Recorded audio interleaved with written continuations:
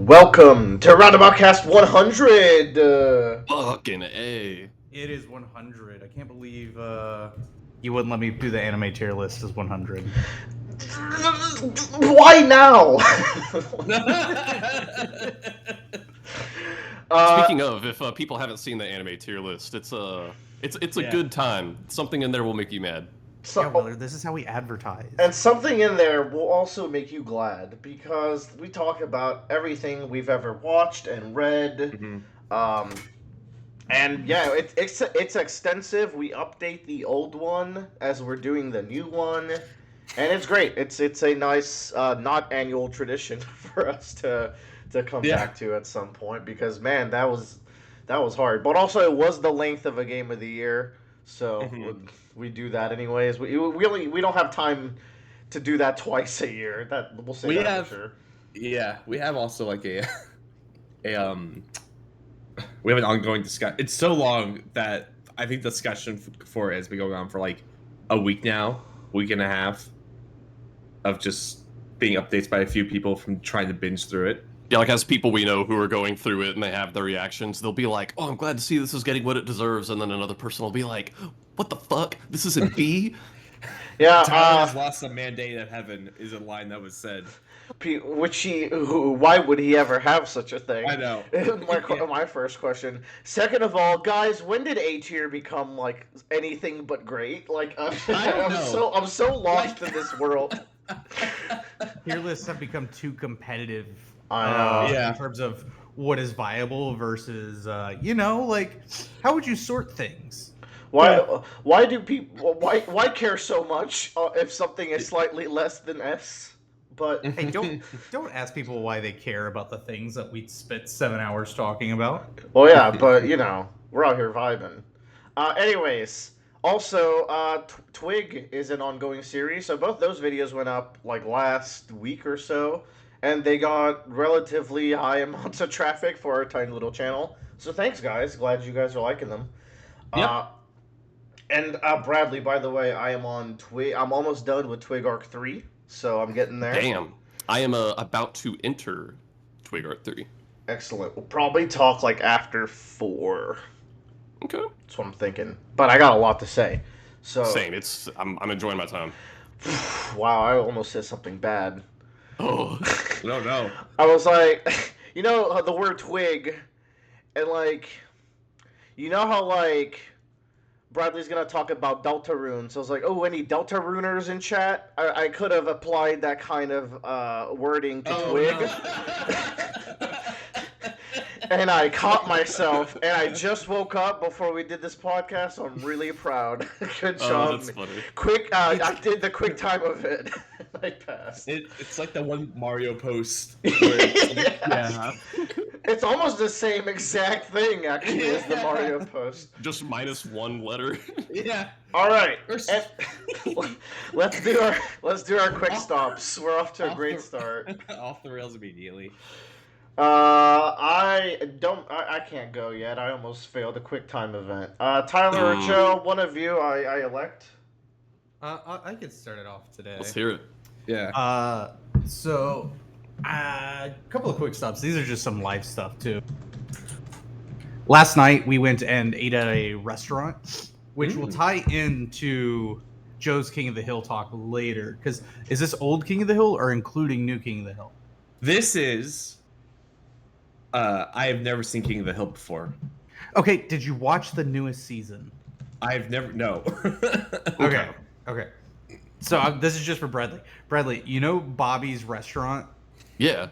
I ate at his restaurant last night. What? Oh god, like a fusion, like Japanese and like kind of German place, or just a fusion place. Kemuri Tatsuya is a Japanese Texas style izakaya. Oh shit. Where they fuse barbecue and Texas goodies with Japanese food. It looks really good. I'm looking at pictures right now. It was so damn good. Kelly and I got a barbecue boat that came with brisket, ribs, and these really good chicken wings. Like, I'm not a big on the bone dry rub guy.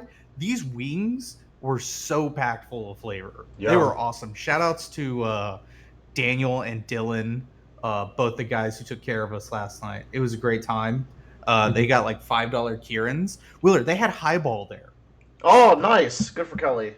Like tradition. No, she got this other drink, and she's like, "I'll go back with. We'll take Willard and we'll get highball." Yeah, let's go. I'm down. Y'all, this place was amazing. It didn't even break the bank either. It was like $60 a person. Damn. Okay, you know, it could be worse. It was great. That's not bad for one of those like Asian places. Maybe game of the year dinner trip. Yeah. Oh, there's this thing. We talked about this during past our trip to Tokyo. There was a special type of ramen that I like now, and it's called tsukamen. And it's where you dip the noodles into the broth. And this is the only other place outside of like Ramen Tatsuya, which this isn't even a popular item at Ramen Tatsuya. They had a tsukamen, and you dip it into like a barbecue brisket broth. So like the noodles are separate from the broth, like in a bowl or something? Yeah. That might be too sacrilegious. I just want some So hold on. Question. Why are you saying sukamen? Is there a K? Is there a ka in sukumen? I thought it was sukumen. Sukemen? Sukemen? I think it's Sukemen. I think you're right. Tyler's been taking a lot of Japanese lessons, so we might get really annoying for the immediate future. So just for the next 2 years, at least. We just took our first test, and I aced all my hiragana symbols. Let's go!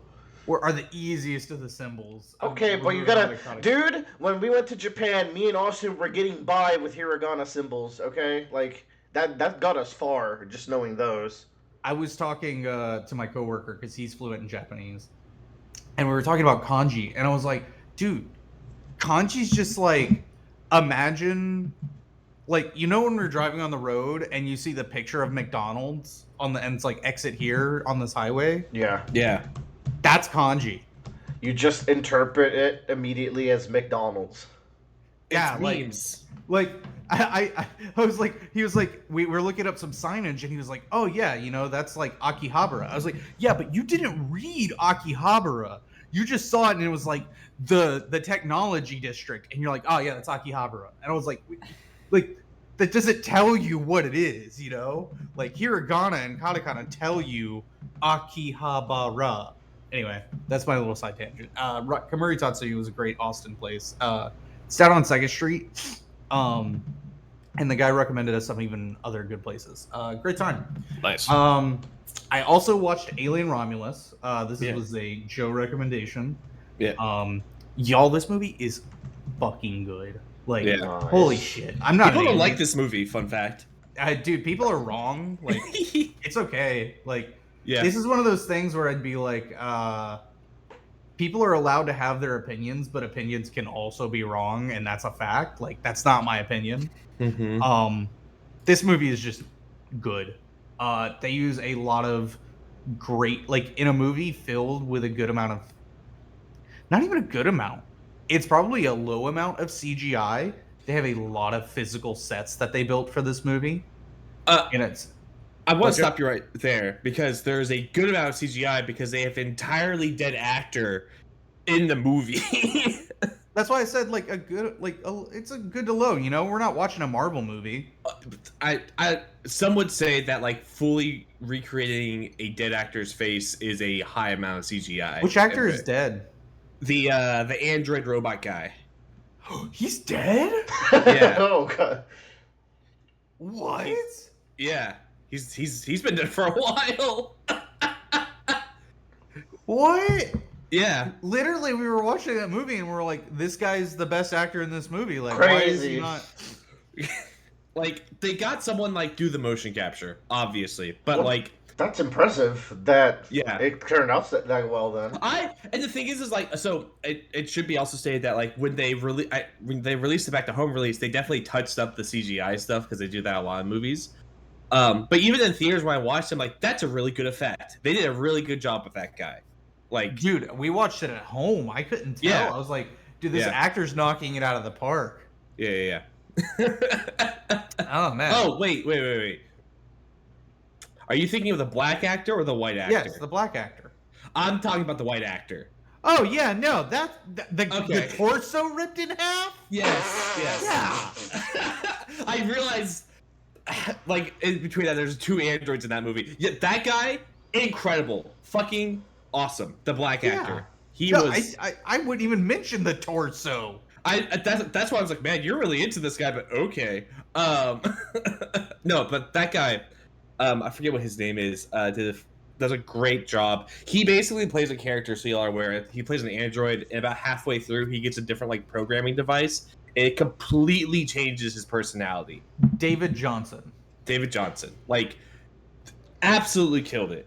Like, Yeah, Ian Holmes is the Yes. other actor. yeah, okay, yes, Um, Ian Holmes. And he died in 2020.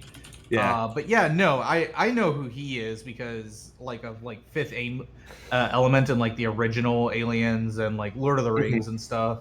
Like, so I recognize his face, and I was like, that's not what that guy looks like in 2025. Like, I Yeah, knew no. that. He was in the original Alien movie, Yeah, so it's nostalgia bait. yeah. But sorry for making that side tangent. But I really like Romulus. I think it's a really good like return to form for Alien. Like people say like Force Awakens is derogatory, but Force Awakens only got derogatory because of the sequels that came after it, not when it came out. This So, is a great this is a great like new generation experience for Alien. mhm. I think. There's the hallway scene with the face huggers. Yep. Great Dude, scene. like I noticed all the nostalgia bait moments in the movie, Yeah. but when they turn off the zero gravity, I was like, okay, this is It's different. Yeah, it was different. I was like, this is fucking awesome. There's like actual great setup scenarios in it's like it hits the good in between of like horror and that action side of like aliens. So you have a really great like scenario setups of like, okay, I'm getting chased down by these aliens. I need to set myself up where I can take these guys out. At the same time, when I shoot them, they're going to bleed and their blood is acid. So what am I going to do about that kind of a thing? New movie trope. I got to experience a new trope in my life, and it was great. Oh, yeah. But yeah, highly recommend Alien Romulus. It's on streaming services. Last question: what did you think about the in-game boss fight? That's a real guy in that. Yeah, I know. It's great. So that was actually the main reason I watched it. Yeah. Was because I heard about that actor being in it. Yeah. So if y'all don't know, there is an actor named, he's not even an actor. There is a man named Robert Bobrovsky. He is 25 years old, and he is a former Hungarian basketball player who is 7'7". Damn. They slapped this man into a suit in this movie to do some shit. Yeah. The one thing I knew about this movie, I haven't seen it, is apparently there's a very creepy alien design at the end. So I'm guessing that's this man, this boss fight. Yeah. This guy has unlocked his future career of being A fucking an freak. 8-foot-tall monster. Yeah. Yeah. Good for you. He's the new Get pissed. Skarsgård doing weird shit. Yeah. Yeah. Which, speaking of which, Joe, did you see the trailer for Return to Derry? Oh, I No. didn't hear that. There's a new TV show coming out called Return to Derry. Oh, wanna like see- where the It place. Yeah. Yeah. Oh. I hadn't even heard of this. I might have to. Interesting. I don't know if it's bait. Like, It's we'll called see. Welcome to Derry. Oh, Welcome to Derry. Okay, well, you know what? You hadn't heard of it anyway. Yeah, I had it. Smell that derriere. Yep. And then I watched another movie called Caveat. This is a Shudder original movie. This is a... The harder you think about it, the more it doesn't make sense. But Many such at face cases. value, it gets you good scares. Like, it makes you feel, ooh. This is a movie about gaslighting and trying to navigate 3 different people. Like, there's only 3 actors in this movie, and they have to navigate their relationship with each other.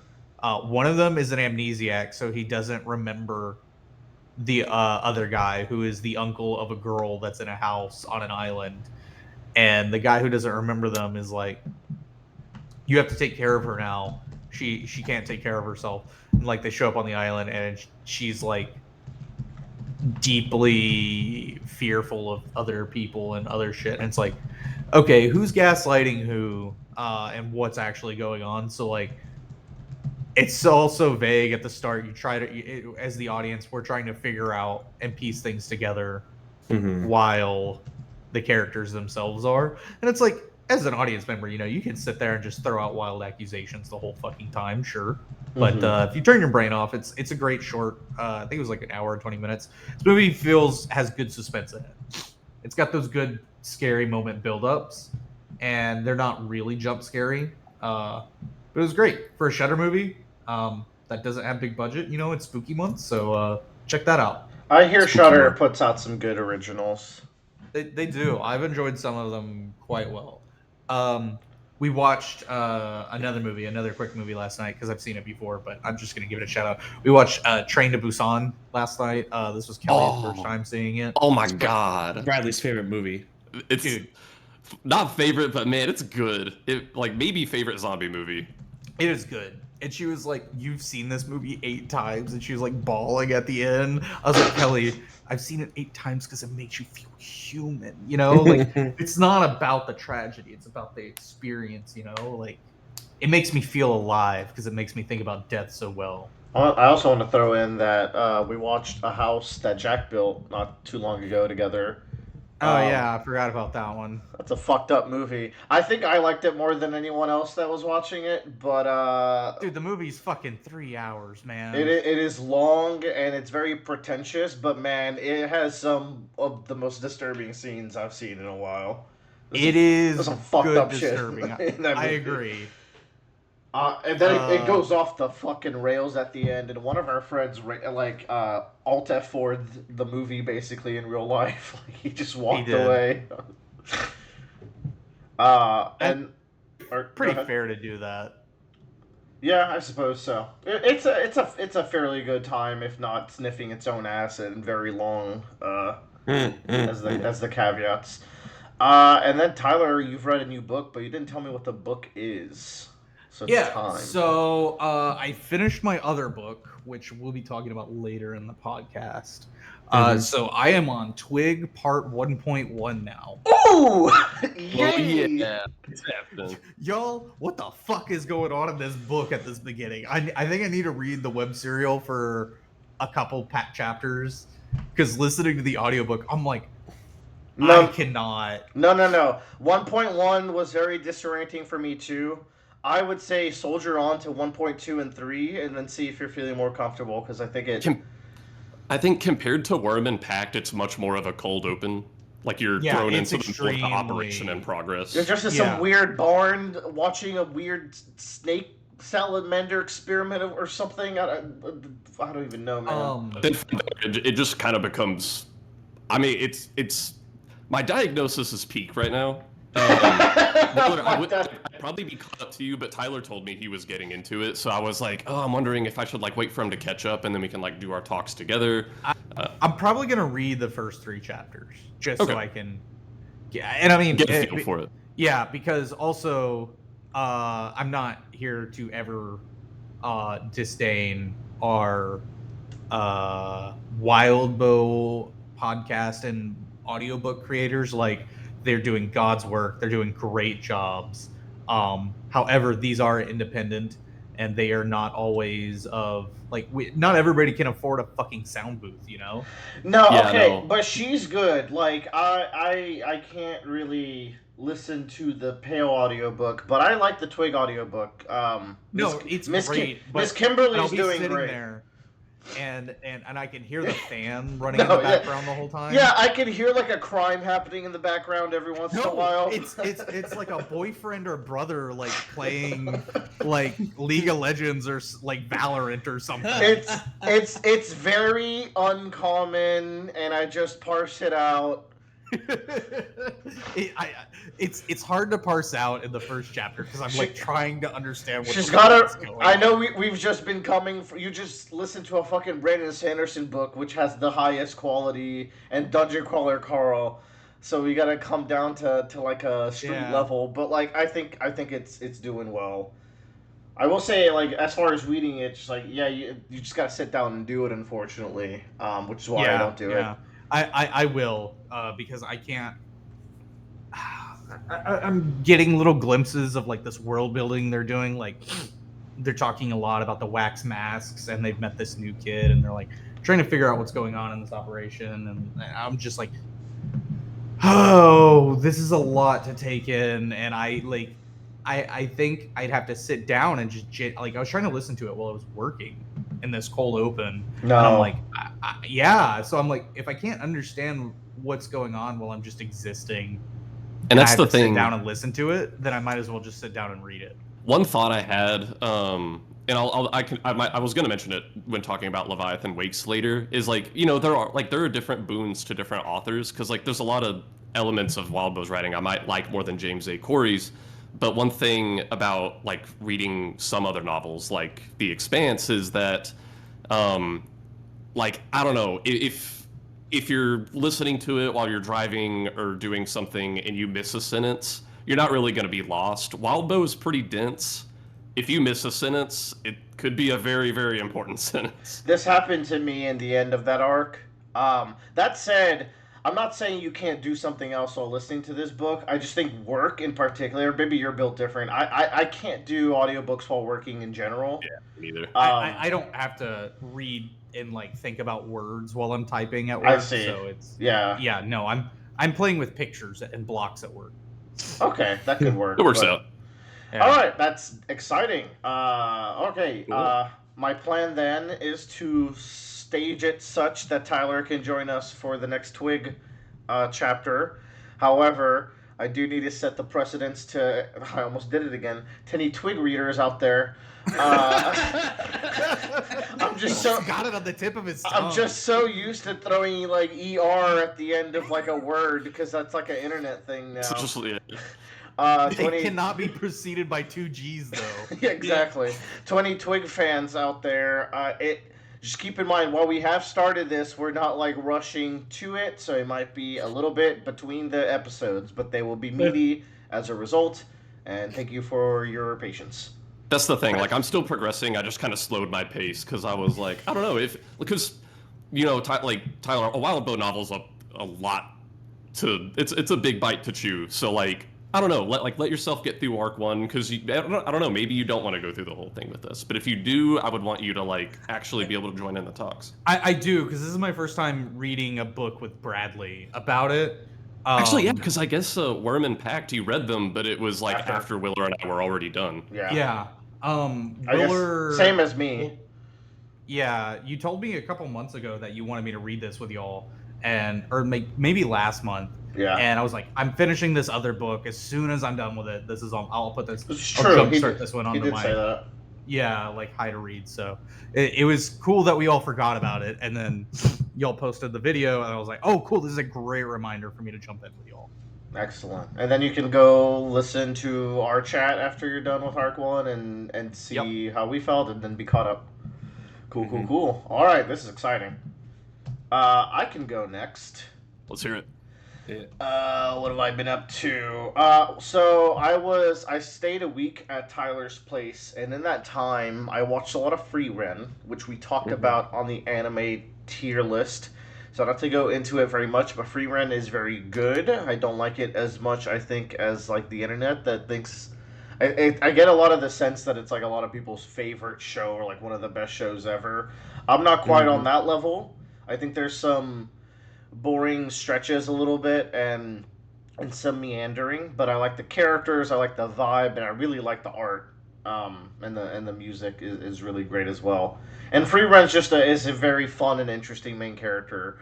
I've just when I was editing the anime tier list and we were talking about Frieren, I think it was after we were talking about Frieren. I said something about just like enjoying life, or like, Mhm. just like taking something for what it is. And Tyler goes, Himmel, the hero, used to say that. And it fucking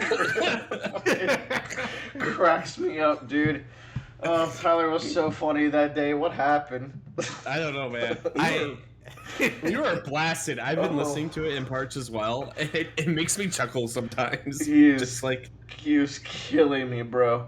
But then the other thing I did for extended amount of that week was watch the Secret Life of Mormon Wives with Kelly. Oh yeah. This is I like to dip my toes into trash, and this is a very interesting bit of trash because it's just dressed up in the most like rich Utah Mormon Botoxy like glamorous Yeah. vibe. If I guess this is what watching the Kardashians feels like a little bit, but like a lot more pure because they're very prude.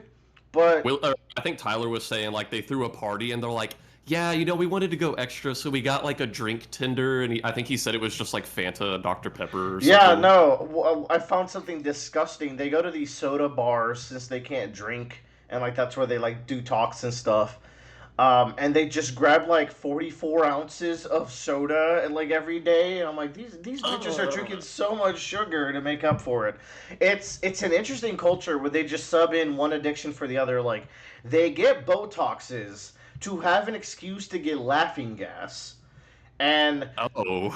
and the Bible doesn't say anything particular about ketamine, so they do ketamine detox or ketamine therapy, where they take small doses of ketamine and like sort through their issues. These people are crazy, bro. Like, they're I don't fucking see the Yeah. commandment that says not to take fentanyl. yeah. Yeah. Like, Thou shalt not fent. But what the Bible say about that lean? I think it's okay. about that lead. Water into lean. I'm Wheezy F baby, and the F is for Brother. first book of the Bible. yeah. Does anybody rap about turning that water into lean? I'm sure that Lil Wayne has at least once. That seems like the kind of goofy Yeah. lyric he would make up. You were gonna say something, Joe. I've been reading, like, I brought up the Wikipedia for Secret Lives of Mormon Wives, and like I'm looking through like the episode descriptions. I just think it's funny when it's like Whitney leaves the group chat is the summary of one of the No, that was huge, bro. Okay, let me set the stage. These women, and I didn't watch episode 1 because I showed up and Kelly was on episode 2, and I'm not gonna go back and watch episode 1, so I just have to pick up some of the context clues. These women got popular on TikTok by doing like dances together, and they're called Mom Talk. Even though Yeah. that's Mom Talk is very encompassing, by the way, to like make that a Mormon thing when like it's Mom Talk, like that should be a mom thing, but I Yeah. digress. They're basically a mini business empire of influencers now, and then they got this show deal. So it's interesting where it's like they need Mom Talk for their brand, but also now they're each individually big enough to do their own influencing, and they also have the show now.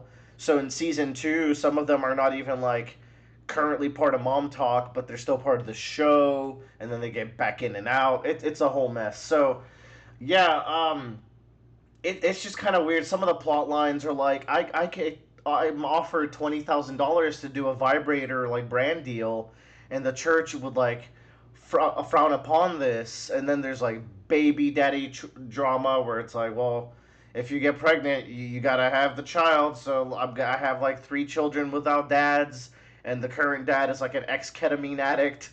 It's like they're fucking one of the plot lines in a later season is this chick's never had an orgasm, and they really needed to give her a plot line because she's the most boring one. So they're like, okay, we're gonna do an episode about you getting an orgasm. Like it's so fucking goofy, bro. But I like season 2 made me hate so many of these people. They get so mean in season 2. Like they do some diabolically evil shit to one another. That's the thing. I haven't watched Mormon Wives, but I've watched Sister Wives, which is also, a bunch of Mormon wives. They live in their fucking compound with their rich husband and shit like that. And Interesting. it is kind of funny when you're watching it for the first while, but then it kind of stops being funny when you think about what it's like for the 30 kids having to grow up in this situation. Yeah. I don't know. So none of these wives are like in a commune or anything, but there is swinging scandals between the wives. Some of them got canceled over it, but like now they're back in the good graces. And the kids are, they're localized to the family. The husbands are also part of the show, sort of, and they're like, they range from all sorts of like, I don't want to be here to like, yeah, I'll be part of the show, and like, there's one of them that's really bad. He's related to Ben Affleck allegedly, but then he's like, Jen, I told you I'm not. Stop saying that I am. Like, she's using it for clout, and then it's such a fucking weird show, man. But yeah, I got a pretty sour taste in my mouth at how bad they were treating each other in season 2. So we'll see how season 3 goes and if I watch that. Yeah. I'm afraid I won't be able to not watch it because I feel like You've been in the vortex now. I feel like people are expecting me to watch it for sure. So it's like, okay, I think I'll have to watch season 3, and I hope that they're just nicer to each other this time because man, I was getting bummed out. They were bullying the fuck out of this one girl, and she was like, she just found out she's pregnant. Her husband's a fucking asshole, and she should definitely divorce him. And now all the girls are like pushing her out of the group because she didn't. They like a stripper danced on her when they went to Chippendales in Vegas, and her husband was an asshole about that. So now like they're like, why are you so mad about the Chippendales thing? Where it's like, okay, maybe you should be a little considerate about the fact that I'm going through a potential divorce and also having a child with this man, and my life is in shambles right now. And they're like so mean to her and so inconsiderate. Anyways, bad vibes for that storyline. As a reality show, though, of course, there's producers like going like, "Hey, you should talk to her about this," and like obviously stirring up the drama. If I had to imagine. Yeah. Next up, I watched a ton more Taskmaster. I ventured to Realms Beyond. I finished all of UK Taskmaster. Though season 2 is currently airing. It's always bright over here when you're a Taskmaster fan. I watched all of the New Zealand ones that are currently active. So, quick recap on New Zealand Taskmaster. Season 1 is very bad. It's like the worst season of all Taskmasters. They did not figure it out. Season 2 is incredible. So, like, the turnaround is actually so jarring. The thing with that Taskmaster is the actual Taskmaster himself, Jeremy, is the worst Taskmaster by like a mile. He's just not that very fun. He's a little too dry.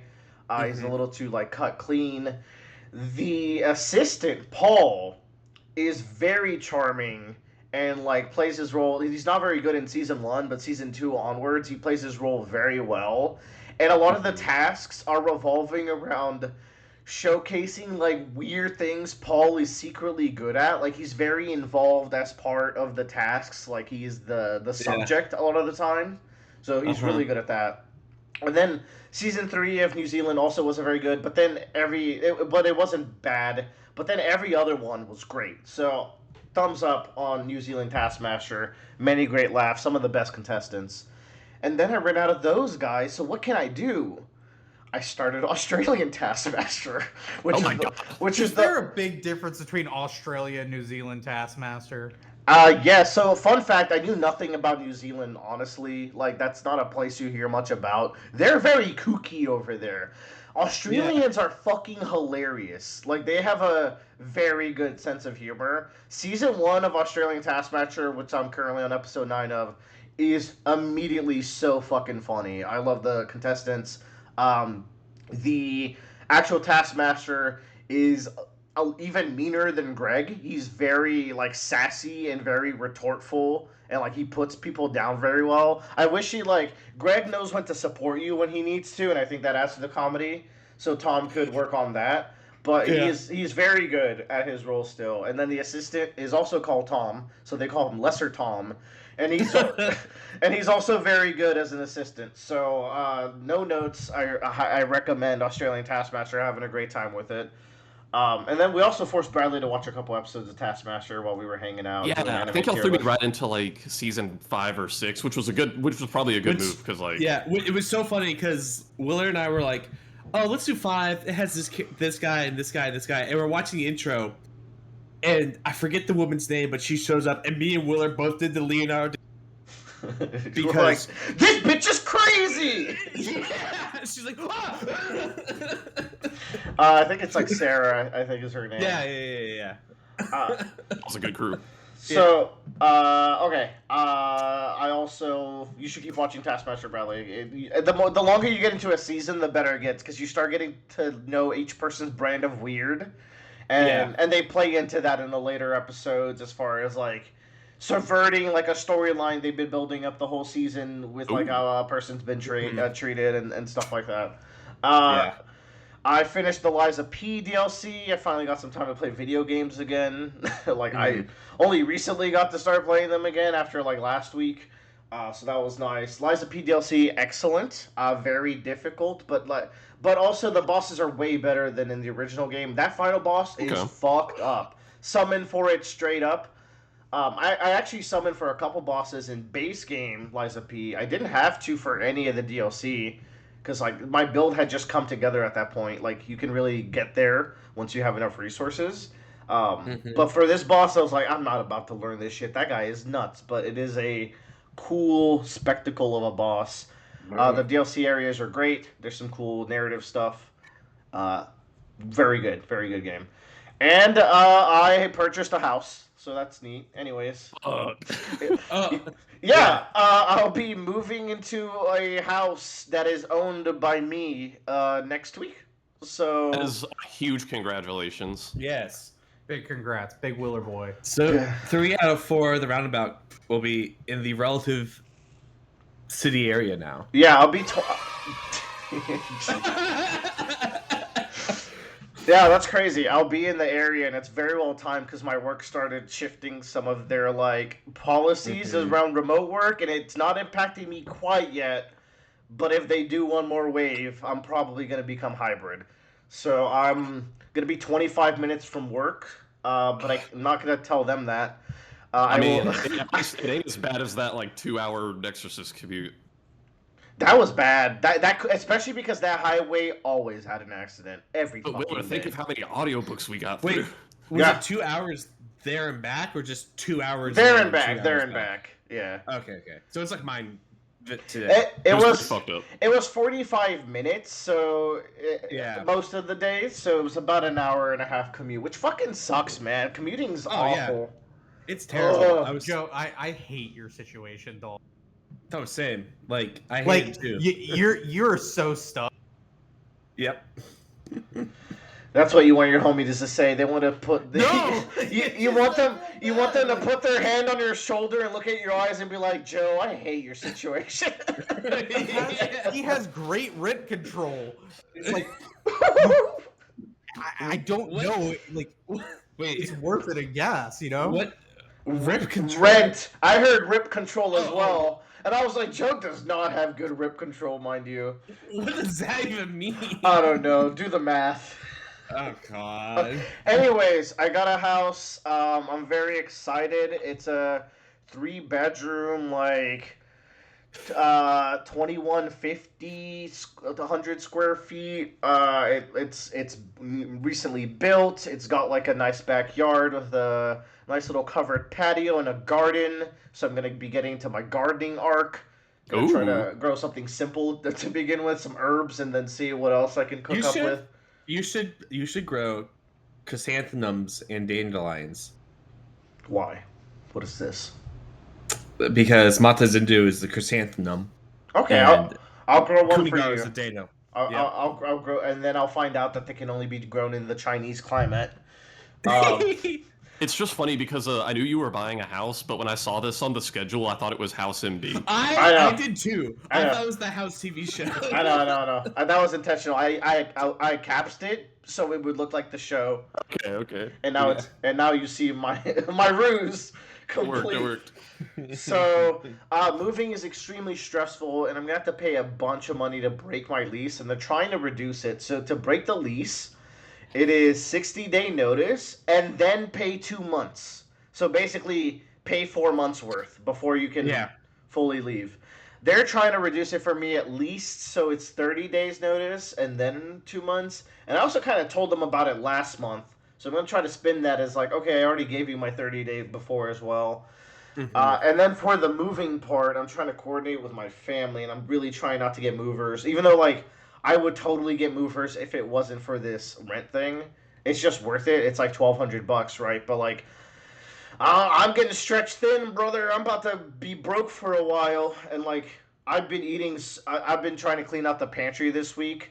So it's been a very fun experience. My brother gave me a bunch of picanhas, which are a very top cut Brazilian steak. Like it's a steak cut that only Brazilians do, which is why I think it's top sirloin in American, but it's like not very common here to have that cut in that way. And he works at a Brazilian steakhouse, so he just gave me a bunch. And I've had it in the freezer, and then I'm like, oh shit, I'm moving soon. So I've been just eating picanha every day.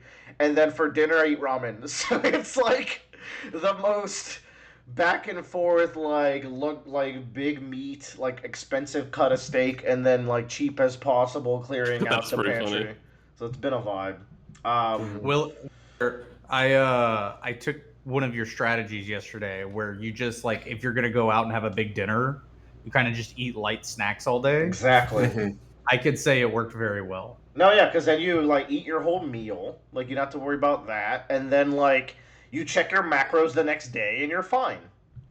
So that's how I keep cutting.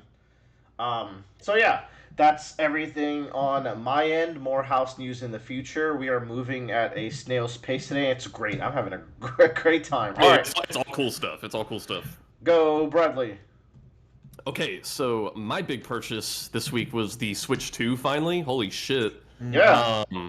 And so I was very happy that I now get to play Mario Kart World, which is extremely fun, y'all. I kind of got prepped for Mario Kart World over the course of this past year because I was in my DS era a few months ago, and I was playing Mario Kart DS and some other older Mario Karts like the SNES and the GameCube ones. So I was just really excited for this, and I don't know, my first impressions are it feels amazing to control. The new abilities you're given, like rail grinding and jumping and wall riding, are all so good. But the only kind of gripe I had is we only started playing this like yesterday, and I feel like I've kind of already done everything. I don't know, it's really easy to unlock everything in this game. With other Mario Karts, I feel like I don't know, it'll at least take me a couple days or a couple weeks to, beat all the cups on every CC and unlock everything. We were beating every cup on every CC on the first try on this, and so... Now, when you say beating, are you getting gold on those? Because I found that actually, it was a little hard for me to get number one on some of these cups. I don't know, we were getting number one. We got number one on all the 100 and 150 CCs the first try. Okay, you're built different.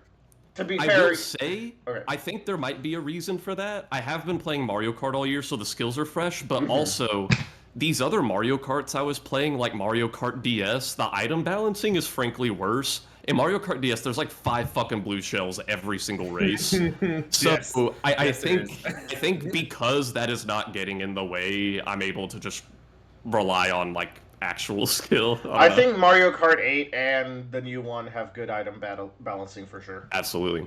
But yeah, that's the thing, is like I beat all the cups pretty quickly, and then there's a shitload of costumes, and all, like, oh my god, all the costumes are so cool and cute. But even those, I wish they would have kind of gated them behind different stuff, because you can just kind of drive around in free roam and get all the costumes relatively quickly. I think it would have been cool if like the P switches are what gave you costumes or something like that. So is the map showing where the P switches and things are for you? Because that's a recent update. That was not a thing when I played. I think it's showing me where P switches I've already found are. Okay, but is it also showing like peach coins and stuff like that, and like little trials and stuff?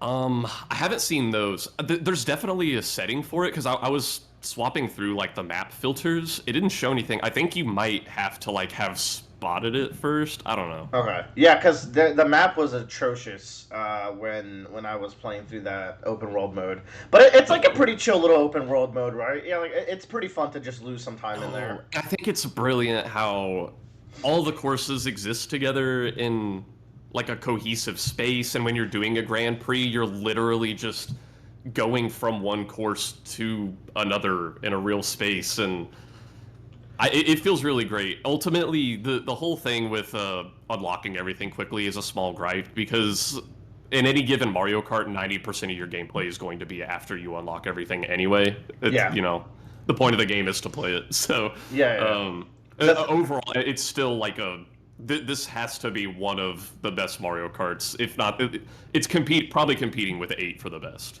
Yeah, that's how it is in my mind. I do think I have 8 slightly over it because that thing where the tracks are interconnected brings up two like weird things. Like, how are they gonna add new tracks? Like, I feel like it's limiting for Yeah. expansion, and Do the you just have game to add needs. a new continent? Yeah, it's either you have to add a new continent or islands, and then you have to do them in batches. So like, I don't know that, or like you just create new land and reroute some of the terrain towards it. Like, I don't know if that's viable. So I don't know. Yeah. And then also like it does hurt for the online races where and people have been complaining about this since day one. Like, you will very often have to drive to the next track because it's a track that's next to the one you just did. So you have to do the in between track, and people don't like those in between tracks because they're very simple. So they work maybe a little better in like a contingent Grand Prix and a knockout tour, but they don't work so well when you're just doing a normal race. And what do you think of knockout tour, by the way? Dude, it's brilliant. Yeah, it's so I fun. think I don't know. I'd like to see this. I mean, in future Mario Karts, and also I think just in more games in general, because we talk about. I remember talking about like back when we were addicted to League and shit. It's like if you get into League and you just get your ass kicked in the first 5 minutes, it's like okay, great. The next 30 minutes of my life are wasted. Yeah. So it's like a knockout tour. It's like if you just get dead fucking last, it's like okay, I can just go try again. It's the positives of the battle royale DNA that has seeped into the video game gene pool at this point. Mm-hmm. So yeah, Mario Kart World is great. The Switch 2 is fantastic. After holding this, the Switch 1 feels like a McDonald's toy. Mm-hmm. It really does. You know, I was telling Bradley it was weird. Like, he told me, he's like, dude, I think I'm gonna go get a Switch 2 this week. And I was like, are they like super easy to find now? Oh, dude, yeah, I went to GameStop and they had like 7 of them. Dude, Damn. yeah, I went to Best Buy and they had a shit ton. They're like, yeah, the Switch 2 is in stock. You know what they didn't have at fucking Best Buy? Motherfucking Final Fantasy Tactics. I had to go to. I went to Best Buy, wasn't there. Went to GameStop, he's like, it's our last copy. I was like, Wow. what the fuck? What's happening? Damn. Either they That's undership that or that game is booming. I just didn't realize people were buying physical. That was me with getting Space Marine for Tyler last year. Like I literally went to like 3 different stores, and why I was late to like driving to Austin that day. And you're That's like, funny. I wonder why everybody buys everything on Amazon. Like, Yeah. I hate Amazon, but like, really? Yeah. Yeah. I'm such a slave to Amazon, unfortunately. I use it so much. I opened up Amazon Prime yesterday and I was like, I hate that I support this company, but Click, click, I click. want to watch the show, baby. Speaking of other things I support, this has been a huge year for old school RuneScape. I won't go too crazy on it, but at this point, as of a few months ago, old school RuneScape has now been around longer than the game it was based on had lived, which is kind of amazing. Like so longer than the actual first RuneScape. Yes, Okay. I gotta push up my nerd glasses. Technically, it's based on RuneScape 2. Yeah. But no one ever played RuneScape 1. So, yeah, no, like, the RuneScape that most people think of, it was around for, I think, like, 10, 11, 12 years. And I think that's where old school RuneScape is now. And, dude, I have never seen a team of developers more in touch with the people who play their game and what they want. Every new feature that is added to the game, you go to actual polling booths in the game and you vote on each individual feature. The Wow. devs will go on Reddit and actually like go into comment threads and discuss these changes in the polls with people, because I don't know, one poll might be, oh, we want to introduce a new enemy that drops this item, and everyone's like, oh, I really like this enemy because it's located here and it would be a good place to train. And I like this. We like this drop, but we don't like this drop because it would devalue this item. And if that item gets devalued, it devalues all these other items, and it hurts the economy of the game. And the devs will go in and update the poll, and then people will vote on that. Or even like, people will make meme posts on the subreddit. Like, wouldn't it be cool if this was in the game? And if it's actually a good idea, the devs will just comment on the post like, "Do y'all really want this in the game? Like, we'll put it in," and people will say yes, and then a month later, it's in the game. And it's gotten to the point where like this is the most player first game I think I've ever played. Like everything they do for the past I don't know how many years has just been to make things nice for players. And I think what's really special coming up this year is RuneScape doesn't often add new skills, and in fact, I don't think old school RuneScape has ever added a skill. They just had the ones that were in RuneScape 2 at the time. They are introducing the sailing skill, which is funny because that was kind of it was a long-running April Fool's joke for RuneScape, where they would, on April Fool's, Jagex would be like, we're adding sailing to the game. And people would be like, what the fuck does that look like? And it's April Fool's, but now they actually are going to add it. And so all year they've been doing constant blogs and polls with people over what the skill would look like, whether it would be fun, how it interacts with the other skills, what it means for the economy of the game. And it's just such an open dialogue that I'm just very impressed. So yeah, it's really cool. Also, every once in a while when something funny happens to this game, I'll tell you guys about it, because the humor in RuneScape is kind of unmatched, and it's a pretty common thing for players in RuneScape to, if you're going to go on a quest, you just look up a guide and get all of the items you need ahead of time, and bring them on the quest with you, so you don't have to like backtrack and shit. And they make jokes about this, like a dwarf might ask you like, I need 5 iron, 3 copper, and 2 gold or whatever, and if you already have that in your inventory, your character will be like, oh my god, by pure coincidence, I just happen to have all those exact metals in those exact amounts. And the dwarf is like, bet. But this is kind of a running joke in the quests. They do it more than once. And usually it's just kind of like a one-off line. But I was doing a quest the other day, and dude, these NPCs were grilling me about it. Because there's like a moment in this quest when an NPC asks you for a shitload of ropes. Like, half of your entire inventory's capacity worth of ropes. And your character mentions, oh, I have the ropes already. And everybody in the room is like, what?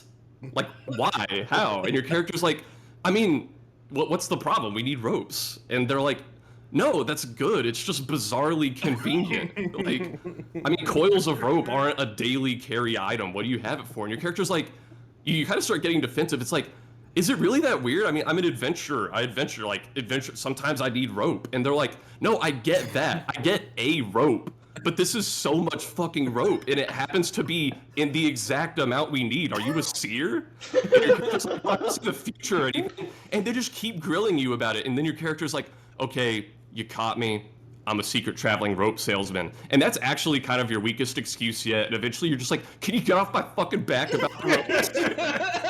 I didn't know RuneScape was built like that. RuneScape is one of the most comedic games I've ever played. I kind of love it.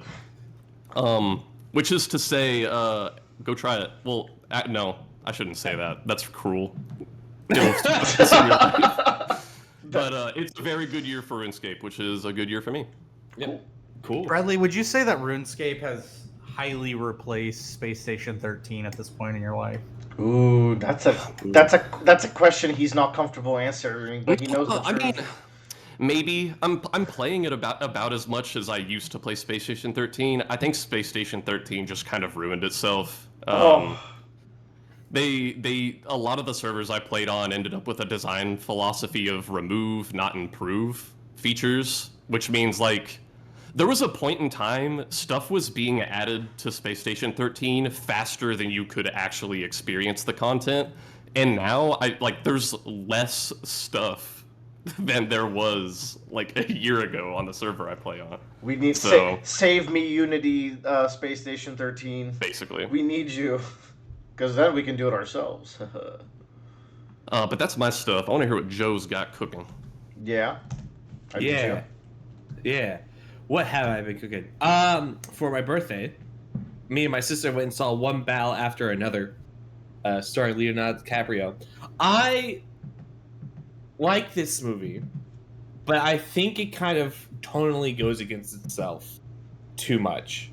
Like, there are times where it feels like this is like a very serious drama that is like about like this like father and daughter who has like a revolutionary's past is being hunted down by the government for reasons. And it's got like this really serious like racial tensions and like government versus society versus cultural stuff. It's like, oh, okay, very modern setting. But then at times it feels like I'm watching Grand Budapest Hotel. Like, it's just shenanigans. Like, they're just weird characters and like weird edits and cuts that for comedic effects. And like, it's funny. Like, Leonardo DiCaprio gets online like revolutionary hotline support and he's arguing with the guy because he can't remember the code phrases.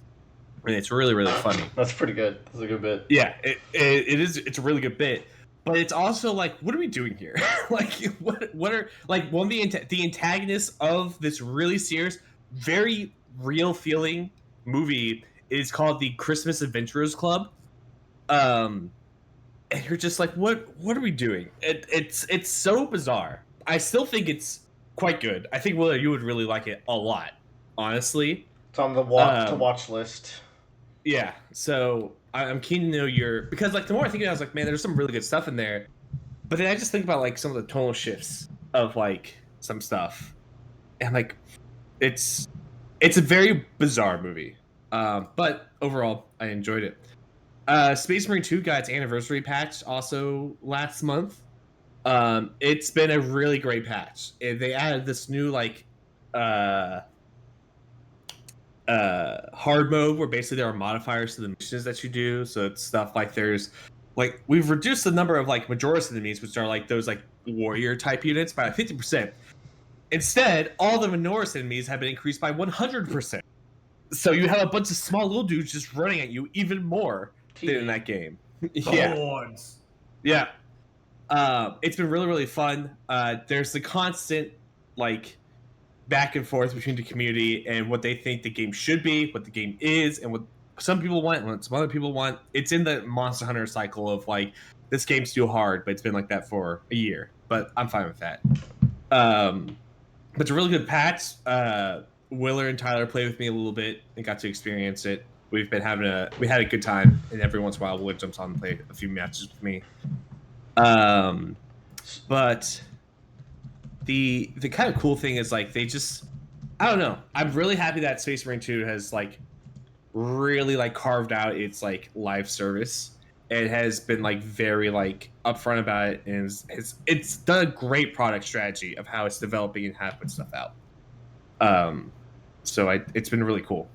Fun game. Yeah. We don't have it on the list, but I'm gonna shove it into yours. We've also been playing Monster Hunter Wilds Title Update 3. And yes, the three of us have been playing that, so yeah, worth mentioning.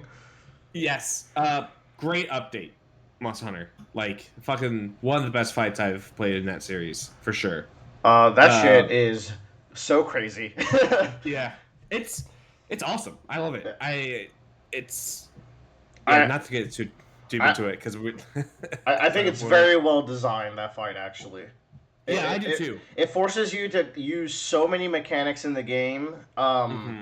It forces you to balance out your build with offense and defense. Some people are like, there's the whole crash out over this fight. It's softening now a little bit because this is the Monster Hunter cycle. People complain it's too easy, and then it gets too hard, and they immediately go to bitch about it because you need it. I need to win the fight within the first few tries. Like I need my instant Yeah. gratification. And then they call the fight bullshit, and then some time passes, and they start actually learning. And some people will still call the fight bullshit, but it's getting a little better. But Yeah. it has you. There's a 35-minute timer on this new fight against Omega from Final Fantasy 14 specifically, and people are like the timer is the worst part. Like if the timer wasn't there, I'd do fine. That's the fucking point. The point Yeah. is that the timer is pushing you to still have aggression in your playstyle and aggression in your build while finding out where you can slot in like utility and quality of life stuff that's going to keep you alive. So I think Just it's pressure. vital. Yeah, and even exactly. like that 35 minutes, like as a 4 group, Willer's beating it with randoms. Yeah, which is I've fun. beaten it. I went on a fucking tear yesterday. I beat it like 3 times in a row. Nice. I'm really good at this fight. now. Yeah. But like as a 4 stack that we usually 4 or 5 stack that we usually go, we haven't beaten it yet. But like the timer, I felt was never the issue Yeah. when we did it. It was Like, strategy and survival, really. Yeah, even when we finally got to like its last like 20% health, we still had like 10 minutes left on the timer, which is more than enough time to do that amount of damage. I really like that fight. But it's also exhausting because like it is a fight that will go to the timer basically. And so your brain is working over like there is no like calm phases. Like you have a little bit of calm between some attacks, and you know you're always in danger to get Tony Starked at any, at any moment. That's our brain rot meme from our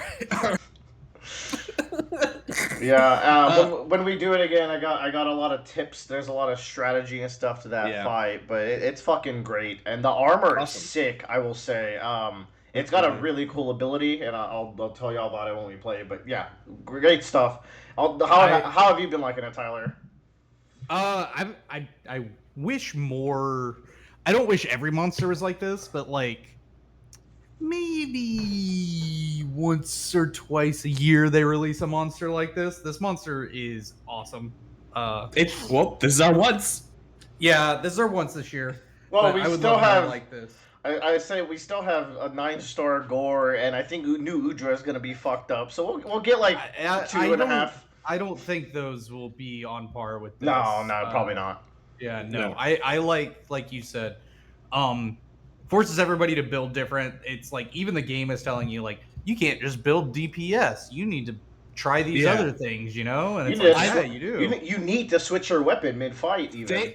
They also like they very cleverly put in like tooltips at every stage of the fight because they're like, we know why you lost this part of the fight, so we're gonna give you a tooltip as to what's happening here, which is crazy good game design. It's peak.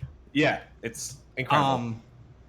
I actually ran this the low rank version with some friends yesterday who have not done the fight yet. Like they were like doing it for the first time. Oh, cool. And I think one of them it's their first time playing Monster Hunter. Oh wow, cool. Yeah, but like he was like on longsword or not longsword. He's on greatsword. He's doing fine. Like he looks up the builds and everything. He's good. Nice. But I had to tank, which is not something I've done yet because Willer plays big lance shield, and I play tiny shield. We had a great time. How'd you like getting stuck in like those 8-second like laser missile, laser missile, laser missile, and then rocket charge? It is scary for sure. Someone please dust me. As long as someone dusts you, you're fine. But it's a little stressful until they do. Yeah. It's stressful trying to tank and heal at the same time. Yeah, that's why. Yeah, I'm also tank healer, and I have the slowest weapons. So it's a little tough. I kind of prepped them a little bit for it, and I was like, all right, let's get crack-a-lackin'. And like we went in the first time and was like, all right, we're just kind of poking our heads in to see what it's about. Second time we went in, we got it all the way to skulls. Nice. But the problem is we tried to do support hunters only, but somehow a random got in still, and the random was like 3 of our deaths. Damn. and they didn't have rarity set 8 armor. Were you guys in a lobby with other people? Because I think they can join that. He was, and we were in a link party, and he was like, I put a password on it too, and it was like, it was weird how they got in. I put a password in when I was playing either with Joe or Gus, and it was like 0012. Immediately, someone put it in. I was like, "What the fuck?" Yeah, like I don't think passwords work. Yeah, it might be just broken. But yeah, Bradley, you should. It's a good time to get back in. There's some fun shit to do. The new greatsword is very Bradley core. It looks like Guts' greatsword. Like, I'd say it's pretty close to Guts' greatsword. Yeah. And that's like the main thing you're getting out of like this new fight, and it's fucking crazy. The great swords in that game do feel so fucking satisfying. Yeah. I need to pick up greatsword again and swing it around a bit. Yeah. Sorry for the Monster Hunter tangent there, but no, totally worth it because I meant to throw it on here. I forgot. We're gonna talk about Total War Hammer. Yes. So 6.3 came out. This was originally going to be the path for the new DLC content for the game, but they pushed the DLC content back, and it's been kind of, I think it was like implied by the devs, if not just like kind of like sleuthed out, that like one of the new leaders is like a snake-like lady creature, and they're having trouble actually getting her to like animate and work because that's just a very different like skeletal design from a lot of things. But regardless, 6.3 came out, and this was a big quality of life update for the game. It has a lot of great changes to it, I think, gameplay design wise. One of the biggest things is the introduction of these things called unusual locations, which is so like the map in Total Wars is always the same. It's the same locations. They are the same buildings. You kind of like the AI kind of like dictates the like the immersive feeling and the changing background of everything, right? And so, but unusual locations are now these random buildings that will spawn within your settlements that like has some sort of effect. And they could be something simple like a pirate merchant retired in your town, and now he has a pawn shop, and he's selling off all of his treasures. So you get, every once in a while, he comes to you, and you can buy one of his like cool pieces of loot that he got during his times as a pirate, which is neat. Other times, it's like there's a death cult here. The death cult gives you 100% of your income for this city every turn, but there's a 5% chance it just destroys the city every turn. So like you have to kind of really, you have to balance out what the fuck you're doing. One of the funniest ones is there's a mechanic called corruption in the game, and it represents like the different the different like corruptions of like the chaos and the vampires and stuff like that. And one of them is for Korn, which is like the big angry guy, and like his building gives you a lot of benefits, but if it gets too high with corruption, I think if you get hit 100% Korn corruption, every faction in the game will declare war on you immediately, which is like a big oh no moment. But it's a really fun update. There's some AI problems that they're looking to resolve. Big update, and people are not happy about that, but I'm cruising. I'm having a good time. Been playing a lot of Cathay, which is like the Dandelion Dynasty faction in that game. Of course. Very fun. It's very well checking out. Well, all right. That seems to be... Where's my schedule? That seems to be Joe's quick stops, which moves us into the main roads. Yay. Why'd I put myself first? I just grabbed some delicious... play the game. I just grabbed some delicious chocolate cake I was forced to take home from a party yesterday. But I'm gonna have to talk. No, I won't be selfish. I'll talk about Donkey Kong Bonanza. It'll force me to talk about it quick so I can eat my cake. Yeah, there you go. That Did you get the DLC? Did I get what? No, fuck that. The DLC is not worth it. Yeah, that's what I figured. Donkey Kong Bonanza is a lot of people's favorite game of the year. Crazy platformer, like best platformer ever. I don't like this game very much. Sad. am pretty disappointed by this game. And it's kind of hard to gauge why. I just think at a core level, the gameplay loop is very boring. No, not very boring, but like it just focuses so much on destruction that it doesn't have the aspects of platformers that I like I don't think the level designs are anything to write home about. I think sometimes like some of the little side missions you have to go to do are very interesting. The camera can be cumbersome. There's a lot of yapping. Like you get stopped on your momentum because it's such a you can build so much momentum and move pretty quickly, and then get stopped because you have to talk to a zebra. And speaking of zebras, a gimmick of this game is like Donkey Kong can transform into like abominations. Like he can turn into like an ostrich gorilla or a zebra gorilla or God forbid the fucking snake gorilla. That thing is horrifying. um, and they all have like little different movement quirks, but it doesn't really change too much about the game. Like it does, but they're not like super fun to go in and out of or anything. Like you're switching to them to handle like a little task in the world. Very much a collectathon, but as far as like collectathons, I like the variety of platforming challenges and creativity in Mario Galaxy more. And it doesn't have the things I like on a linear platformer like an Astro Bot, where like tight level design and pacing. I did read some people are like, man, I'm getting really bored of this game because I'm trying to like get all the bananas in each area. I didn't make that mistake at all. I explored a little bit, grabbed a couple bananas here and there, went to the next story checkpoint, and that's kind of the flow I played in. And I'm kind of glad. If I did anything else, I'd probably rate this game lower. Uh, it's incredibly easy. Like the bosses, I don't even know what some of the bosses do because you just a lot of the times you just walk up and beat the shit out of them. Uh, you're just punching them so hard, which kind of sucks because when this game was announced, I looked at like the boss designs. I was like, oh, we could get some Donkey Konga level of like fucking fist cuffery up in this, but that's not really how this plays out. It seems like all the actual like movement mechanics and tools you're given seem like they're really fun and feel good, like in isolation in a sandbox. But it seems like they had a hard time designing around it. I think I guess so. to Like levels.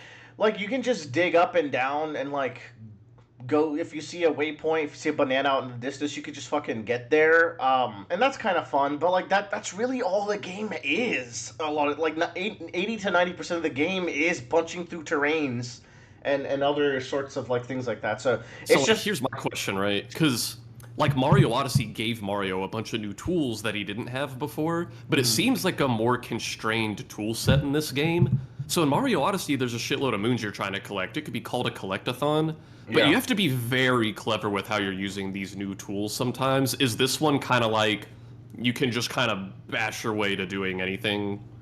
for the most part, there's little rooms you enter. You know how in Mario Odyssey you enter a room and there's always like I think it was two moons in that room. Yeah. There's like the obvious moon and then like a moon you might have to like reevaluate how you're doing the puzzles in the room and the platforming challenge.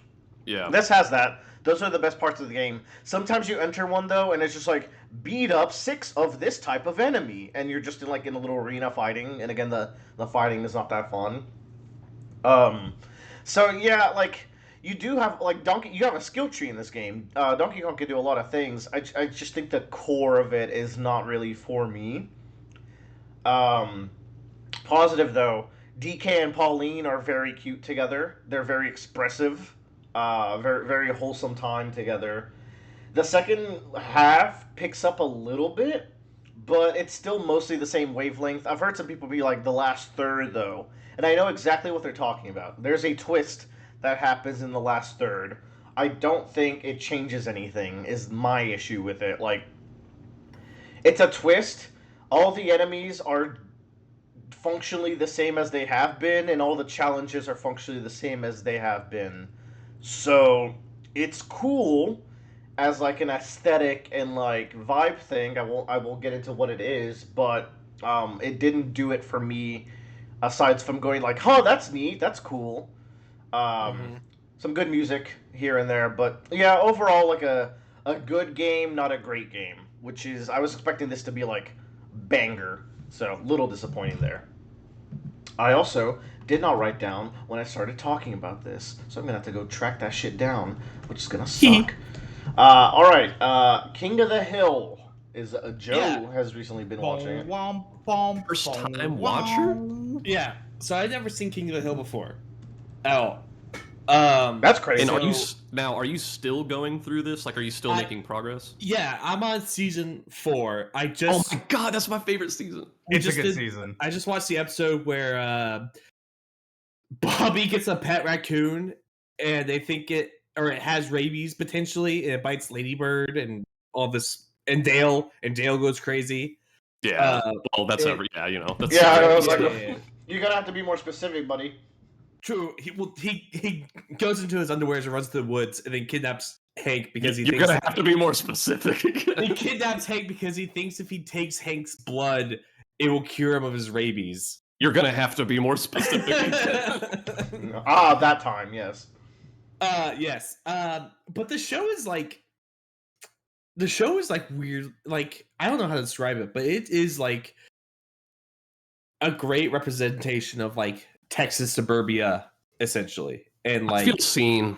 yes, like, oh, okay. Mike Judge understands what it's like to grow up with a conservative household and how they were, or how they are, or how they were really.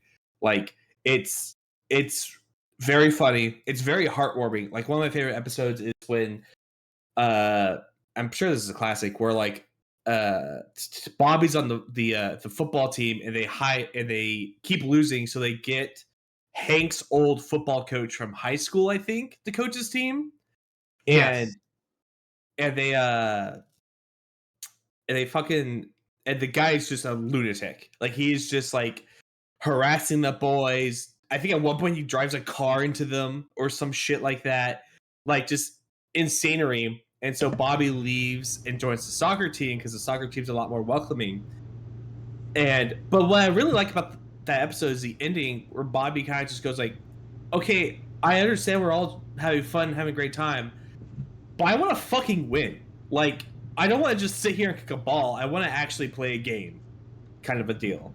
And I was like, wow, that's like an actual like good character moment of like Bobby, of just like, oh, the problem is not I hate this game. The problem is that the people that are trying to get this are awful. I That's really the like thing. competing. It's one of the moments where King of the Hill really shines is when the Venn diagram of Hank and Bobby cross over, and that's kind of one of those moments. Yeah. Some of my other favorite episodes is like, there's one where there's snow in the Texas town, and they all start freaking out. And It's Hank like a is, light flurry, and they start playing like this intense ass music. You'd think there's a hurricane. yeah, and like they're like, we gotta get the propane ready because everyone's but like, I just the show does such a great job of just like, has these great character moments and great heartwarming and growth moments for like everyone in the cast. Like Peggy like coming to terms with like teaching sex ed, Luann figuring out like who she wants to be in her life and what she can do, Bobby just fucking growing up and like just being a child, and then Hank, of course, like giving over his own stereotypes. And I really like the kind of growth you see, the growth line you see, because like Hank is the middle point. Bobby, of course, is growing up as being a lot more liberal and understanding, but like, and then you also see the previous point of Hank, of his grandfather, and his grandfather is actually insane. Like, Oh my god. the like most racist guy ever. He's 3'5" because his kneecaps got blown off in Korea or Vietnam or wherever. Just like horrendous human being. But like, it kind of like allows you to see like there is growth within these communities, but it is slow and generational. And you can see like there is something like everything gets better over time. And man, with that generational stuff, there's this one moment. I think it's back in season 4. I might be wrong. The entire moment lasts only about 2 seconds. Hank is showing a picture of him and his dad when Hank was Bobby's age, or I think even younger. And they were standing in front of some famous rock formation landmark that looks like a tea kettle.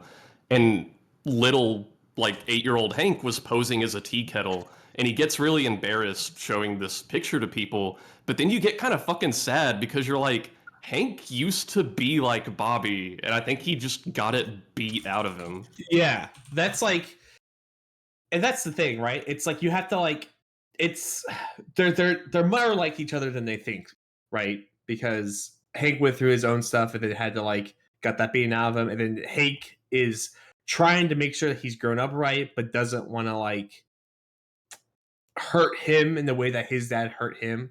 That was 2 hymns in a row. Hank doesn't want to hurt Bobby in the way that his dad hurt Hank. Yeah. But it's right in that line, because like you have to be obviously strict with your kid, but like you can't just like berate them for who they are. Another really fun episode that I really liked is, I can't remember the specifics, but Hank has to road trip with his mother and her friends from like the retirement home or retirement community. He is so over them by the end. I felt that episode to my in my soul, because like I love my grandmother, but I have had to do that shit before, where I am babysitting a bunch of people older than me because they can't drive and they just wander off. I'm like, I totally understand where Hank is coming from. Well, once people reach a certain age, they stop parenting and you have to start parenting them. Yes. When I traveled to the West Coast with my dad when he was visiting the U.S., especially because he can't speak English, but my dad is such a little shit stirrer. Like, he's the life of the party jokester kind of guy. So he's trying to like talk to the servers and like talk to them in broken English, but really he's doing broken Italian. I'm like, Dad, stop it! So me and my brother had to babysit him. So my parents are getting there now. It's like an episode full of that. Yeah, it's so good. But I'm really enjoying it. And it's a great, like, I'm gonna turn on a bedtime episode 2 before I go to bed, kind of a thing. But the only crap I have, it's weird. The animation is so bizarre and rough, like where I started like, I don't really like this, where I've come around to like, this is kind of charming, and I'm kind of like enjoy the weird aesthetic of the show, because like everyone's like weird looking and they kind of like look like people because they're not like perfectly like made. Like Hank has like a beard, like a little bit of like a dad bod belly. He's wearing a white shirt all the time. What's really fascinating regarding like that art style and animation is there's a really cool resource for The Simpsons that I'm sure y'all have seen, where it's I think they're called The Simpsons no-no sheets for animators. Yeah. Where it essentially for any given thing that is ever on the screen in Simpsons, it's like character expressions are not allowed to do this, or like the layout of the scene has to look like this. And there's the exact same thing for King of the Hill, and it has all these rules like characters are not allowed to blink while they are changing expressions. They can blink after the expression has finished changing. If they are drinking a beer, you do not see their mouth open. The beer can just goes up to the mouth. And it's all these tiny little things, but I mean, I guess you kind of just have to do that when animating to have a cohesive look across episodes and seasons animated by different people. Yeah, it's great. And it has that like soul to it, right? Like it's just like there's a very clear like attention to the designs of these characters. And so, weird transitional topic. I started a new book, and it's a very fantasy book. And one of the shticks of the fantasy book is that whenever wizard, they get very disappointed because they never live up to the expectations. Every single one of them looks, sounds, and acts like Hank Hill, which I think is the funniest thing ever. They're just like always surprised about fucking everything. They don't know how to like navigate real social conversations because it's a very political book, so they don't know how to navigate that environment. They're always in like just like a white shirt and pants. Like it's just very funny that I have this like every time they come on screen, I just think of Hank Hill. But anyways, King of the Hill is a really, really good show. And I just kind of avoided it for years because I just never felt like it was all that. And I think, Bradley, you talking about season 14, the reboot, whatever you want to call it, which, and like your love for it, I was just like, I should probably give this a shot because obviously Bradley's like really into it by a lot. So I've been really, really enjoying it. I need to do this. Yeah. You're gonna do it too, at some point. I'm gonna try. It seems like a good Taskmaster replacement as like thing that I can throw on while just relaxing a little bit. I Yeah. generally enjoy every season, but Joe is like right in the midst of like my favorite 3 or 4 season stretch. Yeah. Oh man, I also just finished the one where Connie gets her period for the first time. Oh, that one is fucking legendary. So Hank, good. Hank covers her like a leper or something with a cloak. Yeah.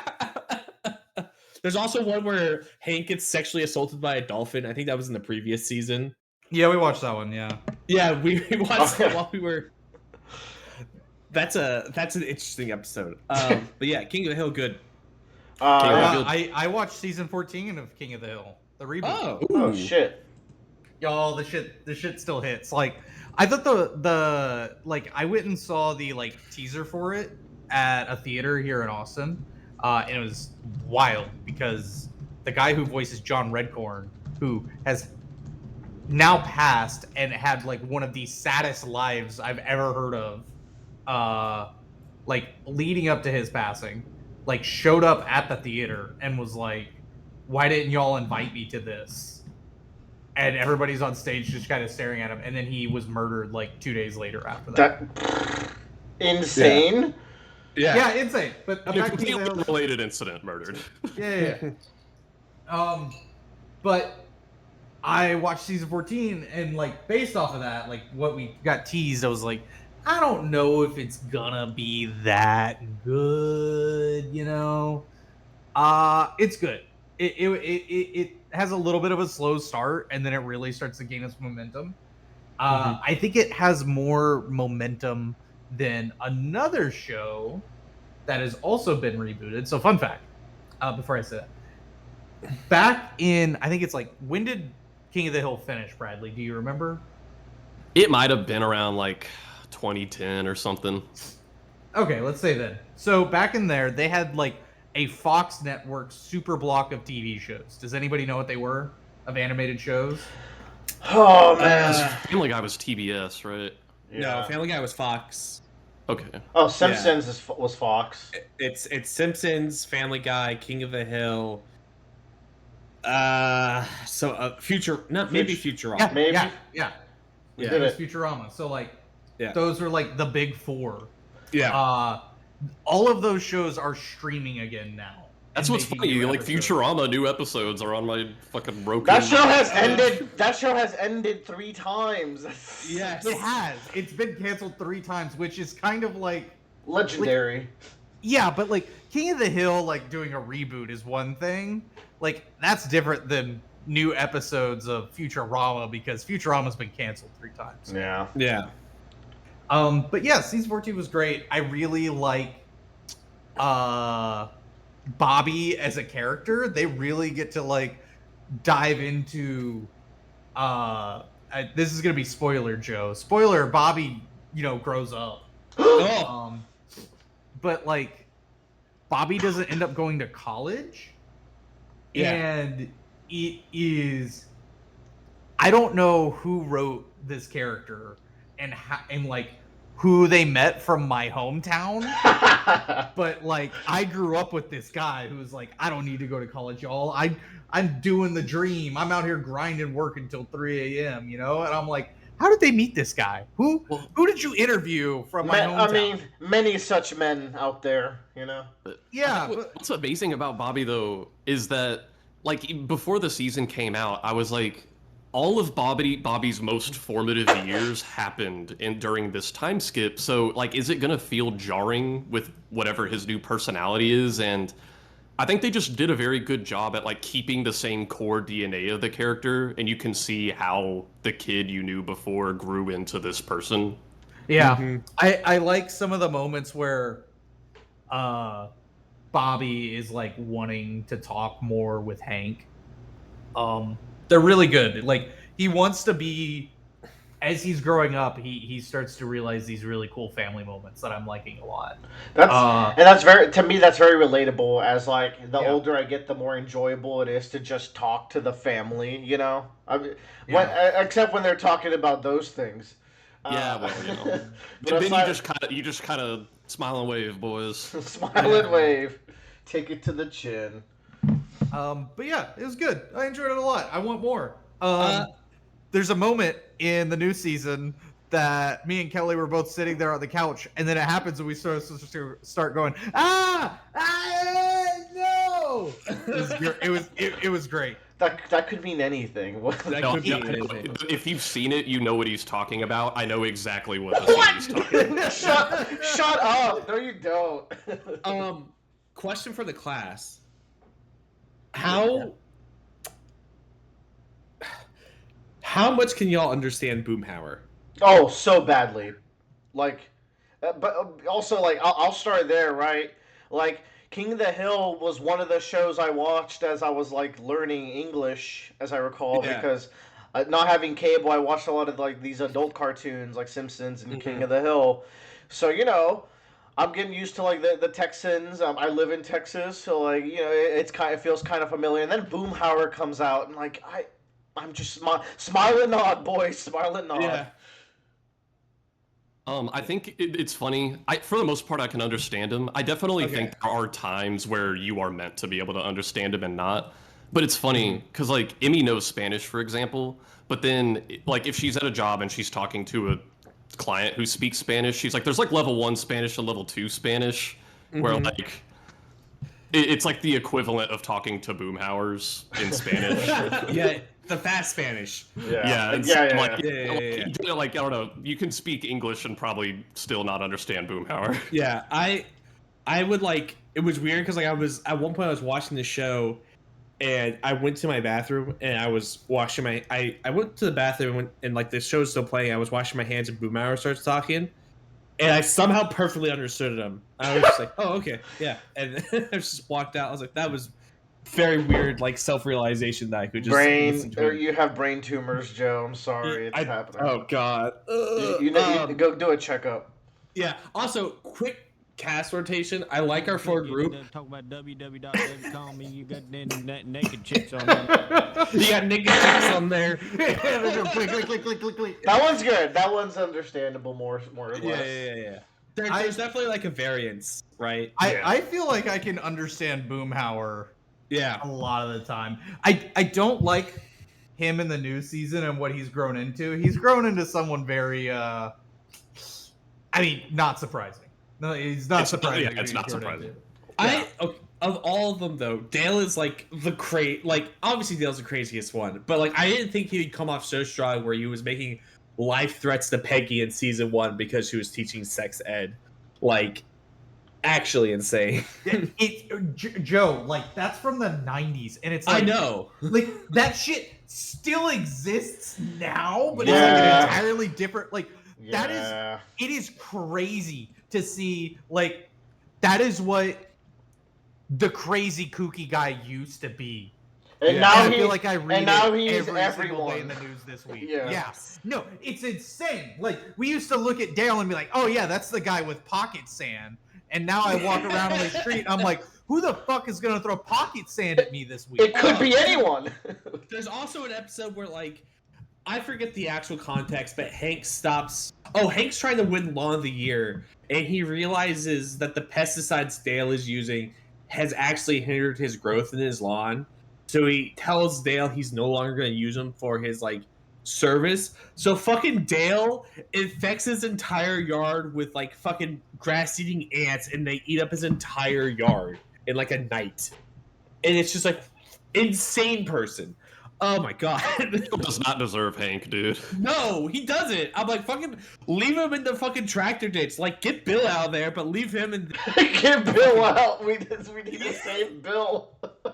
Bill's just sad. Bill's going through some hard. It's just but no, I've really really enjoyed the show. Like way more than I thought I was. And it's like, I feel like Bradley joked about it, but I do feel seen of like, okay, there is an actual like someone that understands that 90s 2000s Texas environment and like how we got here kind of a thing. God, how did we get here, man? I know, man. I don't think they could have predicted we'd go this far. But here we are. Right. Yeah. Okay, Anyways. okay, hold on. Does the new season touch on like MAGA shit? Not specifically, I don't think. No, it doesn't. It talks about crazy government shit, but not MAGA. Because that's the thing. Even the original series, it it would skirt very close to what is going on in real life politics, but it wouldn't necessarily make statements on it. Like Yeah. during the last Bush election, Mhm. like Hank would meet Bush, but the episode's not about his politics or his policies. It's just he shakes Bush's hand, and it's kind of a weak handshake. And Hank is having an existential crisis because he's like, I wanted to vote for this guy, but his handshake, like, country like that.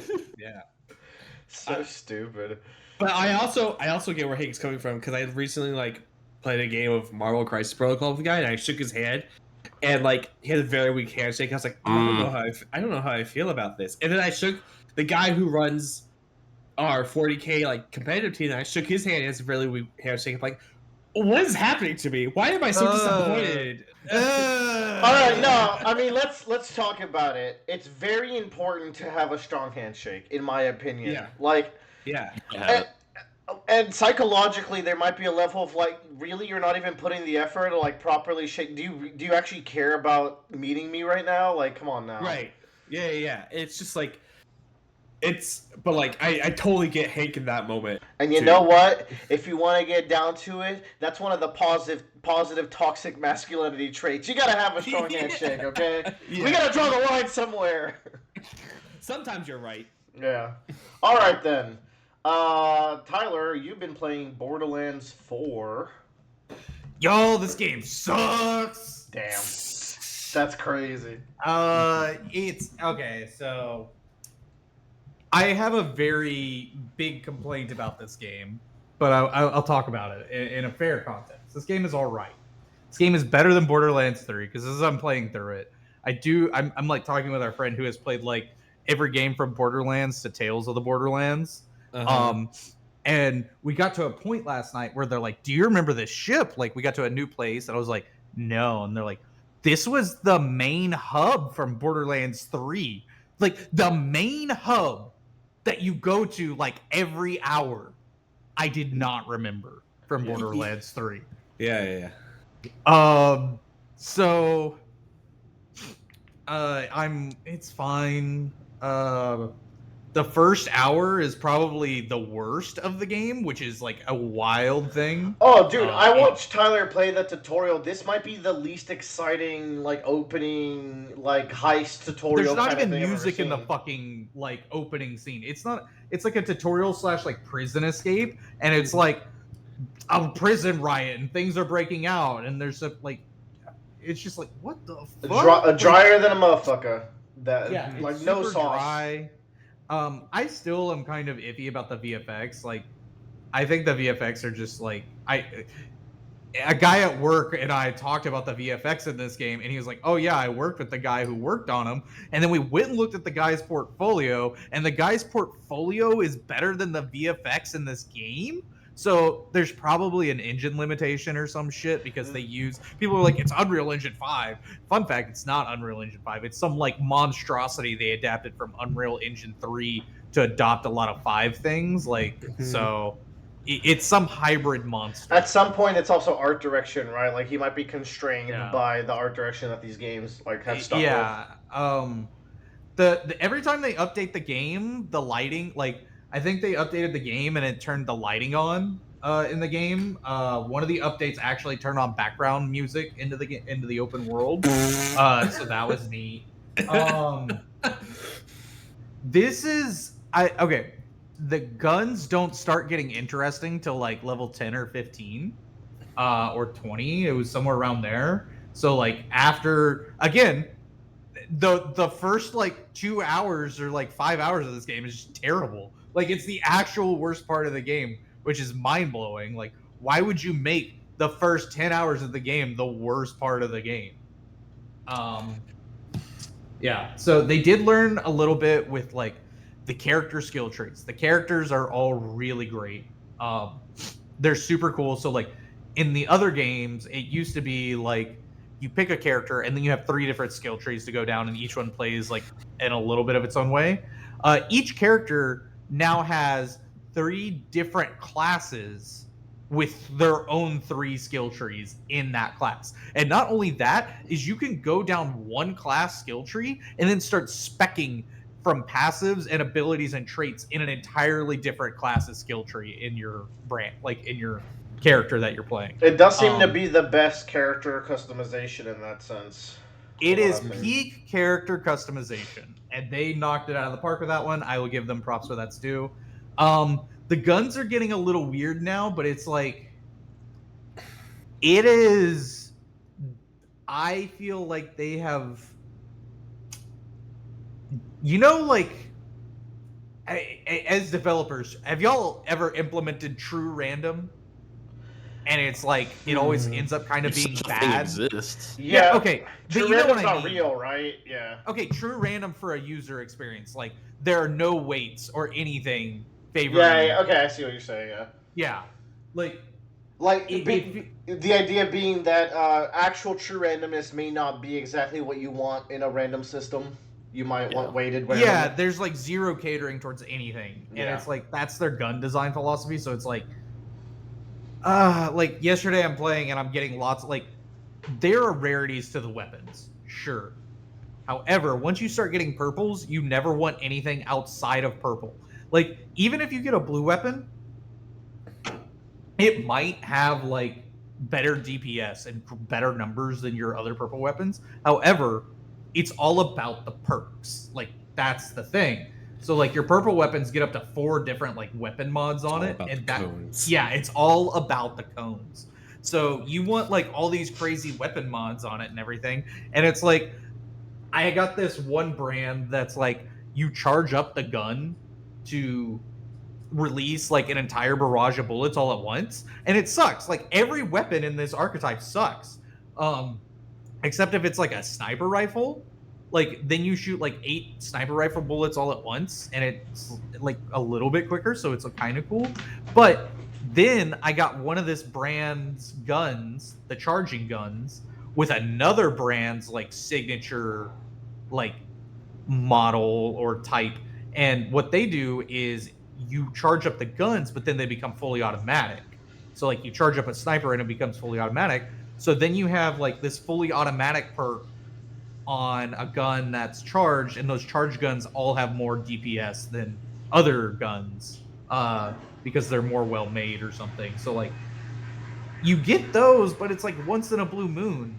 It feels like Diablo levels of grinding. Yeah. Sorry, that's a really weird nitpick. So yeah, I don't know, maybe. And then they took a Oblivion approach to quest design in this game. So in the last game, everybody kind of flamed them for being like too serious or too jokey with the main quest, I think. It was too memey. And then in this game, they're just like, all right, we're giving you a very kind of straightforward main quest. This is like the most typical hero's journey. You go to this settlement, the people are under distress, you help them out, you rescue a guy, etc. And then the side quests are where the essence of Borderlands is. Like, one of my side quests was this guy wanted to raise some cows or threshers, and he's like, I need that thresher. Those long tentacles. And it's like, I think he wants to like fuck this thresher, you know? And then like you get him the thresher and he's like, oh yeah, you're gonna plow them fields. You're gonna harvest so hard for me. And I'm like, he sends it to harvest the fields and everything. He's like, I think it's lonely. You want to get me he's like, and then you have to go find a male thresher because he admits, he's like, if I could satisfy it, I would, but I can't. So we need to get you a male in here. So like then you have to go, and I'm like, oh, this guy's just really turned on about farming and livestock, but he's not gonna do anything weird to them. He's just gonna talk really weird about them the whole time. But he would if he could. He would if he could, but he knows that he can't, so he's not gonna try. So I'm like, all right, you know, like we'll take it, I guess. He is a peak weird guy. And then another one was like a toilet is sentient and has an AI in it, and is really distressed by everyone pooping in it.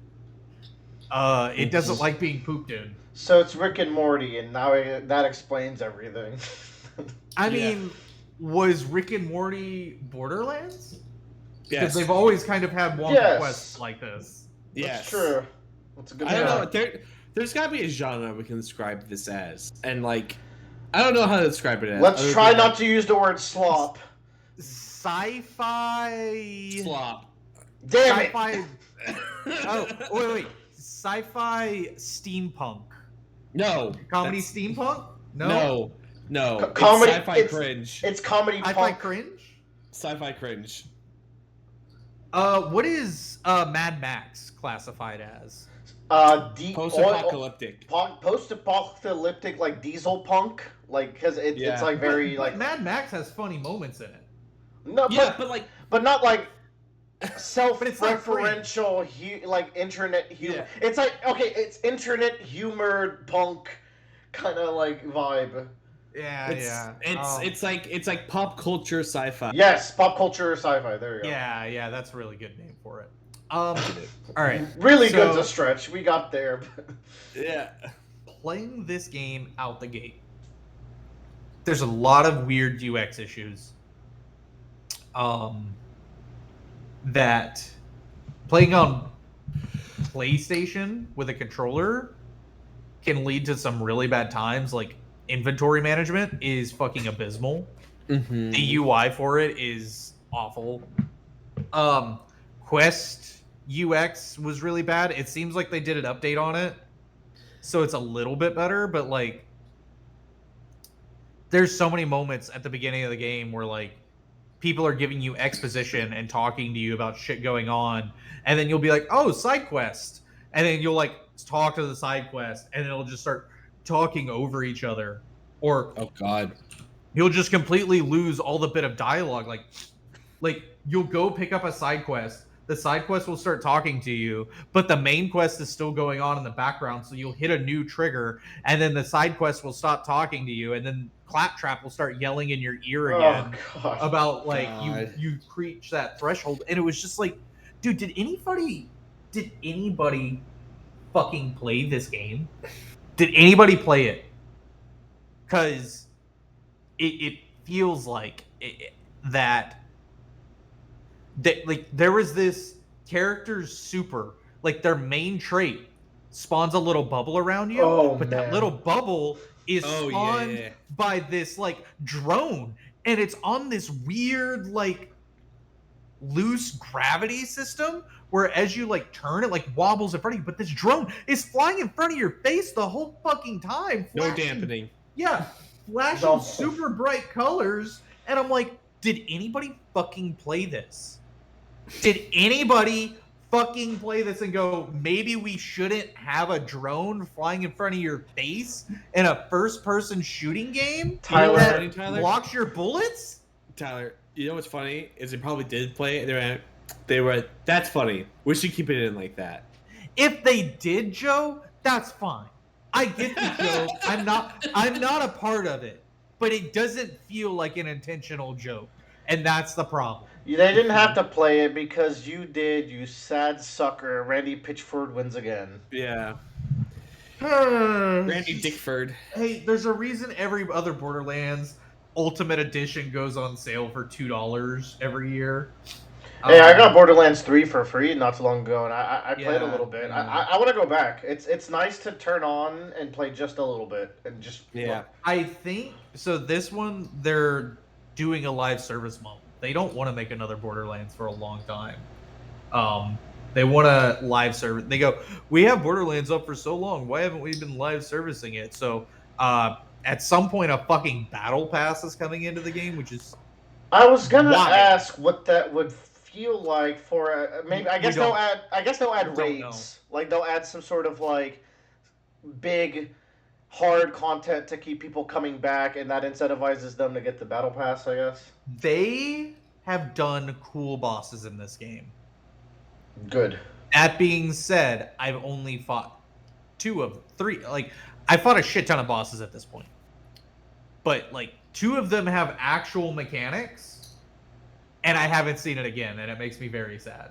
I saw it. I saw you fighting a boss that to me felt very Metroid Prime-y, where you're like swinging and shooting and avoiding the floor poison.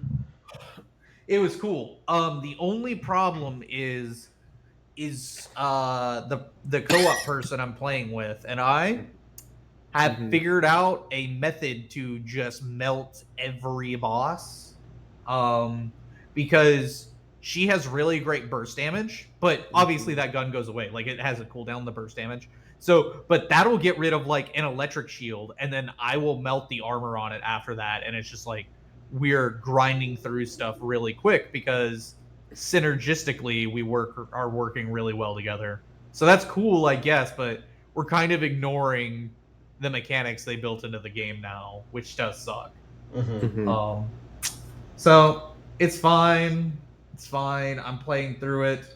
As I'm playing through it in Final Fantasy Tactics, I'm like, I should probably finish Clair Obscura this year. People are like praising it, and I'm just like, I agree. I need to hate finish Clair Obscura so I can shit talk it. I won't let you shit talk it if you don't finish it. And Joe, I know that is what I have to, so I can. I'll let you have an opinion if you because. And this applies to Joe. You can't talk about Clair Obscura until you get to Act 3. As I still have my notes. So like as I was playing it, I have an entire. I think I'm at like 3 pages of notes about the game right now, like just after Act 1. Nice. Well, we'll see if we get there. I hope so. That's Borderlands. I take it. Yeah. Joe. Yeah. Tell me about some comics. Yeah, so I was reading Ultimate. What? Oh, sorry, nothing. We're good. Okay. I was reading the new Ultimate Universe a couple of months back. Last time I talked about it. I got through year 1. I took a pause on that because like a big part of that is like it's a bunch of different running comics all at the same time, so you're constantly shifting authors. So I decided to go back and read Johnathan Hickman, who is kind of the person that helmed the Age of Krakoa X-Men saga that recently finished last year and jump-started this new Ultimate Universe. Is Joe? His comic writing. I was like, let me go back and see what his original like comic runs in Marvel are.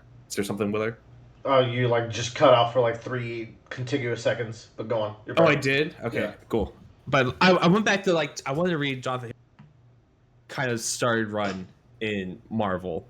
Why are you laughing now? You're just cutting out so much. Like, oh my god. I mean, you said Jonathan, like you just came back and you go, Jonathan hit, and then you're gone. Yeah. That's okay. Anyways, so this starts with Jonathan Hickman's Secret Wars, which stars Nick Fury, and basically the setup here is that Norman Osborn has taken over the U.S. military section of the government and has disbanded S.H.I.E.L.D, and so it has fired Nick Fury. Nick Fury, being the person that he is, does not want to stop doing his shit, so he recruits his own secret warriors to fight Hydra. This comic is so old, Nick Fury is still white. Yeah. What year is it? Do you know? I think it's early 2000s. Okay. So I'd say not that old, but that's still like 20 years ago.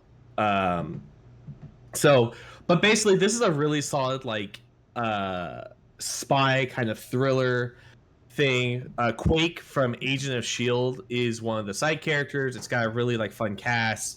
I really like Nick Fury in this as well. It has just a little bit of comic bullshit, especially at the end where like you realize there's this secret society and then Nick was part of it, and then that's kind of like what started S.H.I.E.L.D. and this other stuff. You're like, okay, whatever. But overall, really enjoyed it. That was a lot of fun. Then I read Jonathan Hickman's S.H.I.E.L.D. Now, I ask you, dear viewers, if I told you I read a S.H.I.E.L.D. comic, what do you think that's about? Agents of S.H.I.E.L.D., sort of like the TV show? Yeah. Okay. Hang on. My bad. Yeah. This book is about Sir Isaac Newton and Leonardo da Vinci getting into a philosophical war underneath Italy about the prospects of humanity. I'm in. So that was my And- second guess. And like, God, what's the name of the guy that has the book that people reference all the time and he's crazy? The what books Notre are? Dame. Oh. Notre Dame. Notre Dame is in it, and he's chained up because they force feed him like this future serum that makes him see the future. Richard Reed's dad and Tony Stark's dad are time traveling secret agents that have to track down Nikola Tesla because they think he's gonna blow up the world. Like, this shit is insane. And I hated reading it until I got to the end and went, I think he's kind of cooking here. I was just like, huh. The more I thought about this comic, the more I've really liked it. Because like so, it almost sounds like too much. yes, and like it does not like lull you in. It's very much like straightforward out the gate, like batshit insane. But like, I kind of really like it. Like, I really like that Leonardo da Vinci leads this faction of people that are like, we have our own destinies, we can go wherever I want, and he's like the Renaissance man, brought enlightenment, brought like this whole different like idea to the world. But he's up against Sir Isaac Newton, who's just like, no, humanity is destined to die, and we have to keep staying the course. And he talks about like gravity and the laws of the universe and shit like that. And I was like, okay, we're being really creative here. And then you have Michelangelo, who's like, I don't know, man. He's gold and he travels through time. And there's the main character whose name I cannot remember because he's the most boring person in this entire book. Has to find the middle point, like the balance between these two sectors of like thinking, and like this is where humanity needs to really live to like succeed. And I really, really like that.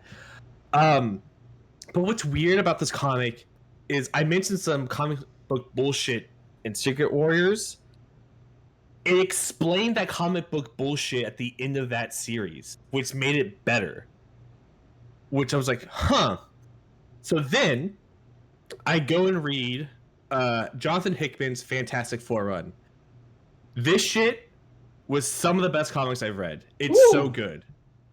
It's and so it starts off with this 4-part series called The Bridge. This is still set during the Norman Osborn era of he's taken over the government. And so superheroes are kind of like in this weird like on the fence kind of situation. If like Norman likes you, you get to say. If he doesn't like you, he's gonna hunt you down and kill you using the government forces. And Fantastic Four is like riding that line because they provide a lot of like technological advances to society. So Reed Richards creates this thing called The Bridge, which is going to allow him to like look into different universes. And his thought process is like, hey, I'm going to look at different universes. Maybe they have a solution to this problem. Maybe I can learn from like their mistakes and figure out like what I can be doing differently. And so he activates this machine. There's a power surge, and instead of only affecting this room where he's in, it affects like the entire like 2 or 3 floors where the rest of the Fantastic Four is. And so they're time hopping through all these different like multiversal adventures, and it's just fun. Like they go to like this medieval thing, and they all start talking in like very like posh sentences and stuff. That's where I got that panel that says "'Tis the clobbering hour" that I posted like a few weeks back. It's just like it made me laugh. But it's a lot of time hopping stuff, but Reed is like coming to the conclusion that like a lot of this stuff that he's trying to avoid is just not avoidable with the people he's surrounded by, with like the Avengers, Tony Stark, Norman Osborn. Like the only times it's been avoided is when Reed Richards has acted and has essentially killed those people or have neutralized them in some way. And so he's having a lot of moral dilemmas about this, but he's specifically looking at like this function of like, all right, how do I stop the Civil War that happened, and how do I stop Norman Osborn from taking power? But eventually he gets to the end and he realizes, like, wait, I never looked in any universe where I built this machine. Let me look there. And that's where he discovers the Council of Reeds, aka the Council of Ricks. Where it's like all these different Reed Richards that have formed this machine are looking for this exact same thing. And when he walks out of the machine at the end of this like 4-page run, he writes his 101st great idea, which is to solve everything. And during this segment also, I am introduced to Valeria and Franklin Richards, which are Sue and Reed's kids. I love these two characters. They are so fun, and they add such a great dynamic to this family. I think is one of them like a blonde girl? Yes. So to kind of set this up, Franklin has the power cosmic, which basically means that in the future he is as much power as Galactus does. Like, it's just, he's destined to be this like big cosmic entity. He's just a child right now, so he's kind of destined to be a god in the future. Valeria is Dr. Doom's godchild, and basically is more like Doom than she is like Sue or Reed. And there's a bunch of other comic bullshit there, but the big point is that like she provides this like diplomatic aspect between the Fantastic Four and Doctor Doom, which creates this really cool and fun dynamic between the two. And she's also very smart. She's very blunt, and she's very much like a great foil to Franklin, Franklin's a little bit like Bobby Hill. Like, he just wants to play and have fun all the time, whereas Valeria is like, we gotta get shit done. We're gonna solve all these problems and stuff like that. But I love the two of them. The two of them have to like solo Norman Osborn together, using shit in the house. It's really fun. So great characters. So the next 3 like issues that I read are about Reed going around with Reed Richards and this Council of Reeds, and like figuring out what they do and how they have solved everything, because that's their like big like selling points. Like, hey, we have solved our problems in this universe. And they go through all of this, like, here's all the fields of like food that we've made, here's how we solve the energy crisis, here's how we stop Dr. Doom from doing his bullshit all the time, which involved basically turning him into a like vegetable, essentially. And eventually, like a metaphorical vegetable, like he's hospitalized, or like a grapefruit. They put like a collar around him, and all he can say is Doom, and they use them as slave labor. Oh god. Now I know. Shut up! Just imagining Hector from Breaking Bad, but no, yeah. It's I know we're talking about the Council of Ricks, but this is not Pickle Rick. We're not stealing everything. It's a metaphorical vegetable. Yes. And so by the end of it, the Council of Reeds gets attacked by these Celestials from different dimensions, because they're going around fucking shit up and like basically trying to control these universes. And after the battle, like, Reed's there, and he asks one of them's like, how do y'all do it? How are y'all able to accomplish this much? And one of the Reeds goes like, I'm going to be really honest with you. I regret it every day. I had to sacrifice everything to solve everything. And so Reed takes that, steps away, wipes off his entire like planning board that he had for this council, and just quits the council and goes back to being a family man. Wait, I've read this. Have you? I've read this. I've at least watched a big summary about it. Yeah, I wouldn't be surprised.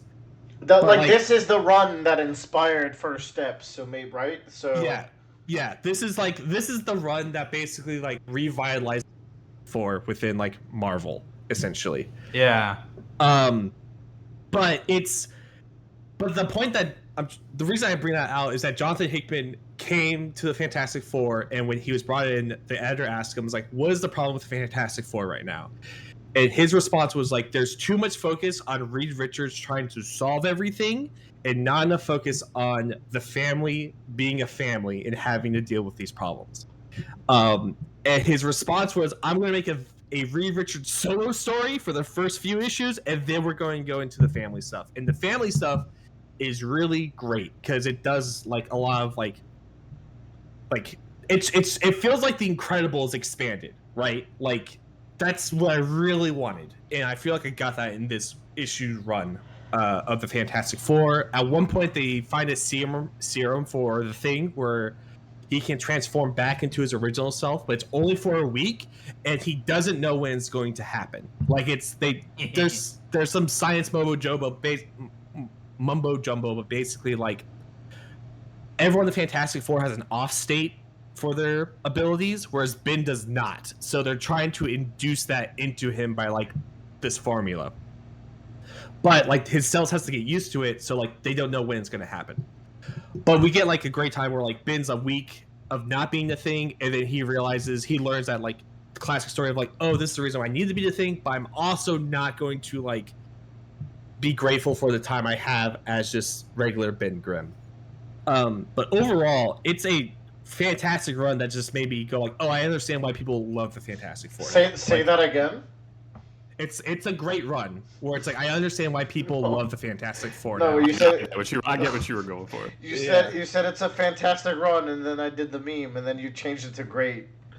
Yeah. Oh, okay. But yeah, so I really, really like this run a lot. I am on the Future Foundation, which is a continuation of this run. But essentially, the Fantastic Four are a member down now, and so have to deal with that fallout. Damn, rip Johnny. Yeah, but Spider-Man's there now, so that's actually the last issue of this run is fantastic. Like it's the You're pushing me here. Yeah. Basically, Johnny has died, and like it's a 20 issue like comic. The first 20 pages has no words or dialogue. It's all just like reflection from these characters and what they're going through. And the last 4 pages are with Franklin and Spider-Man. This is because Johnny and Spider-Man have like a previous relationship of like being roommates and being like best frenemies, as well as like Franklin being Spider-Man being Franklin's favorite superhero. And so Franklin's sitting on the top of a building just kind of being sad, and Spider-Man comes and helps him out. And they bond over the fact that both of their uncles have died, and he like Spider-Man inspires him to like be like, hey, I know exactly what you're going through. I wish I could have done something more. But you know what? Johnny would want you to keep going and do better. And it's a great little, like, just 4 pages of, like, getting over this grief. But yeah, great run. And I think the thing about Hickman is that, like, he sets these seeds and he doesn't stress about taking his time in writing his stories, which I've seen in a lot of other comic book runs, where it's like people try to rush to get to the coolest thing that they have thought of. Whereas Hickman really wants you to, like, slow down and kind of just enjoy, like, just really get into the series and experience it like at a timely manner, rather like, all right, we're gonna get to the cool stuff like immediate. So I think that's why I've been really liking his writing. Like Future Foundation that I'm reading now is paying off a lot of seeds that were planted by this run.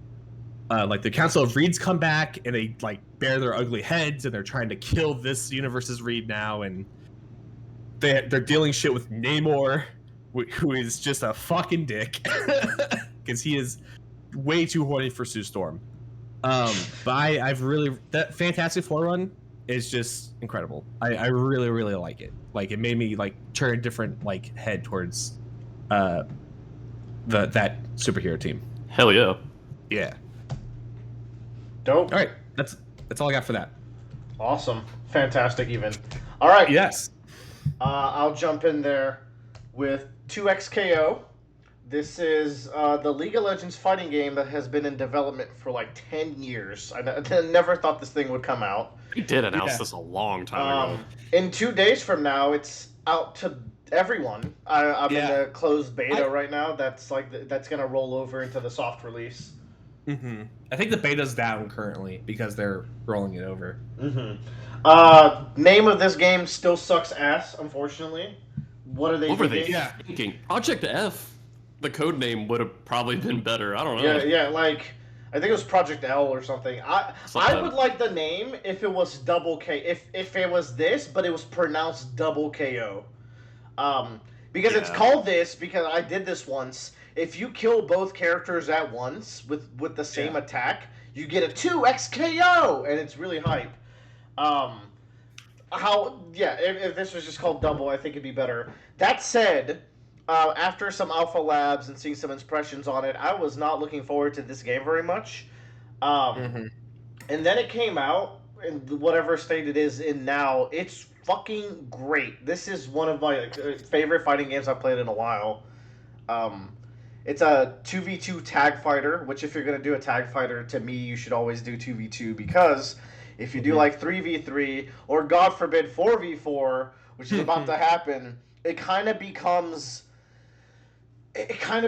weird where it's like one character is there as an assist and then like you're gonna build up and they're gonna have to be your anchor, so you have to like make a point assist anchor team and try to keep your whole core together. When you make a 2v2, it really feels like you are playing one synergistic team because it really taps into mechanics that force you to switch often and give you incentives to like play both characters equal amounts, and it really feels like a cohesive unit. So when you look at like a tier list for this game, it'd be very viable to have a tier list of every single pair and like consider them their own unit. And then what kind of sold me on this game immediately is also has fuses, which are like Capcom versus SNK grooves, which let you alter the system mechanics slightly to fit your needs.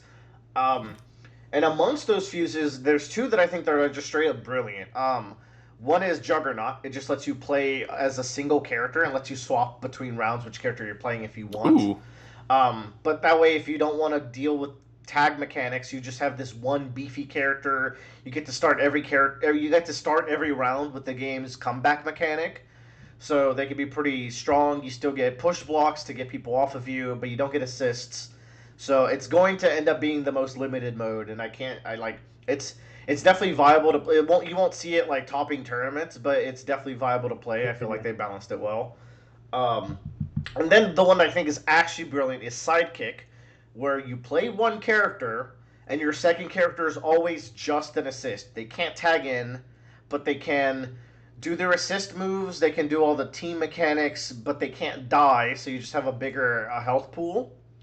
And you can do like their supers off of your supers. So it's a good in-between to like start teaching you how to use team mechanics while still playing as primarily one character, so it can help you branch out to playing multiple characters from that point on. And I think it's really smart. Another weird thing about Sidekick Fuse is if you press an attack button while you're getting hit by a normal, and I think I've read it doesn't work on specials, but it does work on normals for sure, you reduce the damage taken by like 30%. So to make up for the fact that like if you tap the button to the rhythm that you're getting comboed, you reduce your damage on Sidekick. Oh, interesting. And what that lets you do is get your like little support Discord kitten who's like, okay, I don't want to learn a fighting game because it's a lot, but they want to play with you in some way. They get to play the sidekick and call the assist when they do, but they also have a role where you're getting comboed because they can give their full focus to like reducing the damage you take, which is pretty neat. For the damage reduction, is that only if you're playing 2-player or if you're sidekick?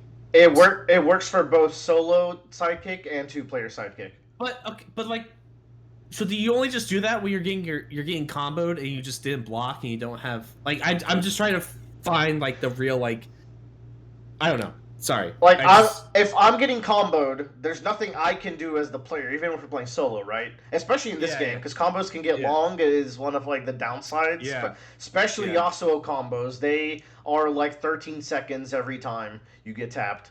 Maybe all like that for a drop of blood. It's not a drop. It's not a drop of blood, bro.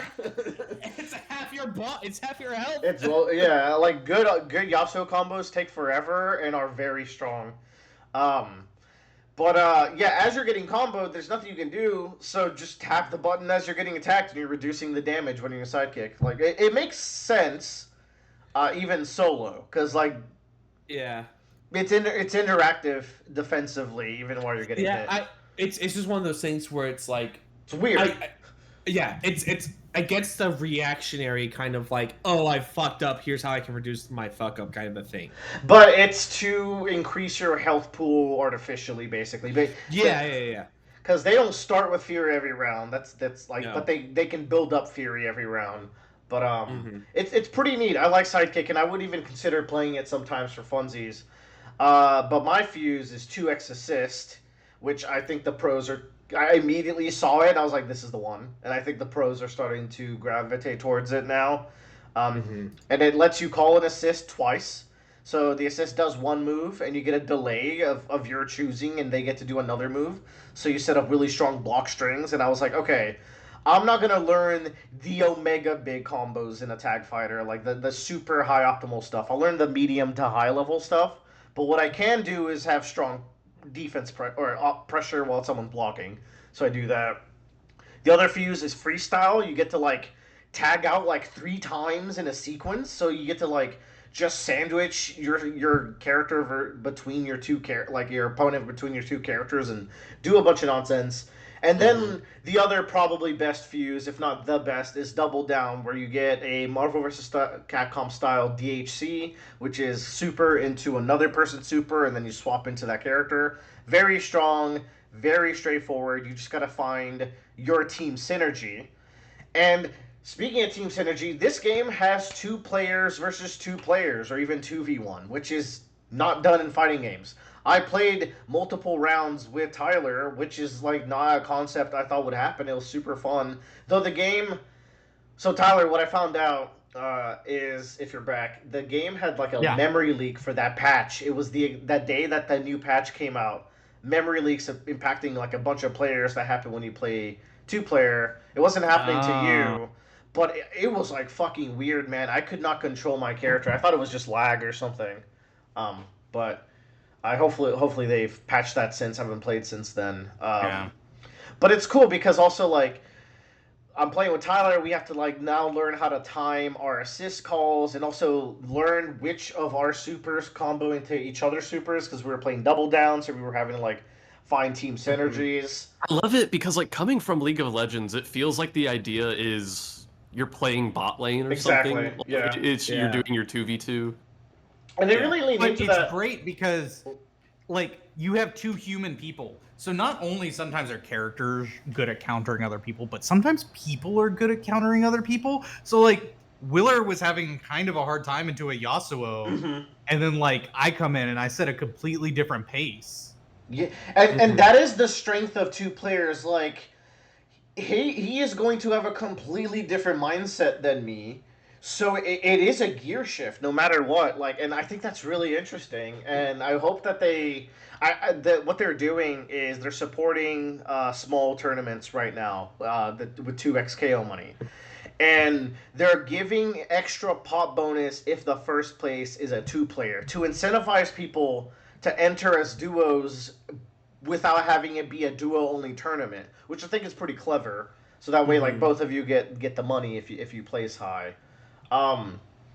Tyler, what are you thinking of this? This is probably your first tag game. Well, no, you played DBZ. No, I've played lots of tag games, but not anything seriously. Like, I played Marvel vs. Capcom, all the Naruto Ultimate Ninja Storm stuff. We played Fighters.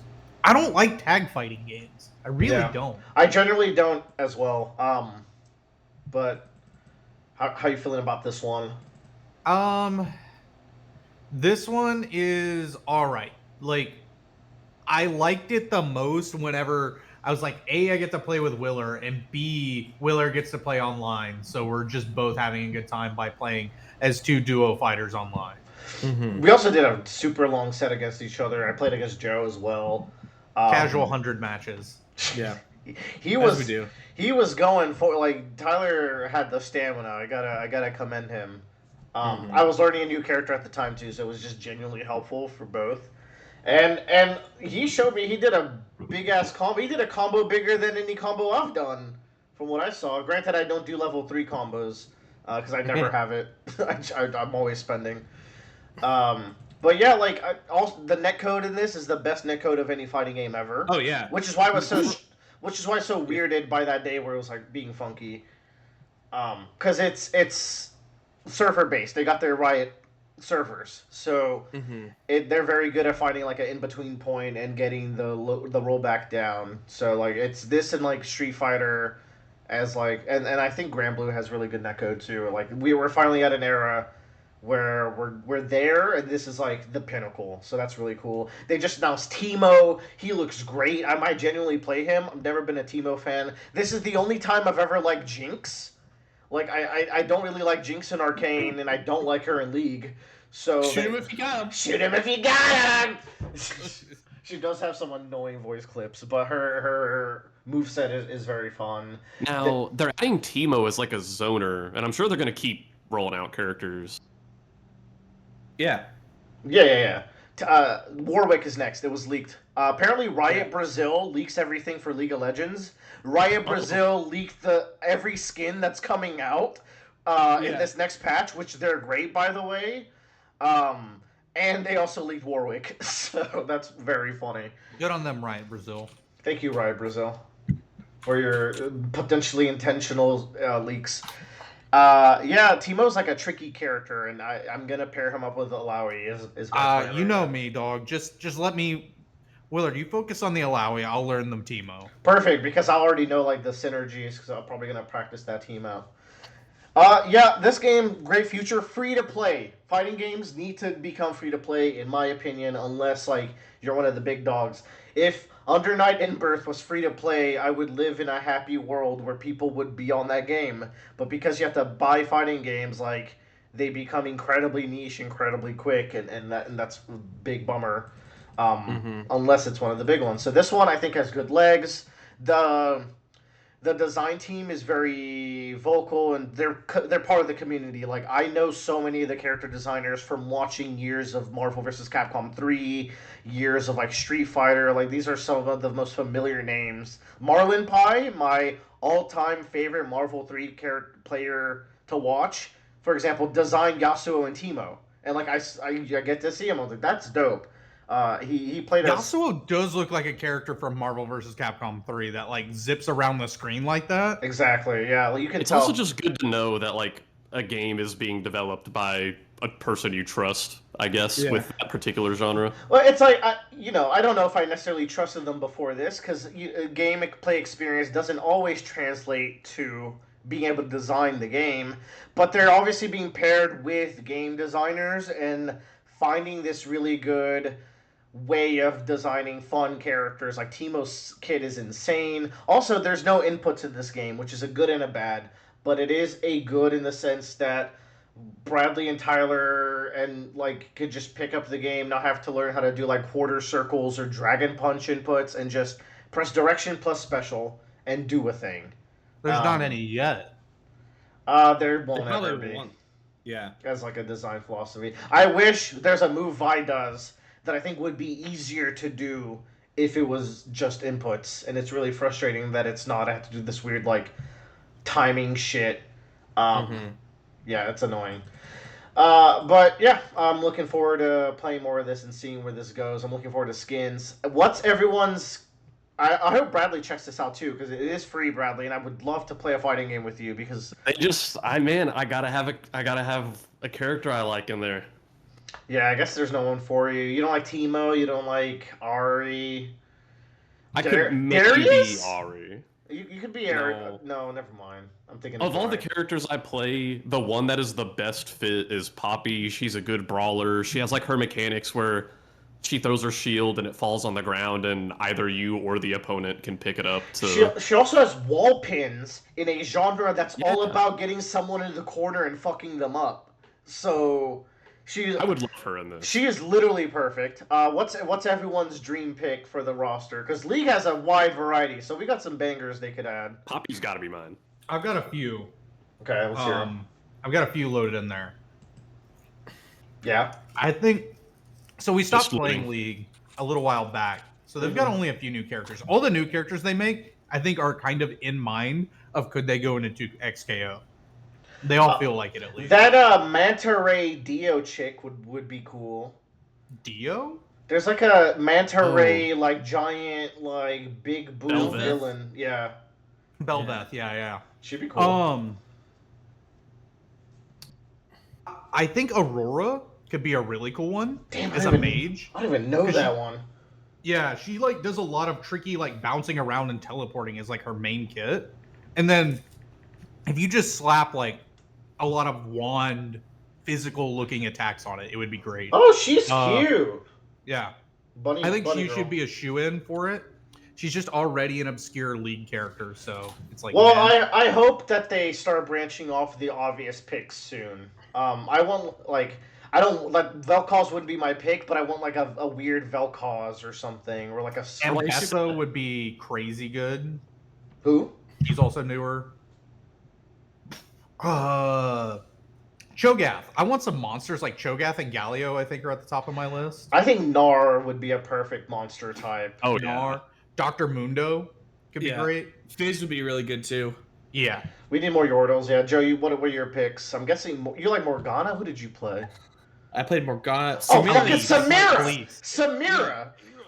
Yeah, I'm shocked that Samira wasn't like in the base version, if I'm being honest. I'm She's not, really- because she's the break glass when you need Dante. And she fits Fair in this enough. game more than she does in League, because her combos are going to be insane. Yeah, for for sure. Set would also be very good. Oh, Yeah, yeah. Yeah. Brawler guy. Tom Kinch would be hilarious. I would love. Dude, I want Tom Kinch. He just eats your opponent's support and then walks away, and then you just have to play a 1v1 for a sec. Yeah, that's his support, is that he comes in and eats it as like a counter. And, yeah. My number one with a bullet is Rel. I love Rel. She's so sick. Yeah. Riot doesn't really pay attention to her from what I remember.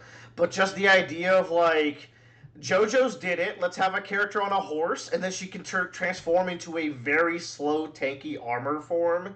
I think it would go so hard in a fighting game aesthetic. It would also be cool if, like, I feel like Nico's not as well as a fit as the other characters are, but she could use clones to, like, maybe feint an attack or something. You know who I think would be good for you, Bradley? Zoe. With teleports and, like, I've never seen a character that throws, like, the slingshot ball and then teleports behind you and manipulates that. That seems like the kind of things they would do in a game like this. The one that I don't know, I would love to have, but I don't know how they can do him past his, like, W is Malazar. Like, I don't think a damage over time effect would be. Oh no, they have poison. Poison happens in fighting games. Yeah. But like Malazar would be interesting for them to do somehow, and then you just lock him down as like a support. That's the level 3. Yeah.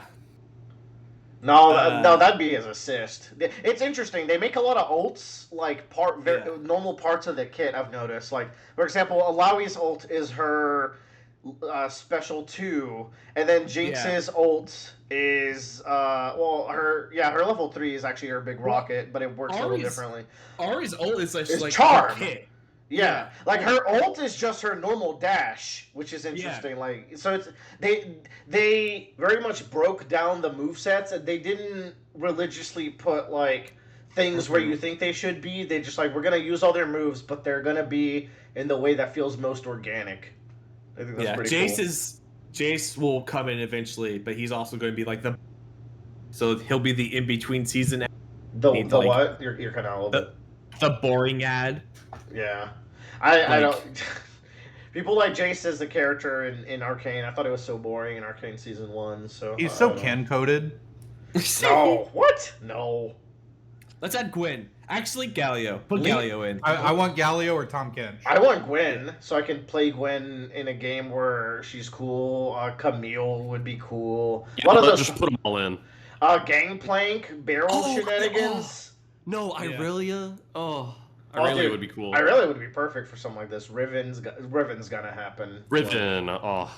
They should put who's that like fuckboy Bradley likes with the big sword and the crown. Yeah. That wouldn't even be. But then I don't know how you do his core mechanic, which is like taking over other people. Yeah. I think you could make it. That shit. I think you could make it so his assist. No, he takes over people. You could make it so you become another character. if you kill one of the it's a 2v2. If you kill one person, he becomes their assist, but he gets like the powered up version of the assist. I was gonna say that like if your support gets killed, Vigo can still swap to it, essentially.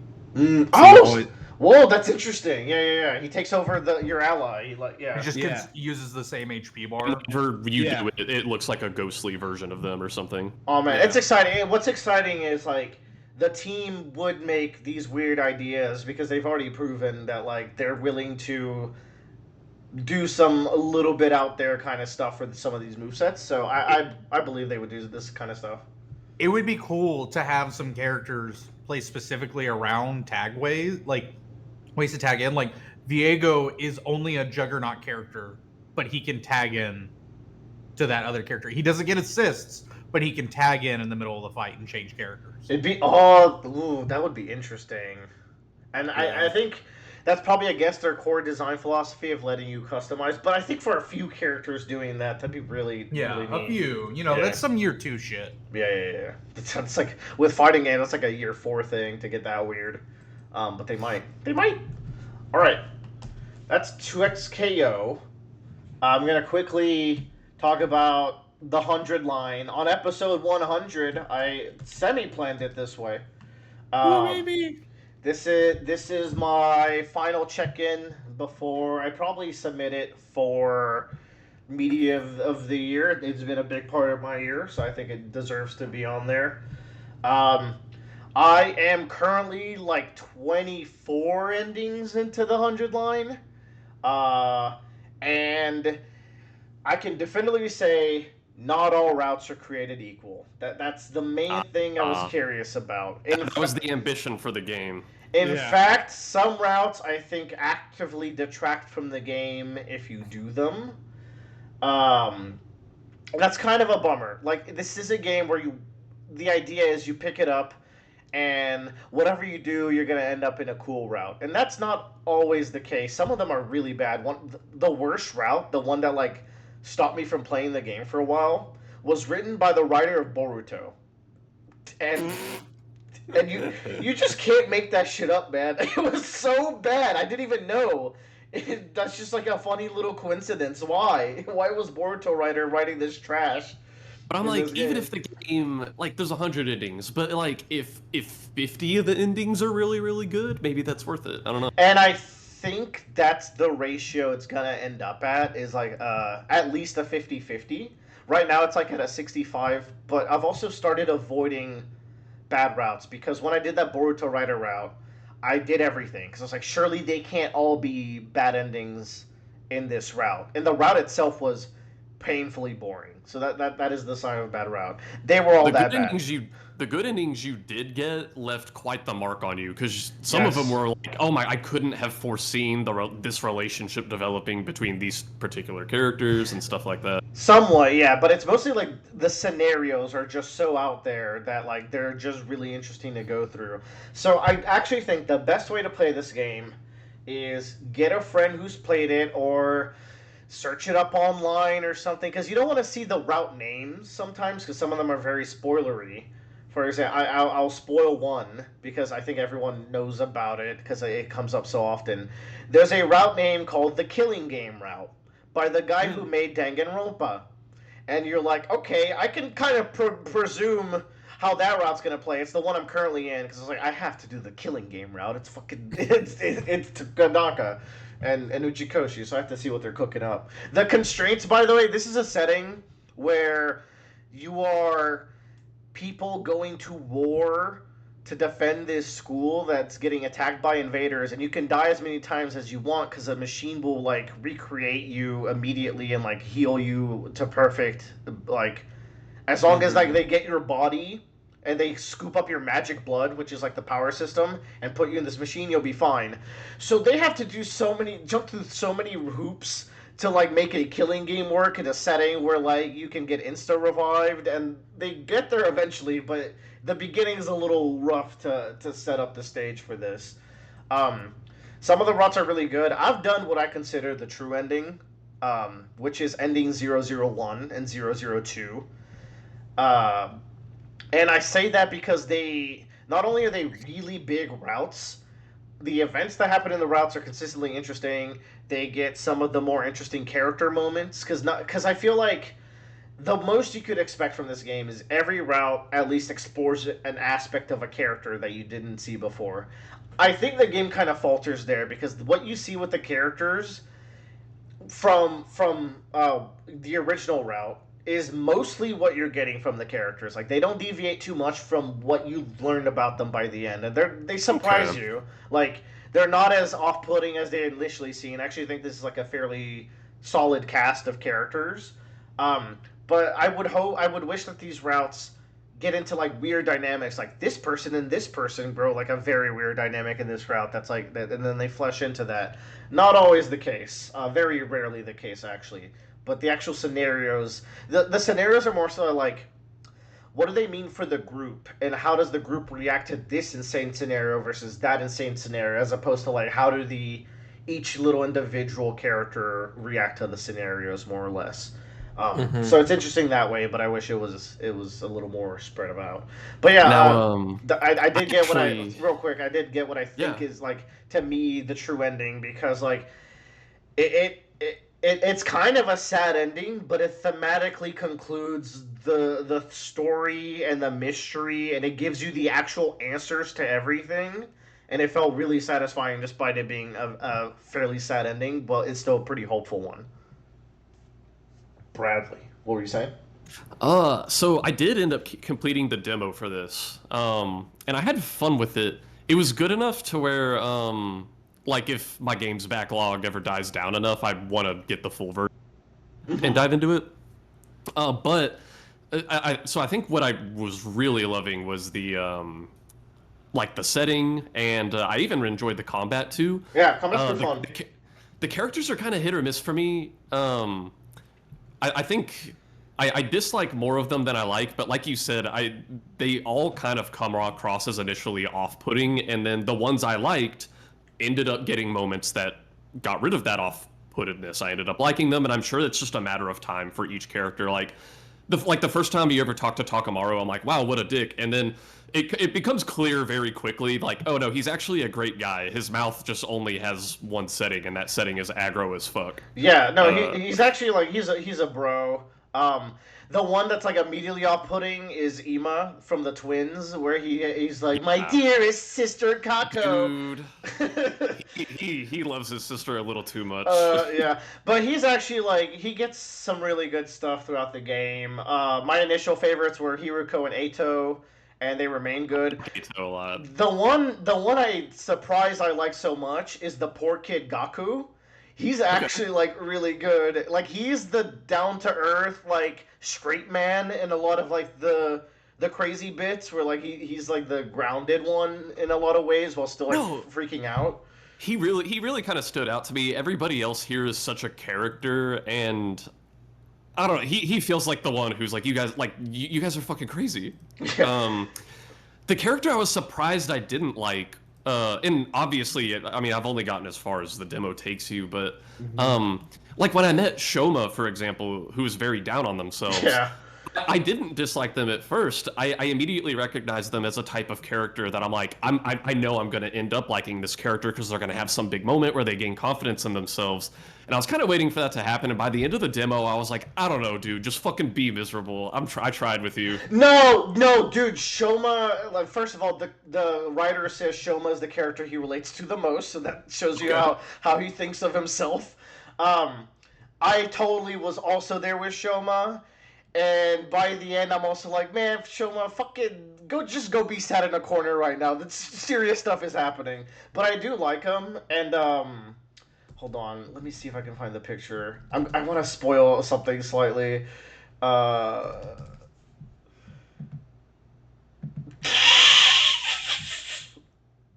Okay. Click on it at your own leisure if you want. I'm gonna spoiler it, but I think this is really funny to show you how crazy things get with Shoma. I posted something. Alright, you know, Wilbur, in light of this picture, I think you were mentioning the best way to play this game might be to play it with someone who's like experienced it and can kind of guide you down paths. Maybe that's what we do in the future at some point. No, because by the way, this is what Shoma usually looks like. Um, Hunter looking ass. No, absolutely. That was a great arc. Yeah, when I was saying the spoiler thing, I think you need to find a friend that tells you which routes to take and give you light spoilers to nudge you there. Now, go experience some routes completely blind, but if you did that for all 100 endings, you would have a bad time. Have a friend that says this route straight up not worth pursuing. There's a load bearing character in this story. Hold on. It's so fucking funny. There's a decision at a point. It's this chick. There's a decision. So other characters do get introduced to the story also, so you don't know the full cast. But there's a point where you have to make a very hard decision on a character that has to sacrifice themselves, and you're given an option of 3. And I actually let y'all make this decision for me. Joe chose my favorite character of the bunch. It led to a peak route that explores the main villain of all people in like great detail, and it was awesome. So then I started killing this chick instead.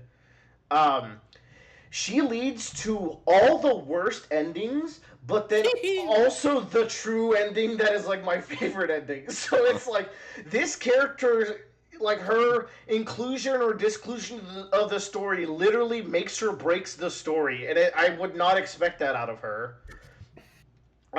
The other character in the decision is actually Takamaru, and he leads to the darkest route that I've played through. The route's name is called the Cult of Takumi, who's the name of the main character, and I'll just drop that as like a name. It is fascinating. It is like dark humor, but also fan service, but also psychological horror. Really good, actually. So yeah, all to say, like, I then went on and was like, okay, give me 5 routes. I just scoured the internet. I need 5 routes that I have to do.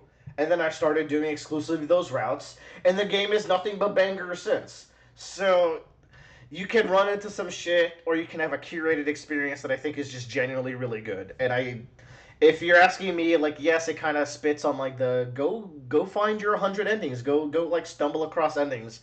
But for the interest of being an adult and having time constraints and like wanting to play something that's not this long ass visual novel kind of game, I do think the curated experience is the way to go. And if you guys ever do get into this and want to know which routes I recommend from the ones I've done, I can definitely give you like a really good spoiler free way to get to them. I also say the battles are really fun. Eventually, you've seen everything the game has to give you combat wise, except for that True Endings final battle, which is insane and such a cool use of the mechanics, like genuinely inspired stuff. But Okay. you stop running into new scenarios, and you can tell that because the game prompts you to skip a battle if you've already like done this layout of enemies, or like this kind of like sometimes they'll pair new bosses together, and like that'll be a new scenario. But after you've done like 3 or 4 routes, you will have done almost all the new scenarios. So you have to go out of your way to do a fight again if you're just itching for the combat. Again, there is 100 routes, and I think one route is called the Serial Battles route. So I imagine that one is like very combat focused for whatever reason. It's not on my to-do list, but I imagine that one is where like a lot of like the more interesting post-game battles are present. So yeah, that's the long and short of the 100 line. It's a really good game, but you know it's got its ups and downs with some of the routes, and it doesn't always capitalize on like its premise. But when it's cooking super hard, and it's definitely the funniest game that Kodaka's made. His sense of humor, I think, is really cringy, but this is like the least cringy and generally funny.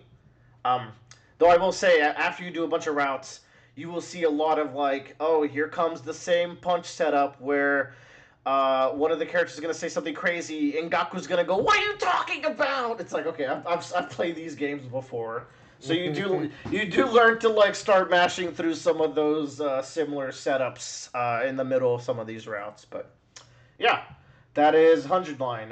Recommend if you like story games, but keep in mind what I said. I hate story games. Oh, I hate games. I believe both of you. Oh, Bradley. Damn it! I gotta go to the bathroom though. So, in the interest in the interest of my selfishness, Joe. Wait, this is also Bradley. Talk about blueprints for a sec.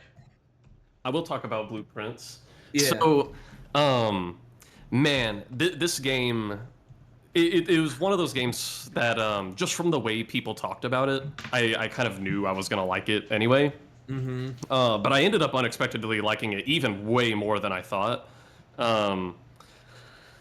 I think I said this to you guys. I think Blueprints and Outer Wilds are kind of two games within their own genre.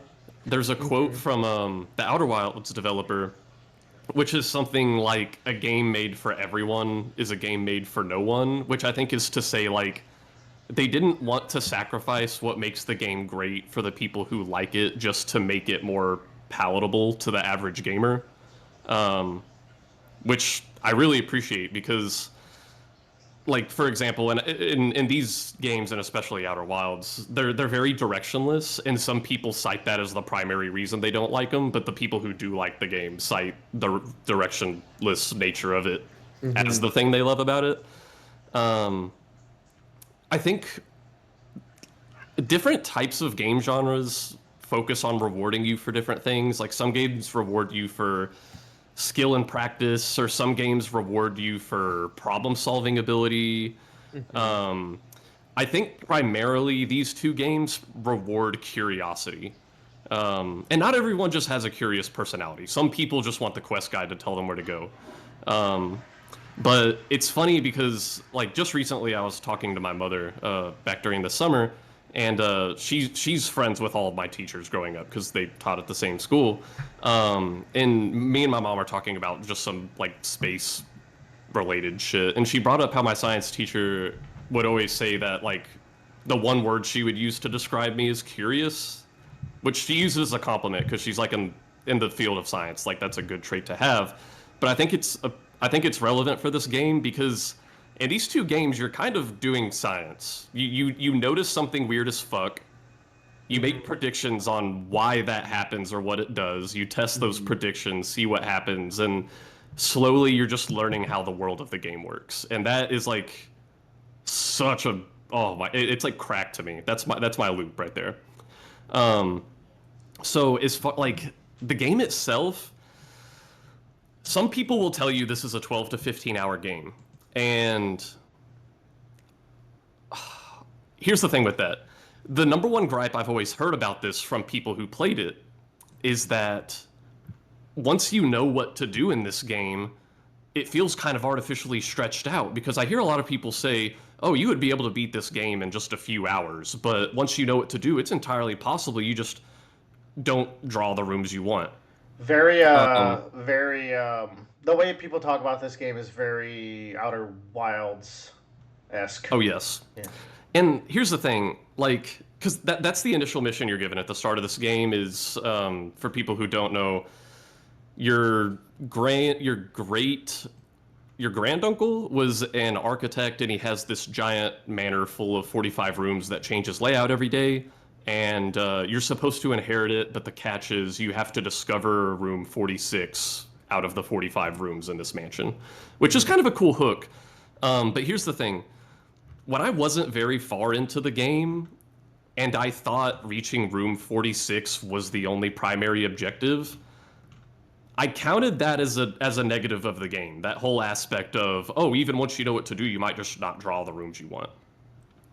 But then I eventually realized I think that's actually a boon for the game, and I think it's kind of necessary, because I realized that like not being able to just instantly sprint to that goal, if you were able to get there as quickly as possible, it's entirely possible you would get to that room 46 and you would just think, yay, I did it. There's nothing else to the game. I'm done. That was a fun 10 hours.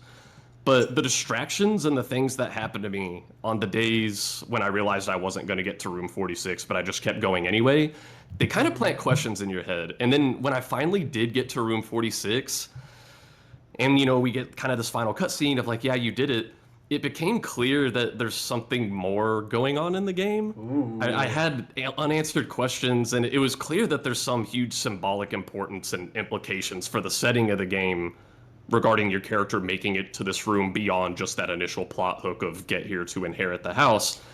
And so that was like not very far into the game. When we got there, when we got to the goal, we did not realize the depth of the iceberg we were standing on. Could you repeat what you were moment. saying? That sentence you cut out there. When we got there. Yeah, we get to room 46, which is the goal you're given, and what a lot of people apparently think the end of the game is. Apparently people get to that room 46 and are like, oh my god, what a fun game. But you really are, when you get there, standing on the tip of this iceberg that is an amazing game. I consider that the start of the game, even. Oh, that seems so cool. It's just... here's the thing. Oh, go ahead. The list of things, the list of new things we want to try and questions we have is bigger now than it was like 20 hours of gameplay ago. Oh. And like we are discovering so much wild shit. But what were you saying? I've only played this. Wait, were we playing it together actually at the Memorial Day Lake House? Yeah, I think. Yeah, Tommy showed it to me, which is funny because I ended up getting really far into the game and I found out Tommy also hasn't beaten it yet. That's a classic, actually. That's actually a Tommy special. That happened to me in Disco Elysium. Or rather, he had beaten it, but like not seen a lot of the stuff I did. But that seemed like a really good game, and I probably gonna play at some point next year if I get a chance. It's not in the cards right now, but I'm definitely gonna check this out. It is funny that like this is a game Joe does not like historically. No, I think I played it for a few hours, and I just part of it is like the roguelike element of it. Like I've kind of realized like as I've played more and more games that like roguelikes have become less and less of a selling point feature for me. Like they just I'm like I it's my own personal bias. I don't think they're bad. It's just they're not things I particularly like consider a positive note for a game. But like I think part of it too was like I felt like moving in the game was very slow. I don't like the lost feeling that I had playing the game. Like you're right, Bradley, like the curiosity part of it, where it's like the other thing is like I don't like having to take external notes for a game. Oh, I love external notes. That makes Dude, me feel here's so the thing. good. I went against people's advice where the first level advice is take notes. And a lot of people are like, I don't want to fucking take notes. I'll just take pictures of important stuff on my phone. You really, really should have a physical notebook and pencil next to you in this game. That's so hype. That like I get that, but it's just like to me that's just like a deterrent, and it's like I don't want to have to like keep this other thing with me to like do this game. Oh, and see, that's what I was talking about at the beginning. That's why I love this game. The devs of this game and Outer Wilds are very committed to like we don't want to change anything about our game to make it more palatable to the general gamer populace. Like they know a particular archetype of person who would like this game, and they are just catering to that particular archetype with no compromise. Nice. That's good. I really like that. So it's really funny to like go into a room and we'll go into a room once or twice, and it doesn't seem very notable. Like, I don't know, whatever, there's a bed, there's a picture on a wall. That's a weird fucking thing to have a picture of in your house, but whatever. And then like 30 hours later, we'll come back with all this new knowledge we have, and we're like, wait, is this the most important room in the game? It's just so funny. And I will say, I think this game is much more fun to play with someone. The atmosphere of this game is very quiet. Like, the music is quiet enough that you wouldn't even know music is playing sometimes. Yes. And so, like, if you're playing by yourself, I could see it kind of getting boring in that way. Playing with Emmy is fun because one of us can be on controller duty and one of us can be on journal duty, because, like, the entire time we are playing, we are flipping through this journal and connecting dots and shit. Like, it's a kind of a never-ending battle. So, I think playing it with someone definitely did help the experience. Cool. But, no. What's up? Do you think this will be submitted in our list of media of the year? 100%. Ooh, This is one of the nice. best games I've played this year. I wanted and even this. Played the past few. I wanted this because we need some friction points, and we got a good one here. Yeah, no, this game is it's really brilliant. I just loved this idea that like it rewards you for being curious because a substantial portion of the player base gets to that initial goal and they think they beat the game, but other players will be like, man, that's really weird phrasing they used in that cutscene. Let me go check out this area of the house, and it's like, oh my god, I haven't even seen like 90% of the content in this game yet. Oh my god, that's so high. I need to fast track this up my list. I think a little bit. I need to know. I need to know where I land. And I think they are pretty generous with the puzzles. I think because there are clues around the house, and for any given secret in the game, I have found that they usually plant 2 different types of clues in 2 different places to lead you to that conclusion. So, like, even if you were to look over some clue, you might find a clue pointing to the same thing somewhere else, which I think is very generous. Dude, I got fucking stuck on that goddamn dartboard. I was infuriated. Like, I sat there pressing those buttons on there for a long time. Those puzzles get hard later on. Yeah, I can imagine. Because every time you do one of those, it gets more difficult. Yes. But no, Blueprints is fantastic. And that's what I'll say about it. Excellent. Now, what can you say about Deltarune, keeping in mind that I have not played Deltarune, but I started 2 days ago. I finally started Deltarune Chapter 3. So I can talk a little bit about it. It is my current game. This might be the best piece of media I've consumed in 2025 so far. Well, don't spoil it, asshole. Because Deltarune Chapters 1 and 2 came out for free a very long time ago. And so these came out paid very cheaply, by the way. I think it was like $20.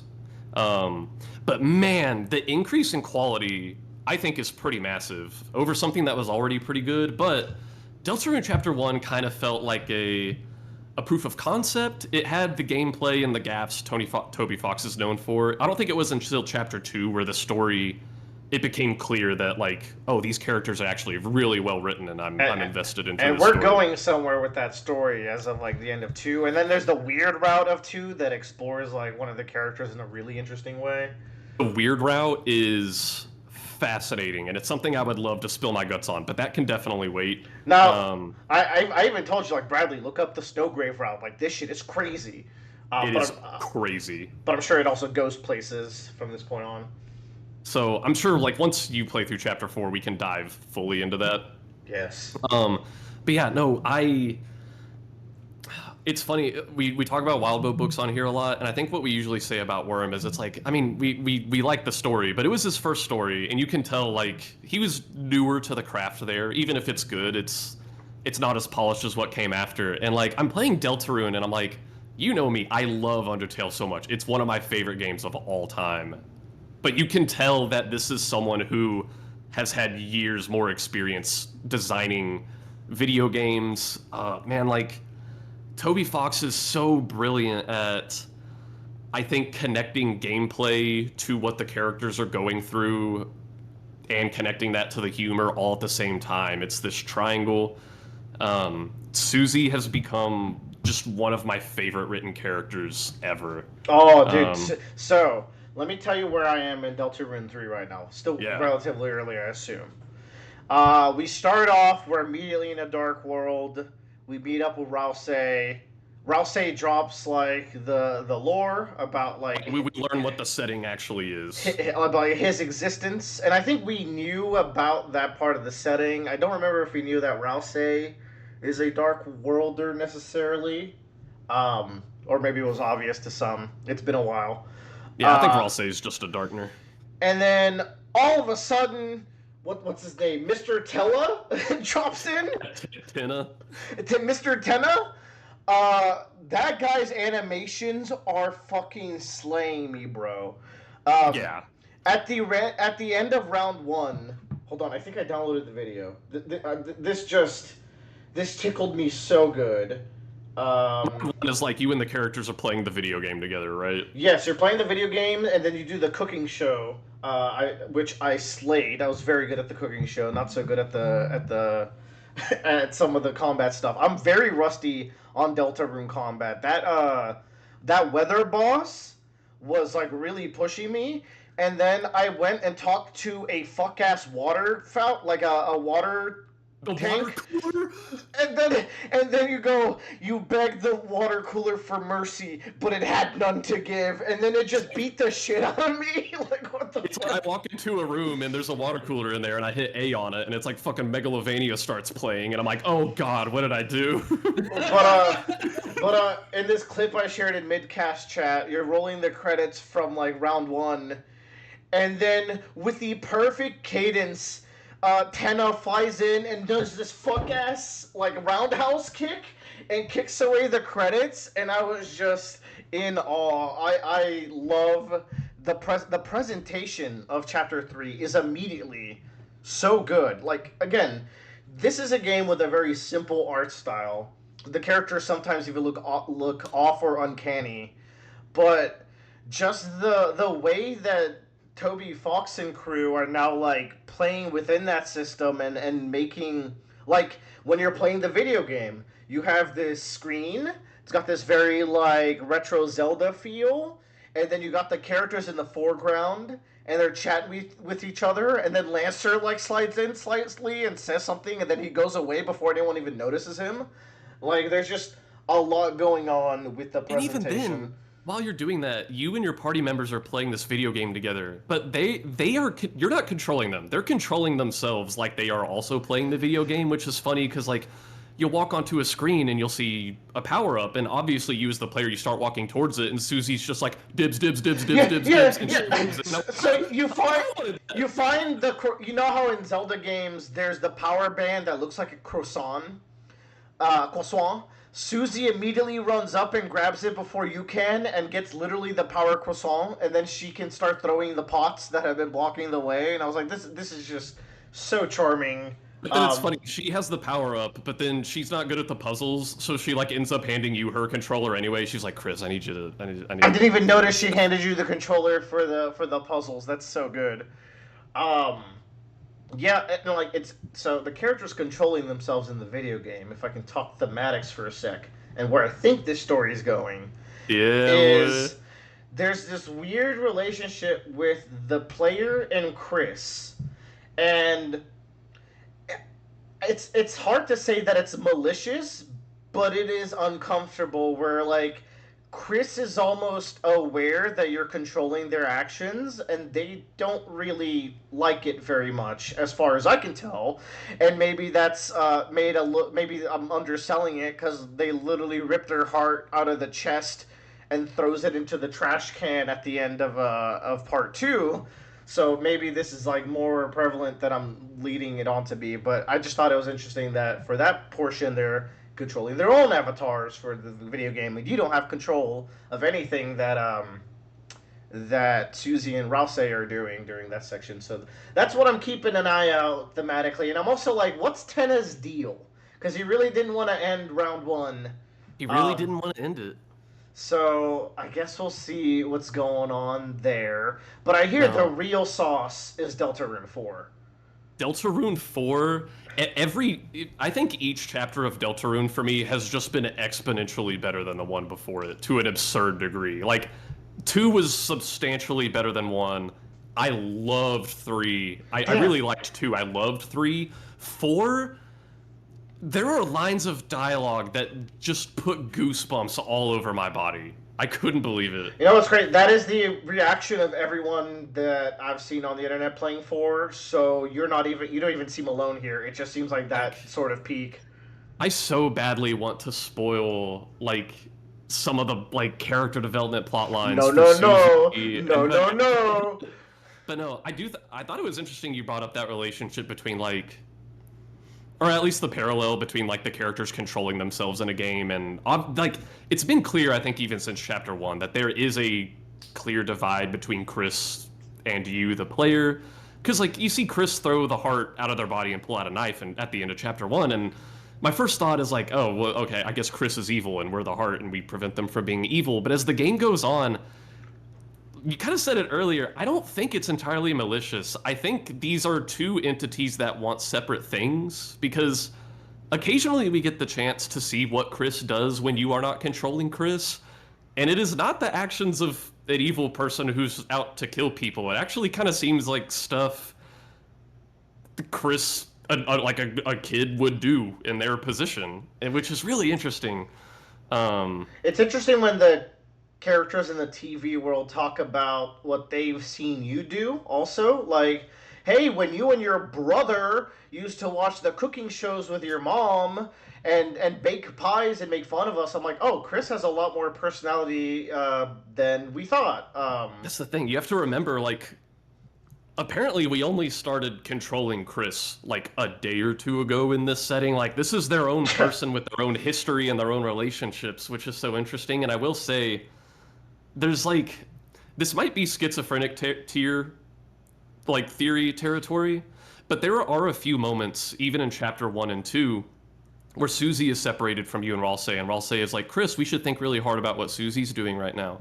And so at that point, you start controlling Susie. And it's very notable that the player heart is with Susie while you're controlling her. When you're choosing dialogue options, you're selecting it with the heart. When you go into battle with the Susie, you're still moving the heart around. Yeah. And sometimes you will, after we're done with Susie, we will come back to Ralsei and Chris, and we will hear the tail end of a conversation. True. I forgot about like, that. People are like, are Ralsei and Chris trying to have a conversation that the player cannot hear, which I thought was crazy at first, but later on, and I think this is an aspect of that weird route, we get hard evidence that Chris does have full-blown conversations with the other characters when we, the player, are off screen. Even so, I had to watch stuff on the weird route. I didn't do it, but that first time, that's what I thought was happening. Is they were having a conversation they didn't want us to hear. Oh man, this is getting good. Shit. This is not the first game I've played that does the whole your character and you, the player, are separate and aren't necessarily aligned in goals. Other games have done it like the game off, but the direction it goes, especially in Chapter 4, is probably the most interesting execution of the idea I've seen. Woo! Okay, I'm so excited. And to hear that Chapter 3 is that much better than 2 is for you is pretty crazy. Okay, that's really exciting because 2 was really fucking good. 2 was really good. At the end of 2, the end of 2 gave me that same feeling I got from Final Fantasy Tactics Advance, where it's kind of this escapism aspect. You beat that final boss, and Susie's like, Chris, I'm gonna say this out loud, and I'm just hoping you feel the same way. She's like, this is awesome, right? She's like, I wake up in the morning, and the only thing I'm looking forward to in my life is coming to the Dark World and just meeting everything here is so fun. People are so much nicer here than in real life. And the other characters are even agreeing, and Ralsei has to be the one to be like, no, please, like, your real life is important, please. Oh man, okay. There's other games that came out this year that also need to be played so we can have some good conversations, Bradley. There's some thematic through lines in the stuff I like this year that would be really cool if you could experience it. I'll have to see what I can force with my proximity to you and access. I also have a Kane Banashi on the table. Yes, this is also true. We'll leave it there. I have a feeling that next month's podcast, we're going to have a very good gush about this. I even said it as the last topic, because by then I will definitely have played Deltarune. Yo, Undertale was like this phenomenon. That motherfucker wasn't really writing yet. Is all I'm saying. Toby Fox. That was just practice. That was like a game jam game for him. Or that something. was just goofs and gaffs. This guy is writing these days, and it is really fucking good. And I'm excited. And it's also the funniest it's been. The humor has matured with Toby, and like the timing of the jokes and everything is all really good.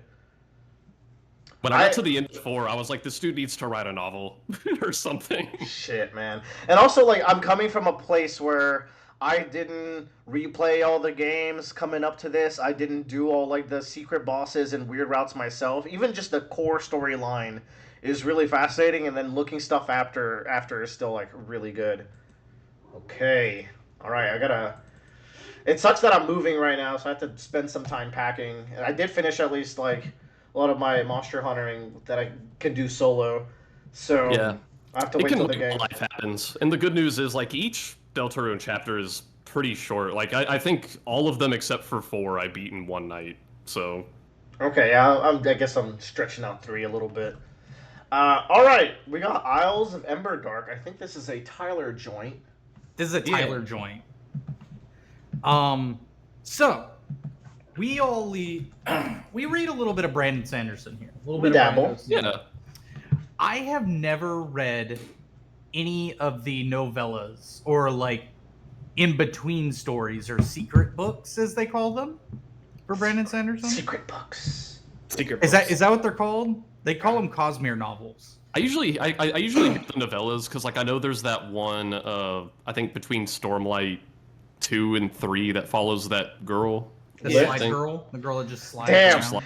This is how far we've gone, because Lift used to be Bradley's like favorite thing, and now he doesn't even remember her name. I know, it's sad. Y'all, so I've never read any of them, but reading these little novellas makes me understand a little bit more why people are like, why there's a convention for Brandon Sanderson books. Mm. Like, I get the world he's building now and why people kind of go nutty for it.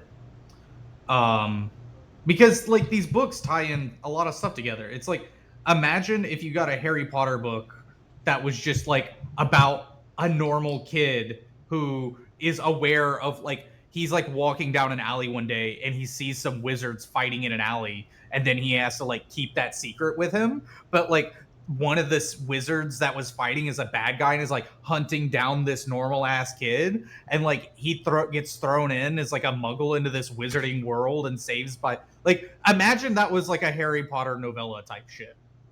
Like, it expands upon an entirely different subsection of the world that we're not really familiar with. Mm. Does that make sense? I think I get so. you. Anything? Okay.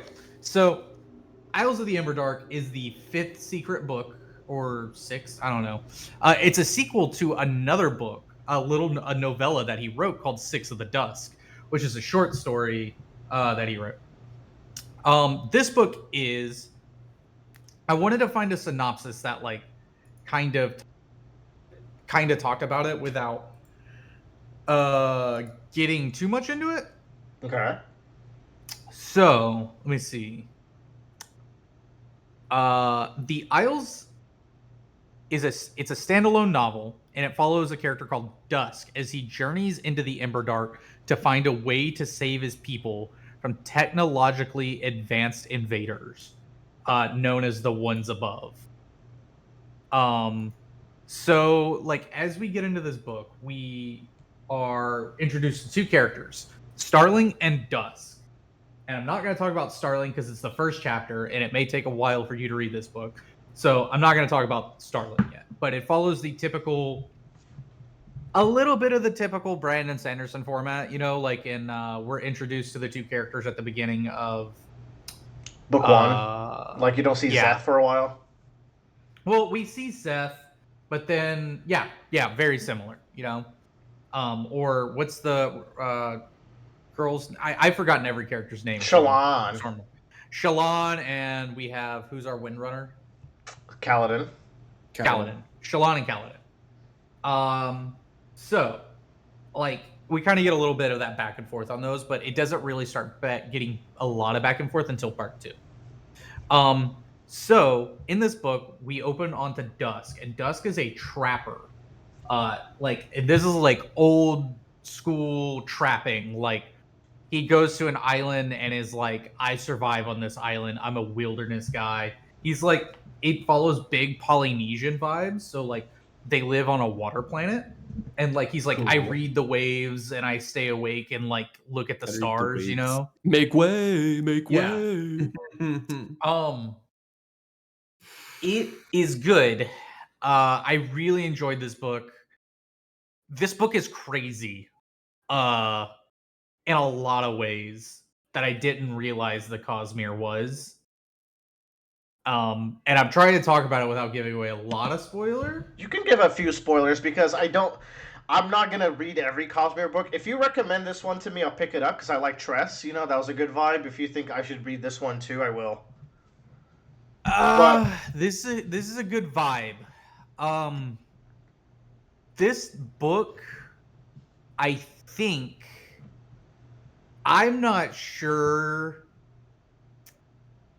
how far away this book takes place from like Stormlight and Mistborn. like time wise, if time is real. Yeah. Okay. Like time wise. Like this may take place centuries after Mistborn, for example. Ooh. Which you haven't finished Mistborn yet, have you? No, I do book 3. I think you did book 3. Maybe? Did you No, do I did book 2. I haven't done 3 even. Yeah. Yeah. Yeah, so you have 4 more books to read. Oh boy. With that, yeah, and it's And new ones. New Mistborn's coming out. That's his next book. that's crazy. Yeah. Which, if he does another time skip between Mistborn 6 and 7, it's gonna be in the era that Isles of the Emberdark is taking place in. Ooh, that might be why this is releasing in this order. You know, he's getting used to the setting. This is a mythic novel of legends lore and warring galactic superpowers. Oh, we're getting to that level. We are at the galactic scale now. Oh God. So the Emberdark, this is a spoiler about what the Emberdark is, which you can probably guess. The Emberdark is in Shadesmar. Yes. Okay. But it is a different part of Shadesmar. So Shadesmar is just what they dub a realm now. So we have planets, space, realms, and realms, which there are multiple realms that we are aware of now, other than Shadesmar. And it is essentially, I don't know. I really don't know, man. I can't just tell you more about it. Dusk has birds. Birds are the, like, you know how like people bend metals or like they have swords and stuff that like speak to them, Joe or Willer. Yeah, we got birds now. This planet has birds. The birds don't talk. The birds just like they're like Pokemon levels of birds. They just sick. understand you. But they bond with the bird. So it's kind of like, it reminded me of very early Spren, where they can't understand the Spren, but the Spren understand them, you know? That's cool. We, like this entire planet, which is First of the Sun, that's what they call it. Their planet revolves around them having birds. Everybody has birds. Or like a bird. And the birds grant faint, mysterious things. So like, it took me so long to get this. But there are birds that protect against powers of the mind, because a lot of things on the islands in their world, so because they're an island faring culture, like hunt. They're blind monsters that hunt by like tracking the mind. And like when he's on the ocean, he's like, yeah, these ocean sharks, like they want to attack things above them, and they like just read their minds. Like they're looking for, they're not smelling or anything like that. They're hunting by the mind. Man, I really don't need mind reading sharks.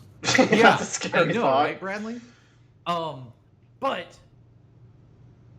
they go on to be like, well, there's another place that also has powers that conceal people and conceal powers in a similar vein to that bird is doing. Which Willard, do you remember copper clouds? I remember Copper Mines, which is what Sazed has, but I don't think that's that. Well, they have. Do you remember in the first book where they're like hiding their presence in the bar, and there's like the grumpy barkeep? Yeah. There's the subset of allomancy that is like the cloaking one. Yeah, coppers. Yes. Yeah. So they're like, oh yeah, birds that can cloak you from things that hunt by sensing you could be very valuable because it's a, I don't know why, but it's a fucking bird.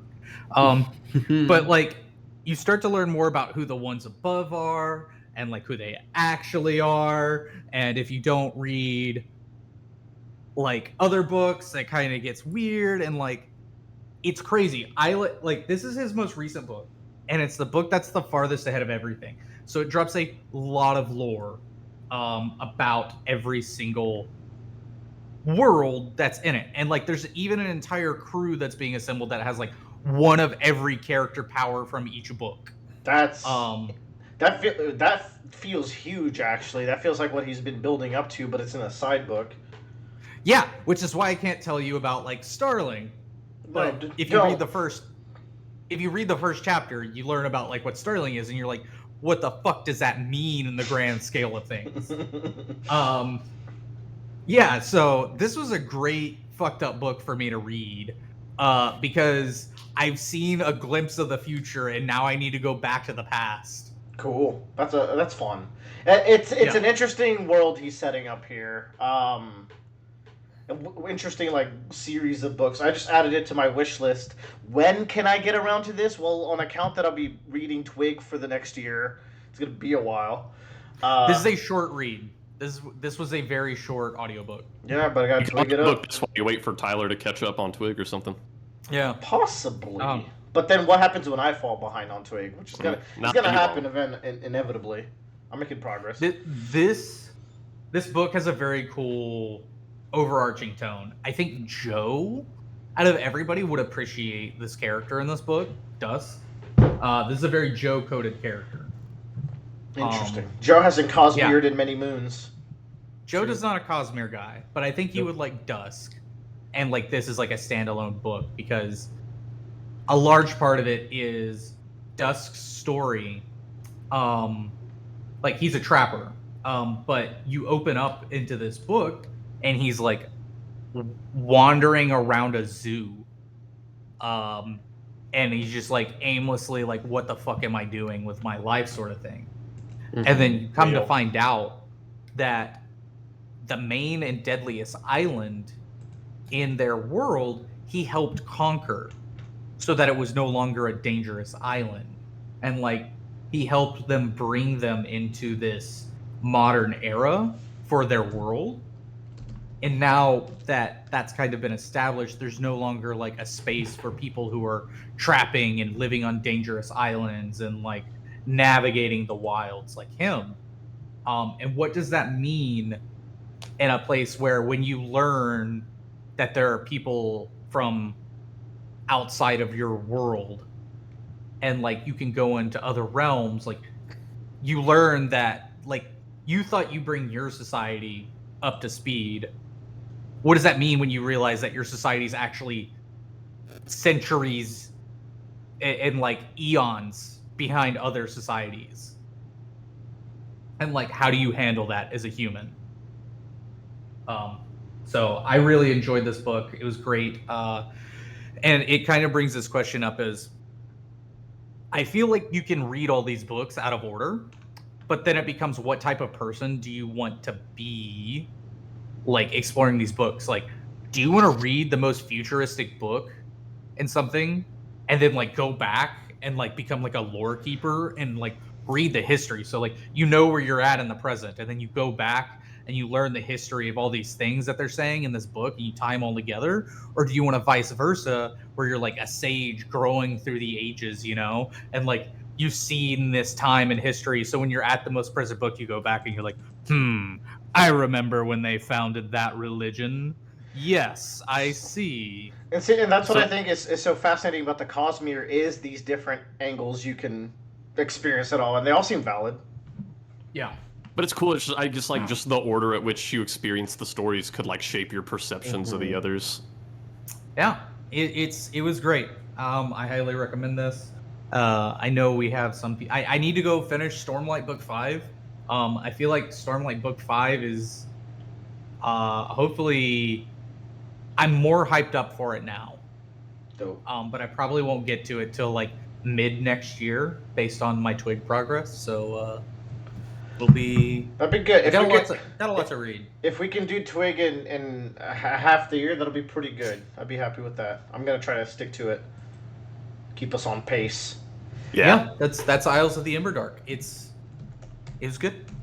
Now, why don't you kiddos get on your little play date and talk about Final Fantasy Tactics Remake?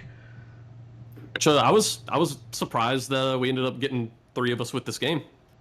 Yeah, this happened out of nowhere. I didn't know you guys were writing for this game. But I expected Bradley, but not you two. I played Final Fantasy Tactics on the PSP, Okay. like way back in the day. So I was like, ah, cool. I played Final Fantasy Tower Defense on the Xbox 360 arcade. Oh my god, I used to play that shit. That's real? Yeah. Yeah. Okay. It's called Crystal Defenders, and it was fucking Yes. hard as shit. Oh, I remember that. I had it on my phone. Yo, why was that game so hard? I could never beat a single fucking mission. Why is Anyway. it so hard? In following through with that, this game is also fucking hard. Yes!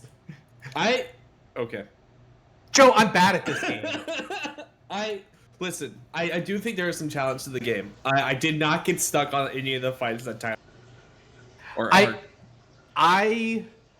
I told Joe about this, okay, Bradley? So I got stuck on the windmill fight. Does this mean anything to you? The windmill.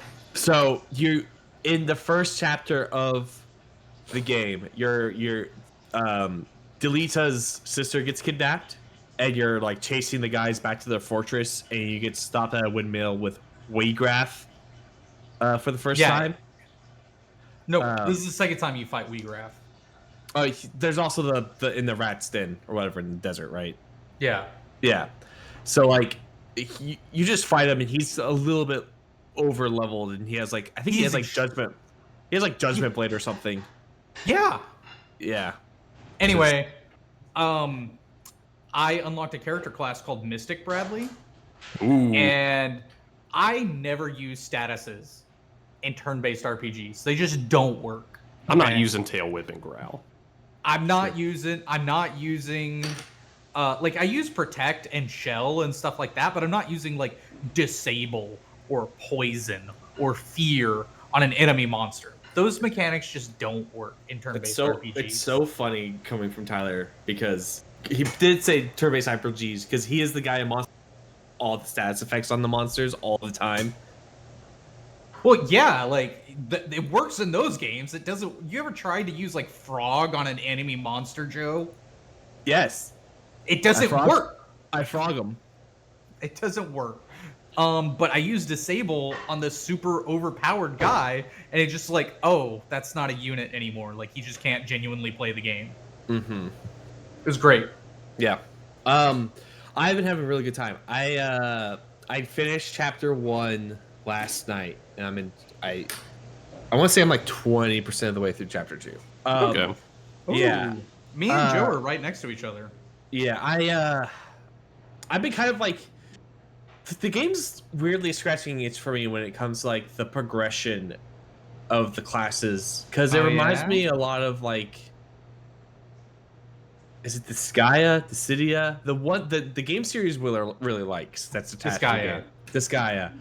The difference being is that this is a much slower paced game than that game, so I think that's why I'm like resonating with it more. Yep. Do you like that? Like, even when you reveal a class, like not everybody has access to it unless they meet that class's requirements. That's fine. Yeah, like I like that part. Oh yeah. I think that makes sense to me because it makes you grow. It's now that's a little bit of a pain in the ass too because it's like, all right, well, if I want to get like the Dragoon class, I have to go. There's like 2 physical, like there's like there. Okay, so when there are 2 trees, quote unquote, of like the classes. There is the magic tree, and then there is the physical attacker tree.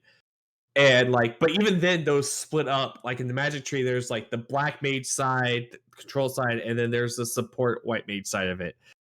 Which you're like, all right, cool. But then you get the stuff in the middle where you have to do both. And it's not like, oh, do Yep. 1 or 2 levels of both. It's like, nah, you gotta grind both of these shits to 5, and then the ones below them to 3 each. And you're like, okay, whatever. I But have the heard reward that, when you finally get there.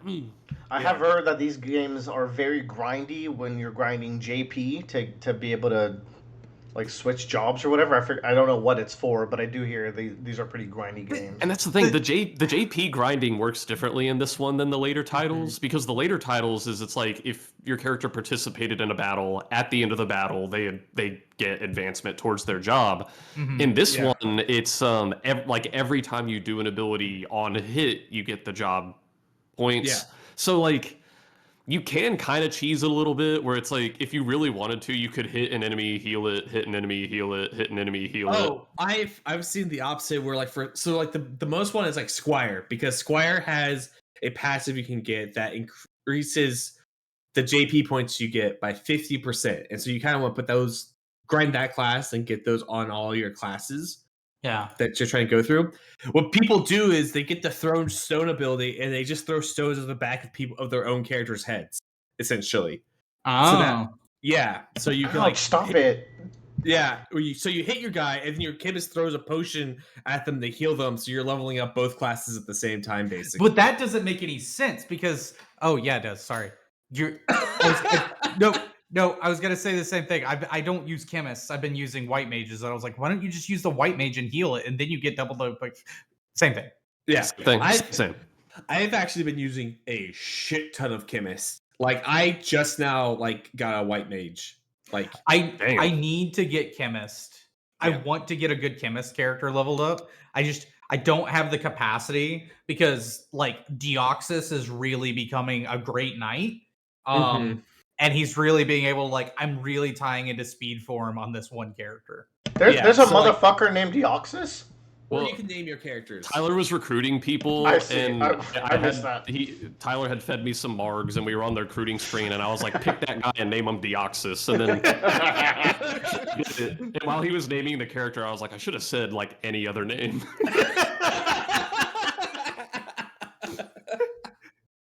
Oh man, that's great. I have not recruited anybody outside of the 3 recruitments you get from chapter 1 and chapter 2. I've kind of stuck with the same party. Did you learn about bravery and faith and what those stats mean? I read it at the end of my game session last night. No, those are important. Yeah, I was like, fuck, all right, cool. Now, Joe, do you know what Connecticut means? Connecticut, the state?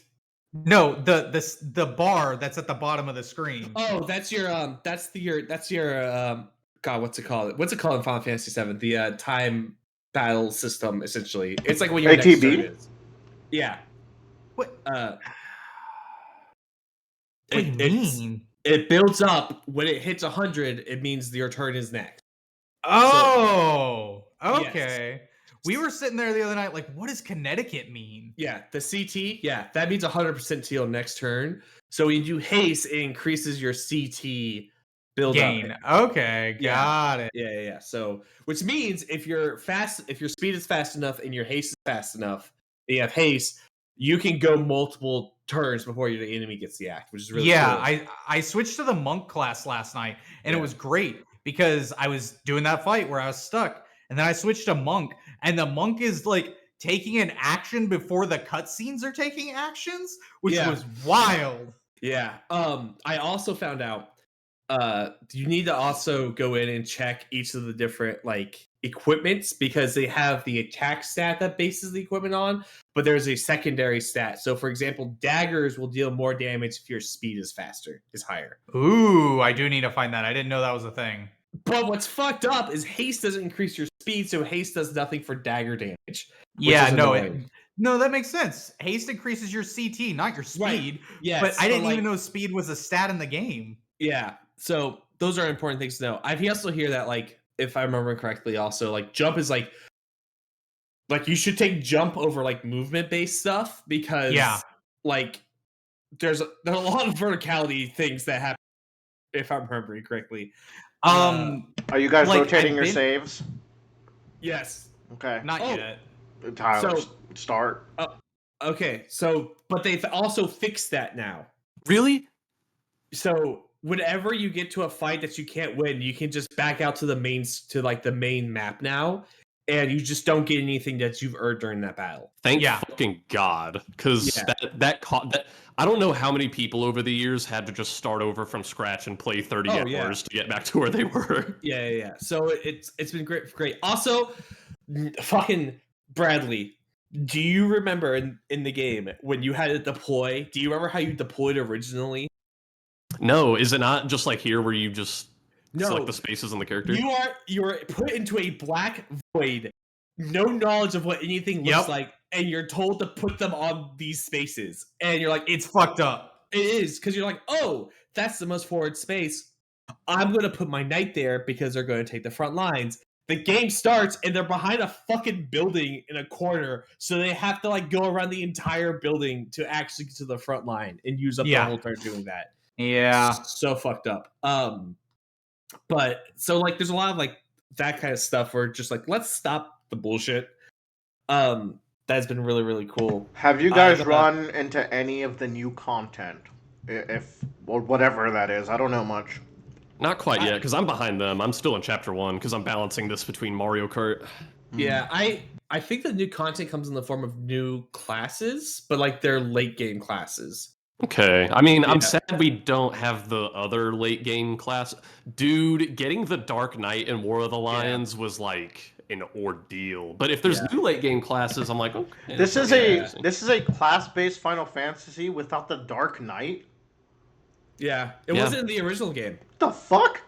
And if Yeah. it wasn't in the original, we can't put it in this game for some fucking reason. The Dark Yeah. Knight is like the archetypal like paladin into Dark Knight Final Fantasy That's the IV. thing. War of the Lions had Dark Knight and Onion Knight, which are two such Final Fantasy just like core, not core jobs, but like I don't know. There's In Dissidia, the arena fighter for Final Fantasy, the oh shit, no, that's different.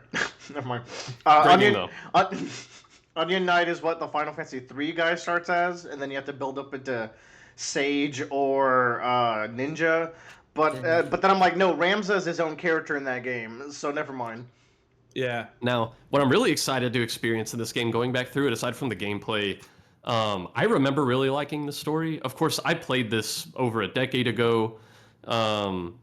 I was less educated, and so I think some of the story might have gone over my head, which is probably helped by the fact that like Final Fantasy Tactics Advance, these are like people from the real world, and they talk like people from the real world. In this game, people talk very like Shakespearean. So I think a combination of like me being young and that, and like kind of I think the heavy themes of the story, some of it might have gone over my head, but I still really remember enjoying it a lot. And I'm already seeing some of that here. There's like all these elements of like, I don't know, just the nature of war and even like class warfare. I'm interested to see where it goes because I'm sure I forgot a lot of it. Yeah. I've been really enjoying the story. So I played the War of the Lions version, so like I got the enhanced like updated story because apparently the first version of the game story was just basically butchered. Yeah. Or really poorly done. But it's been really like there's a scene in War of the Lions that like has always stuck with me.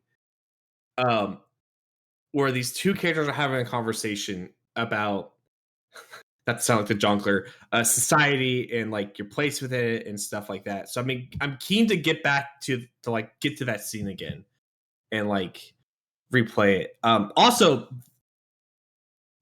in a weird move, I guess makes sense.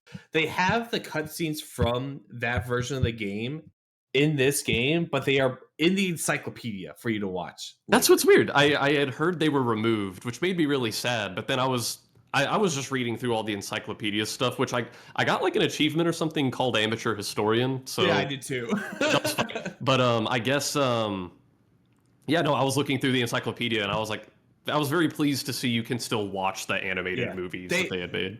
They actually updated them because one, they updated the voice actors, but two, like in the original Ramza is wearing his like knight armor in all Yeah. of the cutscenes, but in this one they've updated the ones before he like turns into a sellsword. They updated to his squire outfit Because So, it kind of matters. Like his outfit helps you tell when how the chronology of this game takes place. Because the narrative of this game is kind of like Berserk, where it's like you start in the modern day and then you immediately jump into a prologue that lasts like a third of the story, and then you jump back to modern day.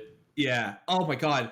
Speaking of the opening of this game, so the opening of the game is like you're like Ramses with this mercenary company, and they go into this church, and then the church becomes under attack, and this is all pixel art dudes, and they run outside and they start shouting at each other, and eventually they go like, "All right, we're gonna fight, charge!" And then the game starts, and it's them just start doing their like Their idle walk. their idle walk. The It's idle walk just- is so funny.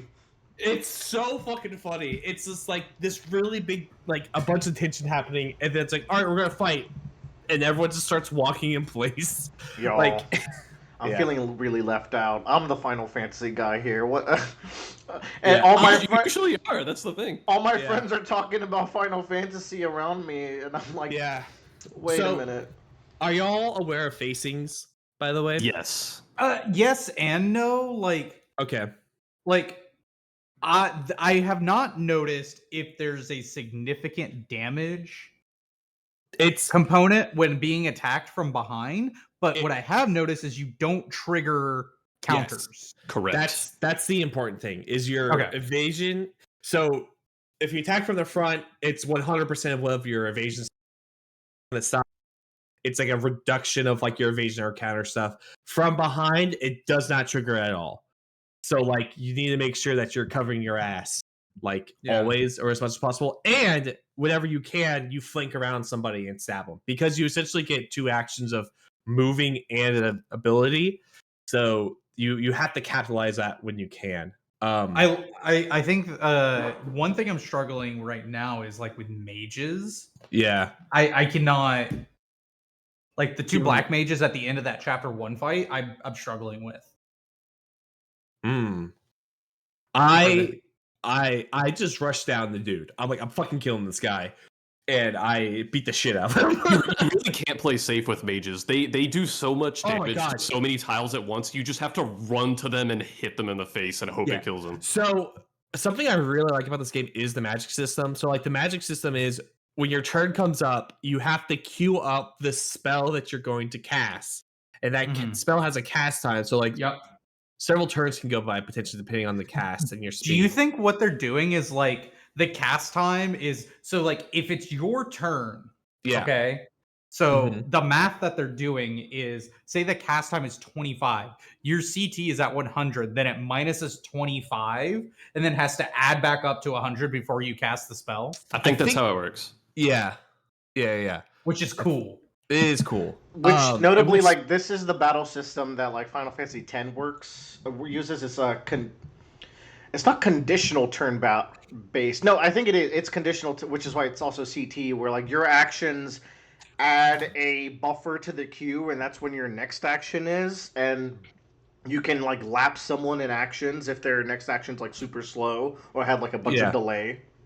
But it's also just another thing that makes this one feel different from the Final Fantasy Tactics games that come after it. So, which is nice because I don't want to just play the same game 3 times in a row. But like in the later ones, every spell is always just cast on your target instantly. So the fact that like I can go for a really strong spell, but like my character is going to have to channel it for a few turns, and I might have to protect them.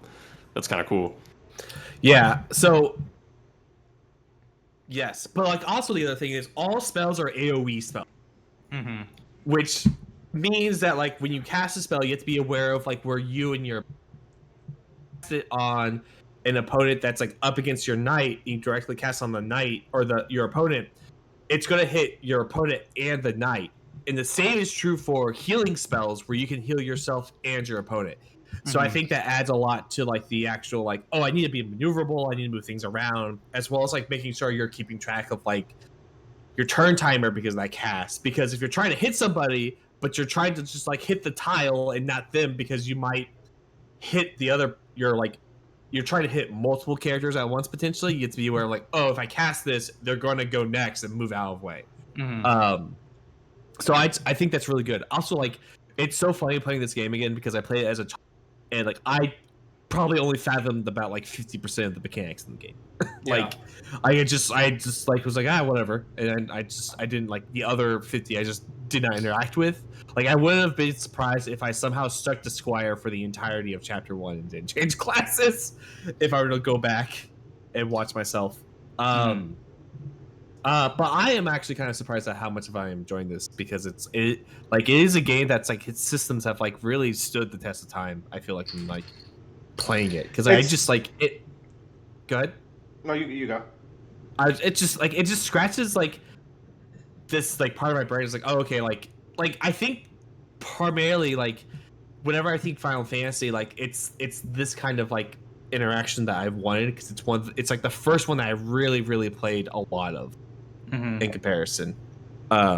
This like really I kind of got introduced to the game. Serious. It's interesting. I'm having a fun time. Yeah. This is a Tyler coded game because it's like 80% menus. And it has classes. Which you love classes. I love jobs. Dude, menus and classes. Like, go Yum. name something better. That's up there. That's up there for sure. Yeah.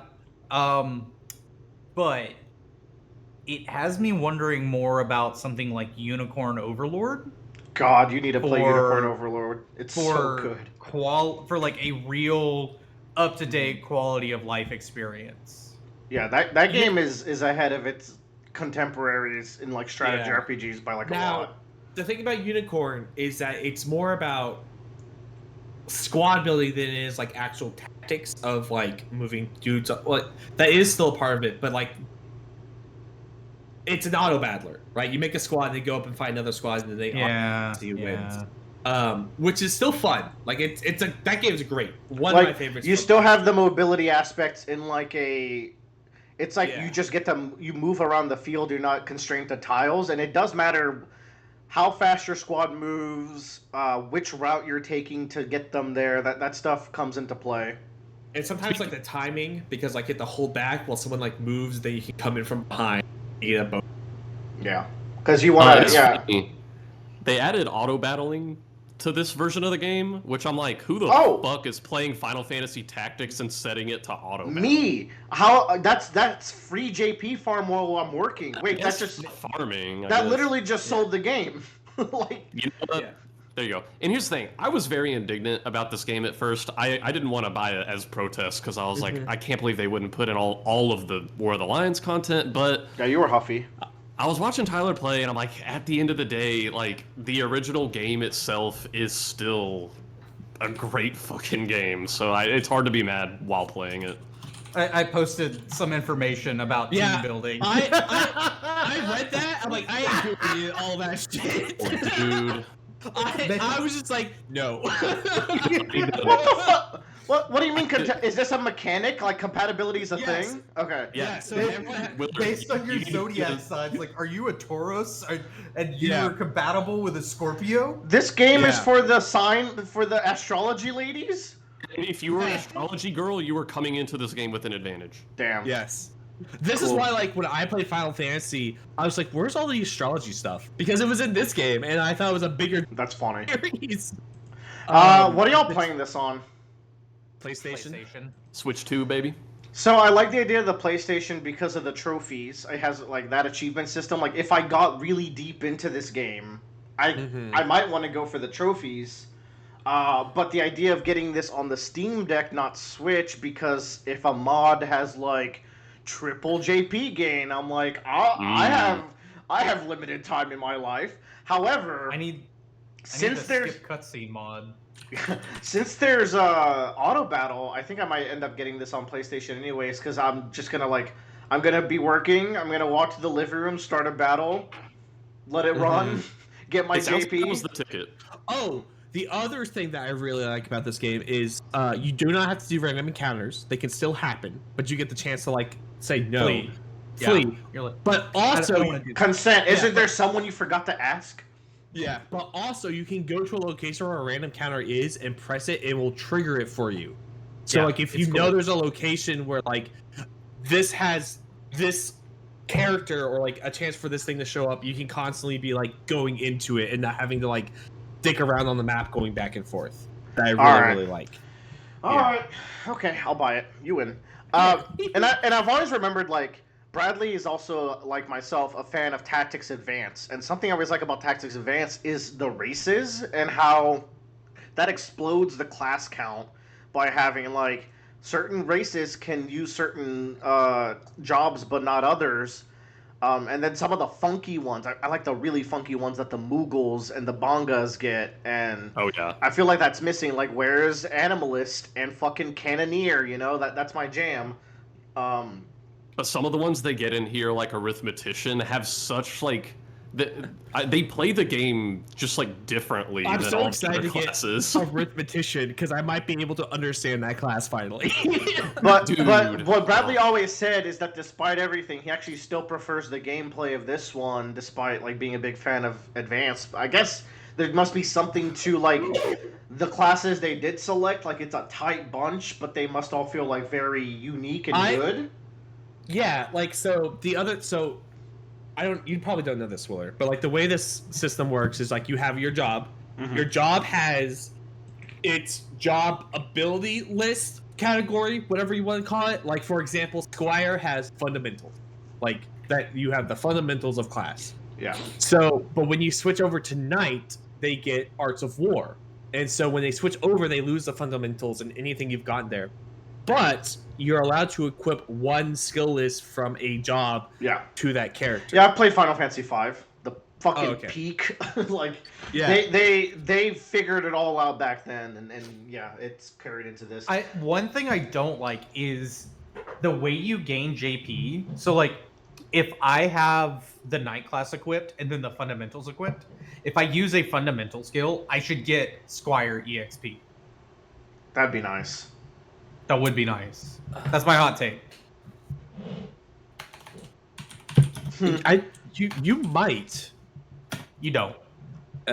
Because I had a white mage with black mage skills, and I went 3 battles without using any white mage ability, and it was just Okay, yes. It's only for the assigned. Yeah. Yeah. Okay, cool. All right. Arena. Yeah. Bummer, but like also I kind of also like it because it makes it so like I can put my fucking item ability on my white mage and use my items still to heal and gain those. I white do mage like that. JP. I just want to gain experience for that, but I guess. Yeah. Damned if you do, damned if you don't. I'm doing Thief right now. God, what a pain in the ass class to level up. Which one? Thief.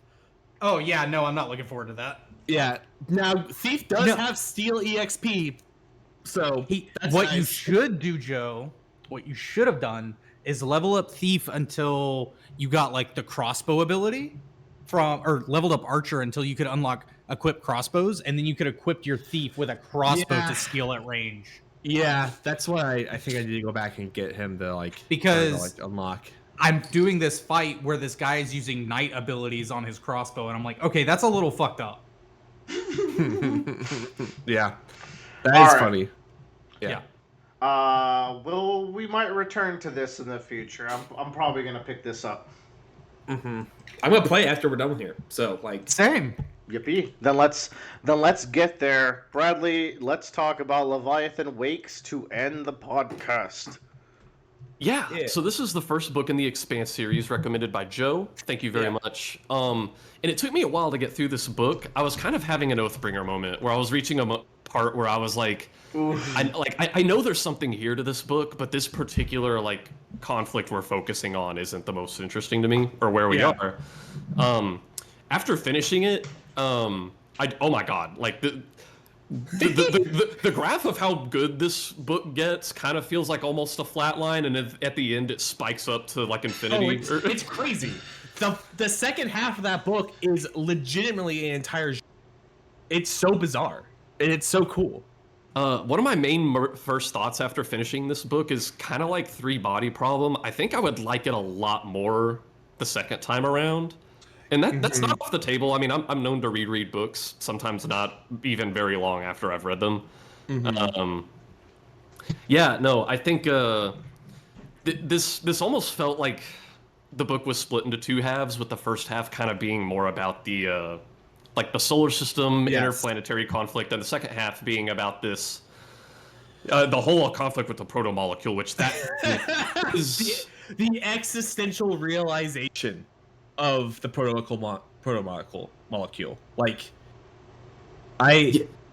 it's keep going, Bradley. oh, it was really fascinating because like even then the idea of the proto-molecule was it's not something the idea of like aliens send something to our solar system from long ago and far away to kill all humans, that's not a concept exclusive to this book. So I was looking to see like, how like what are the details of this proto-molecule, and it ended up being really fascinating the way it manifests and like the way it intertwines with Julie, because like when we first learn about it, all the characters are like, yeah, it was sent here to kill humans. And then at the end of the book, Miller's like, that does not fucking make sense, because if they sent this here 2 billion years ago, they couldn't have sent this proto molecule here with instructions to destroy humans, because humans did not exist. Yeah. And so from there, he's able to deduce like what it actually does and like the rules it operates under, and like from there how to combat the situation, which I thought was really cool.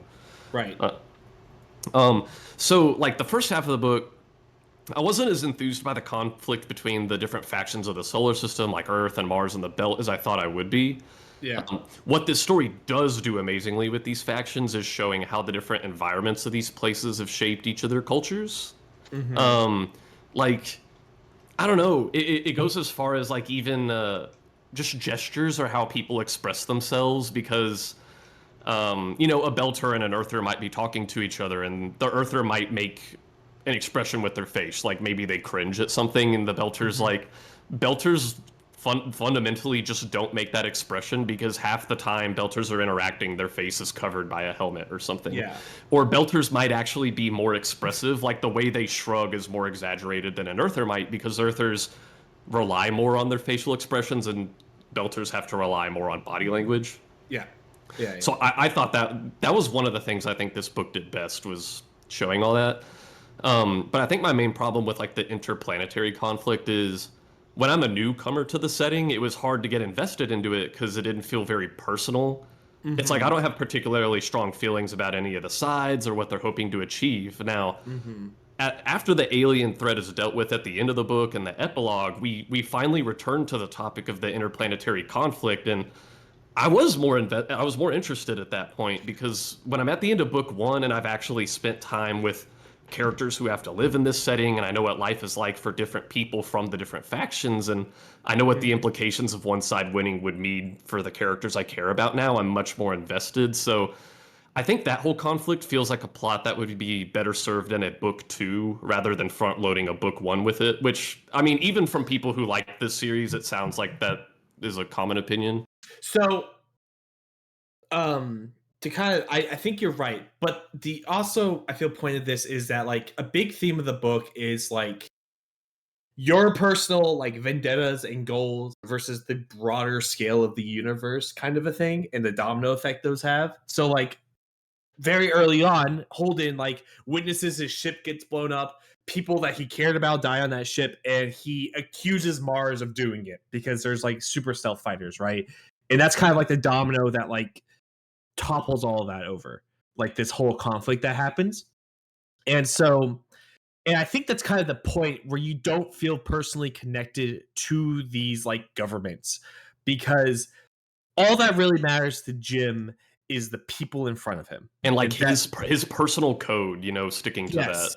Exactly. So like, and then there's a point where Miller sits it down. It's like, you need to shut the fuck up. You don't realize what you're saying, what you're doing, and how much of an effect it's having. Like, would you go out and say that a Mars ship blew up an Earth vessel? That is like political consequences to it, and that happens all over the place in this book, where even at the end, when they're going to have this funeral for Miller, they are able to see like, this is a Belter who sacrificed his life to save Earth. If we highlight that in his funeral, we could save tens of millions of lives by preventing a war, because it would bring these people closer together. But Holden, within his personal morality, he believes, you know, you should be honest and present people how they are. And he's like, that you know, that's not a totally honest depiction of Holden. And Fred is like, dude, you got to get over yourself. Like, it's Yeah. going to do so much good for everyone if we just frame it this way. And that's, I don't know, that's one of the big central conflicts of the book is all the characters feel very powerfully about what they think is right. And I think even Naomi points that out to Holden. She's like, that's why you and Miller butt heads so right, is you both have very righteous personalities and you will not compromise on what you think is right.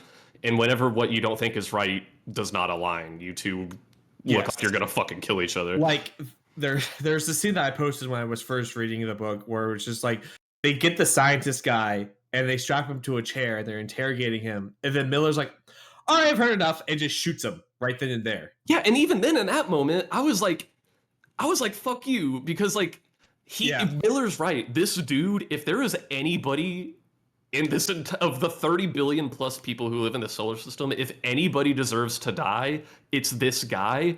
But dude, you couldn't have waited like a day for us to get more information out of him. Yeah. And the other characters pointed that out too, but I don't know, that's just the conflict between Miller and Holden that goes on. And even then, that character he executed had his own ideas of what's right, because they're doing all these unethical experiments with the protomolecule on people, and everyone's like, they're like, dude, you're literally acting like what science fiction novels warned us about. Yeah. And he's like, you guys, he's like, you really need to think about what is best for everyone for the future. He's like, think about it like this. He's like, Genghis Khan killed 25% of the population of all humans for an empire that would not last for another few years after he was dead. He's like, we are sacrificing maybe 0.1% of humans to make a better future for everyone forever. And he does really believe that. But obviously, I think even both Miller and Holden are like, everybody in history who has killed people thinks they are doing it for the right reason. You're not special, dude. Yeah. It's this. So, like I mentioned before when I was talking about it and when I was like warning you, it was like the first half of the book is, I feel like, very basic sci-fi, right? Not basic, but like it's very much like, okay, hard sci-fi, the yada yada yada. But then we get to the Arrow Station incident, and then it becomes a Lovecraftian nightmare of like, what the fuck is this thing, right? And and like part of this is like Arkham Horror, like I'm overly obsessed with it, so I kind of like always draw connections. But like, I think James S. A. Corey or Joseph S. A. Corey? James A. Corey, yeah. Yeah.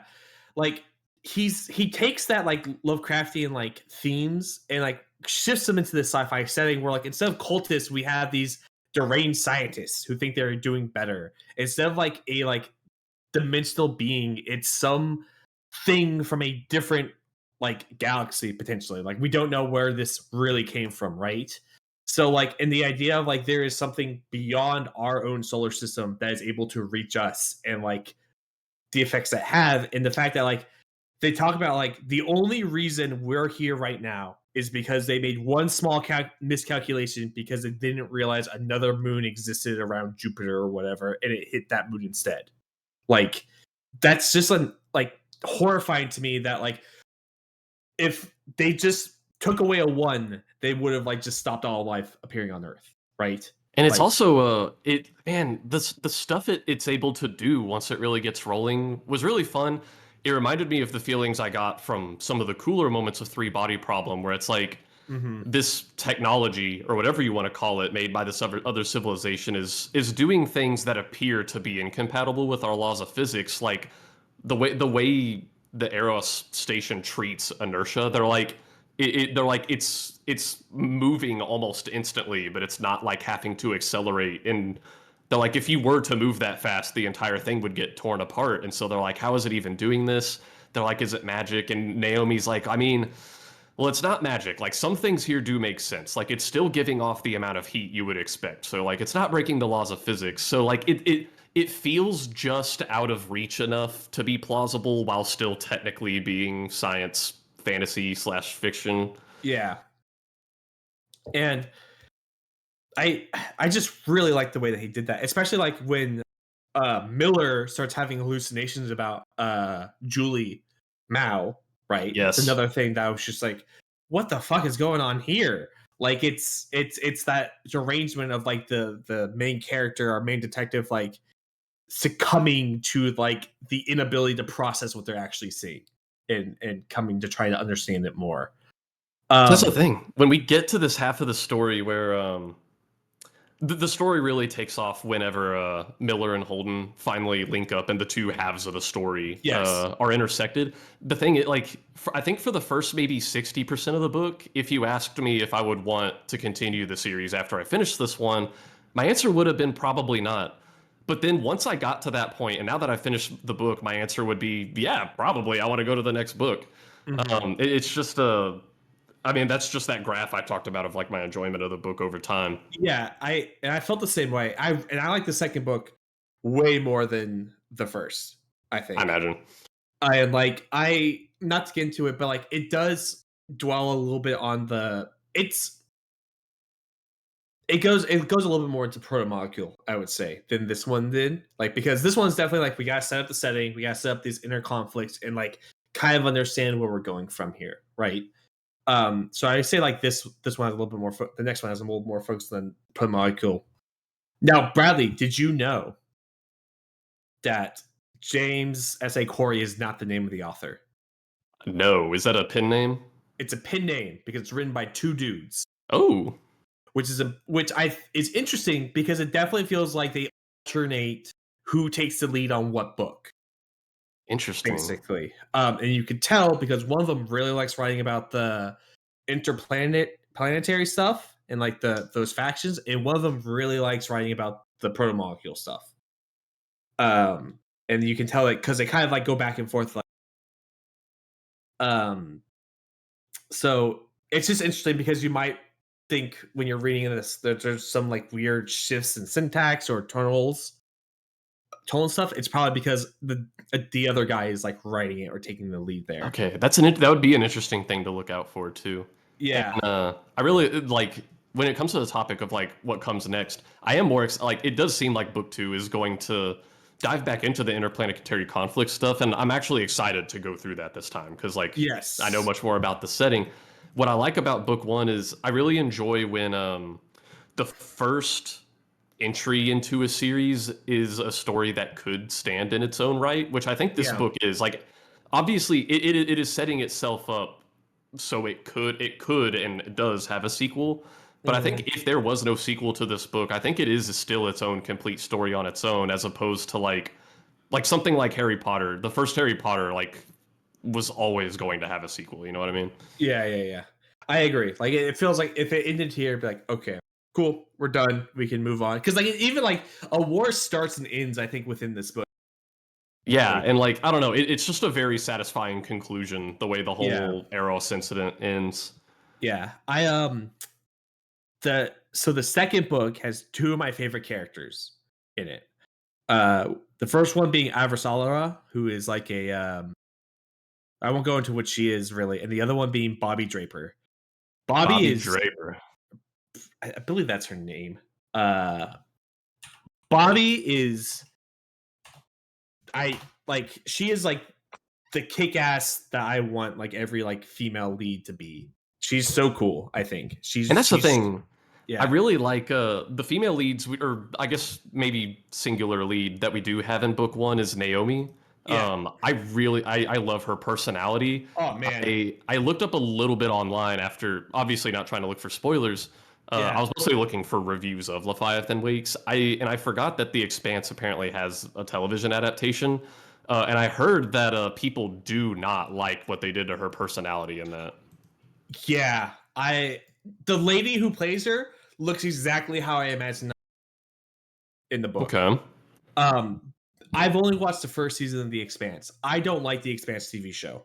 I think The Expanse TV show tries to make it too Games of Thrones-y, especially for that first season, because it's very much like that first book is Miller and Holden is those like perspectives, and I think that's a really prominent choice because you start from the ground level of like what it is to live in this like solar system. But like they get a little bit too much into like the political weeds way too quickly, I think. Probably. Yeah, but I really like Naomi. Naomi has some great character arcs later. Alex, I also really like. I think he's very funny.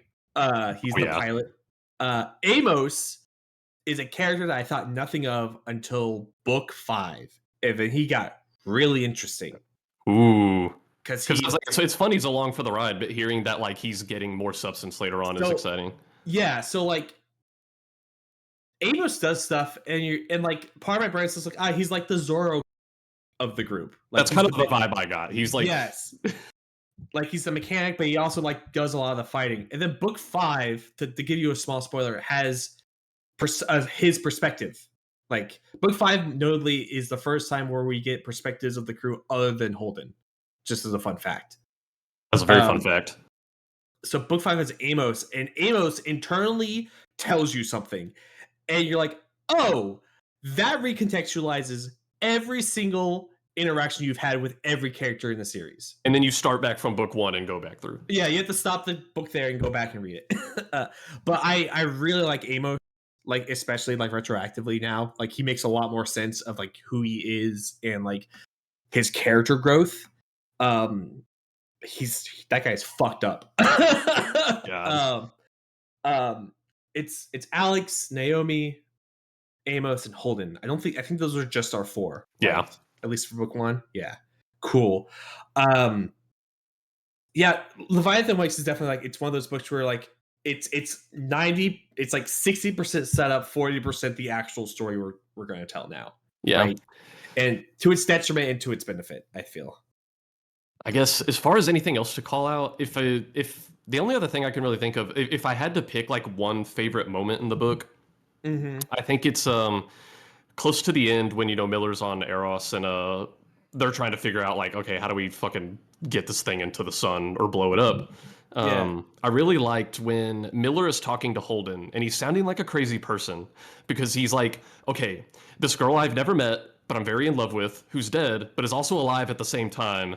I don't know. She's here. So can you stop our current only hope for survival for all life in the solar system so I can try to talk to her and reason with the alien in her head that was sent here to exterminate all of us? And Holden and Naomi look at each other like, you got me fucked up, dude. Yeah. But even from there, like, I ended up really liking this scene because both Holden and Miller have spent this entire book completely obsessed with 2 different women. And when Miller's making this request of him, Holden turns to his own woman that he's been obsessed with, and he needs to make a decision here. Is he going to grant Miller's request or not? But he needs it to be the choice that Naomi wants. Like, at the beginning of this book, Holden was thrust into the role of captain pretty unexpectedly, which is already enough to make someone second guess whatever huge decisions they have to make. He's like, am I really the one to make these calls? And on top of that, having a woman he loves on this crew constantly by his side, whenever he does make a decision, afterwards he's wondering, how does she feel about that? Like, has her perception of me changed because of it? But the thing is, as Naomi would tell us, there's no reason for Holden to have so much self-doubt. She trusts him, and like she told him, she would have gone to his cabin anytime he wanted over the last 4 years if he had just asked. And so he's looking to her in this moment, desperately seeking her approval of one choice over the other.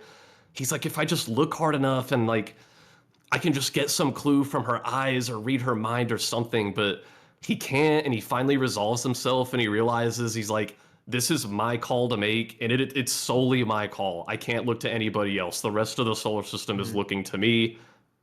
I am the captain now. And he makes a choice, and I don't know, it felt like the big moment for Holden for me. Yeah, because like I mentioned this before, I do not like Holden for the majority of this book.